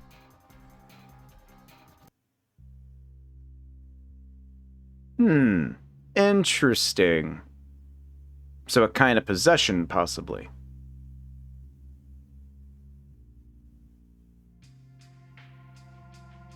Camilla said seems like it. He nods and says, all right. What else do you got? Is that about it?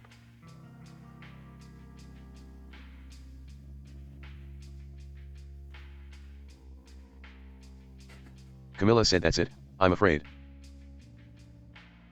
And I'm gonna guess, hold on a second. He reaches into under his jacket, pulls out a phone, shows a couple of pictures. They're the two guys you guys killed. I'm gonna guess these were them. All right. I will let the prince know what you found so far. Keep at it, I guess. Oh, and I take it you found the missing fledgling?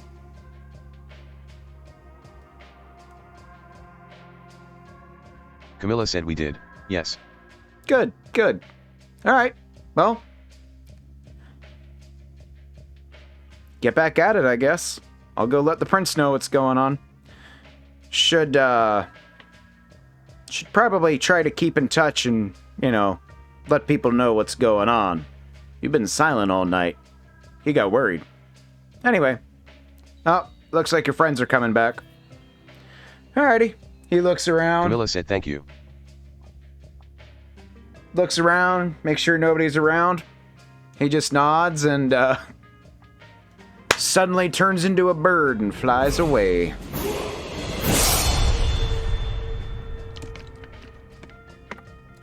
As we get back to the car, I'm like, did that guy just turn into a bird? And I sit down in the passenger seat.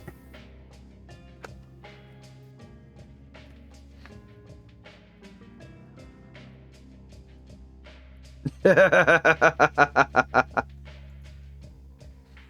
right, so you guys come out. You saw the guy from the prince's office earlier standing there next to the car talking to Camilla, and he saw you guys come out, and he looked around and suddenly turned into or not a bird. I don't know why I said a bird. A bat turned into a bat and flew away. Wrong character. This one doesn't turn into a bird. This one turns into a bat.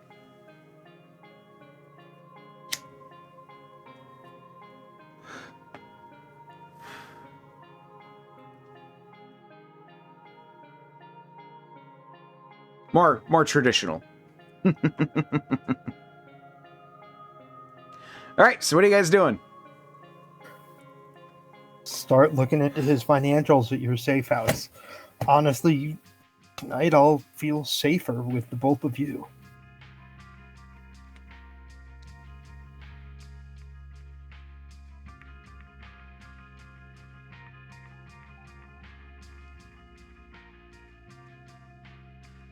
I'm assuming your next stop is the safe house. Let me think. Camilla said, "Hi ho, Silver. Away." All right. So you guys make it there without incident. Oh, one thing I forgot to mention: the pictures that the pictures of the two dead guys he showed you were pictures of them in the morgue, so fairly recent.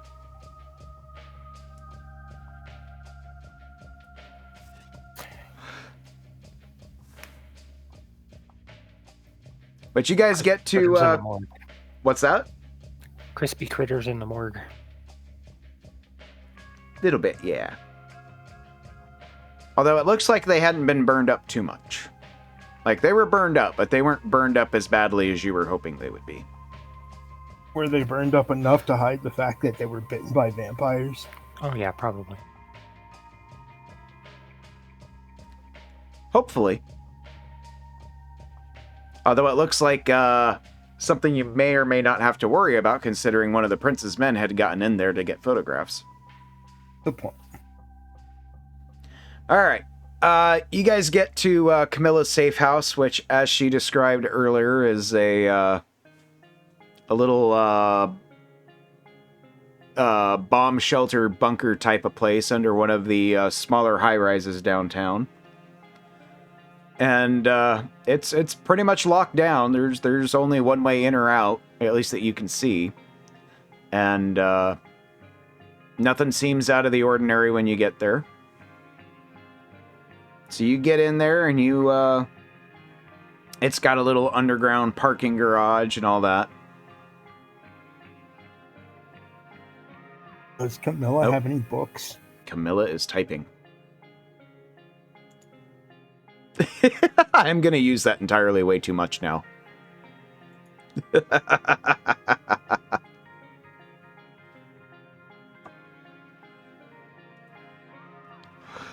All right. Oh, God.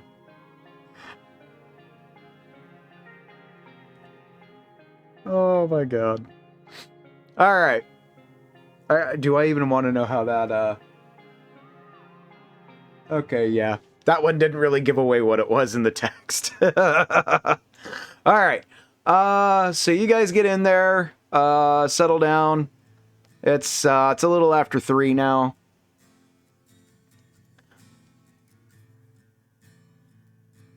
The art of military strategy. Let's see here. All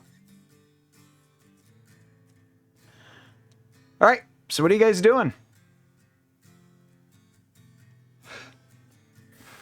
I'm more than momentarily impressed by the full library of a very rich woman. I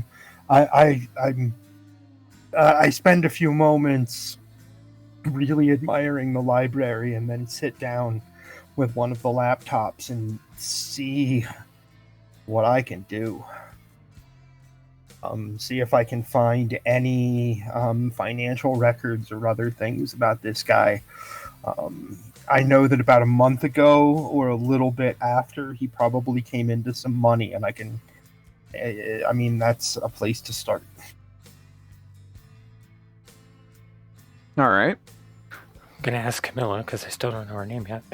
Do you have any blood or a shirt without a hole in it?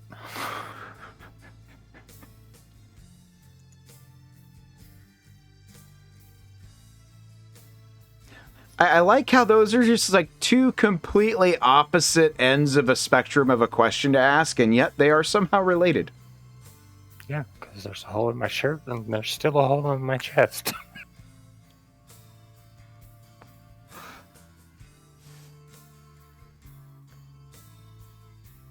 Well, at the very least, you know the hole in your chest will heal up while you sleep. Yes, but I'm pretty sure blood would make it go easier.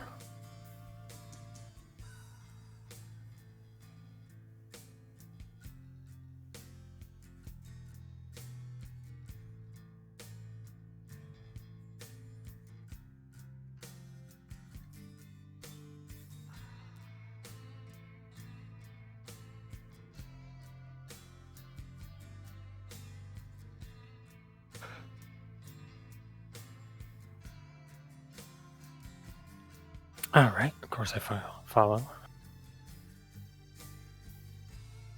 All right.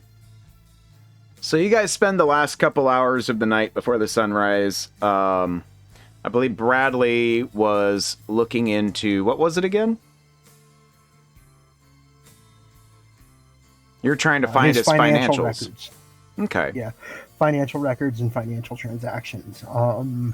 My computer skill is intelligence plus 2, so that's 17. I roll a 13. Okay. So you succeed by 4. All right. It takes you a little bit. You find a few things. Kind of building off of what you had found earlier, very much in lots of debt. But about a month or two ago, that debt seems to have gone away. As you start seeing lots of small payments into his various accounts. Are they from him or are they from someone else? Most of them are from, how would you describe it? Untraceable accounts. Like number, and then you try to find out what those numbers are, and it's all a dead end. Do you know what impossible means? All it means is that no one has done it yet. I set myself to cracking that fucking code. Okay. Cruising in the Prius. All right. That's what Bradley is going to do until the sun starts to rise, and then he'll find himself a couch or something to sleep on. Okay. He believes that he is smart enough, and therefore he will not stop.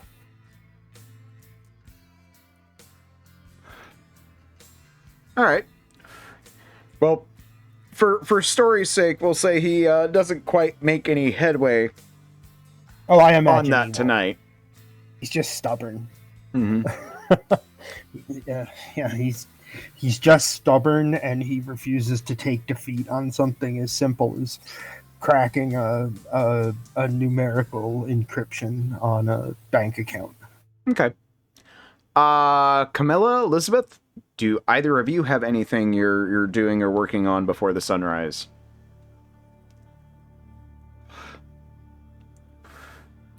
No, just typical social media shit. Okay. Assuming I have service, of course. I imagine you do. Well, it is an underground pre-war bunker, so who knows? Okay.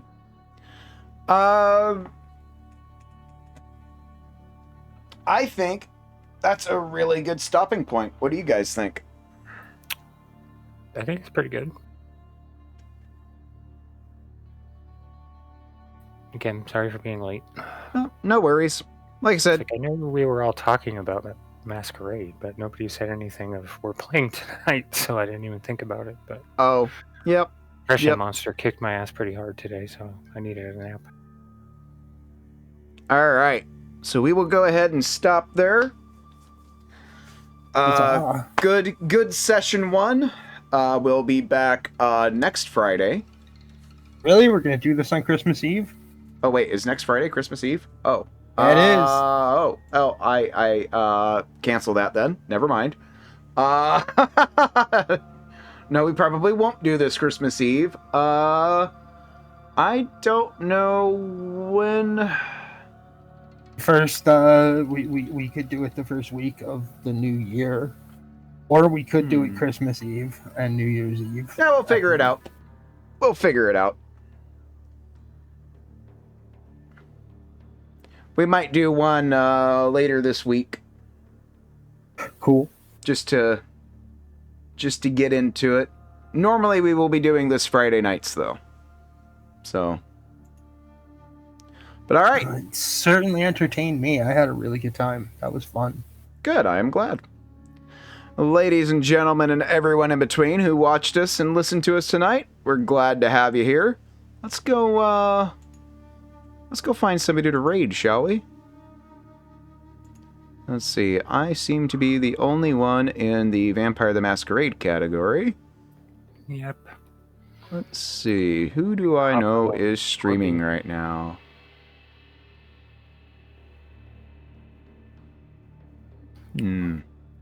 Big Papa and Scorpiana. Yeah, we'll go ahead and raid Big Papa. I haven't raided Big Papa in a while. Alright. Ladies and gentlemen and everyone in between, thank you all very, very much for hanging out with us tonight. Like I said, we will be doing this again. Our normal nights will be Fridays. Don't know when we're going to be meeting up again next. It'll probably be sometime later this week. But let me go ahead and start this raid. And in the meantime... Got him! Got him! Thank you all very much. This was a very good first session, I think. And I look forward to doing this again. Like I said, I've been wanting to run this game for a while, so this was very fun for me. So, until next time, I bid you all adieu. Live long and prosper. My erections are fantastic. When I wear gray sweatpants, people cross the street. Now everybody's going to do all the sound commands. Get him out while you can. Good night. Bye-bye, everybody. Bye-bye. Bye-bye. Jane, what do you want to do tonight? The same thing we do every night, Pinky. Try to take over the Camarilla. If you value your lives, be somewhere else. All right, goodbye, everybody. We like to have a lot of laughs on the racetrack, but today we want to talk about something serious. Packs of stray dogs that control most of the major cities. Hit that button.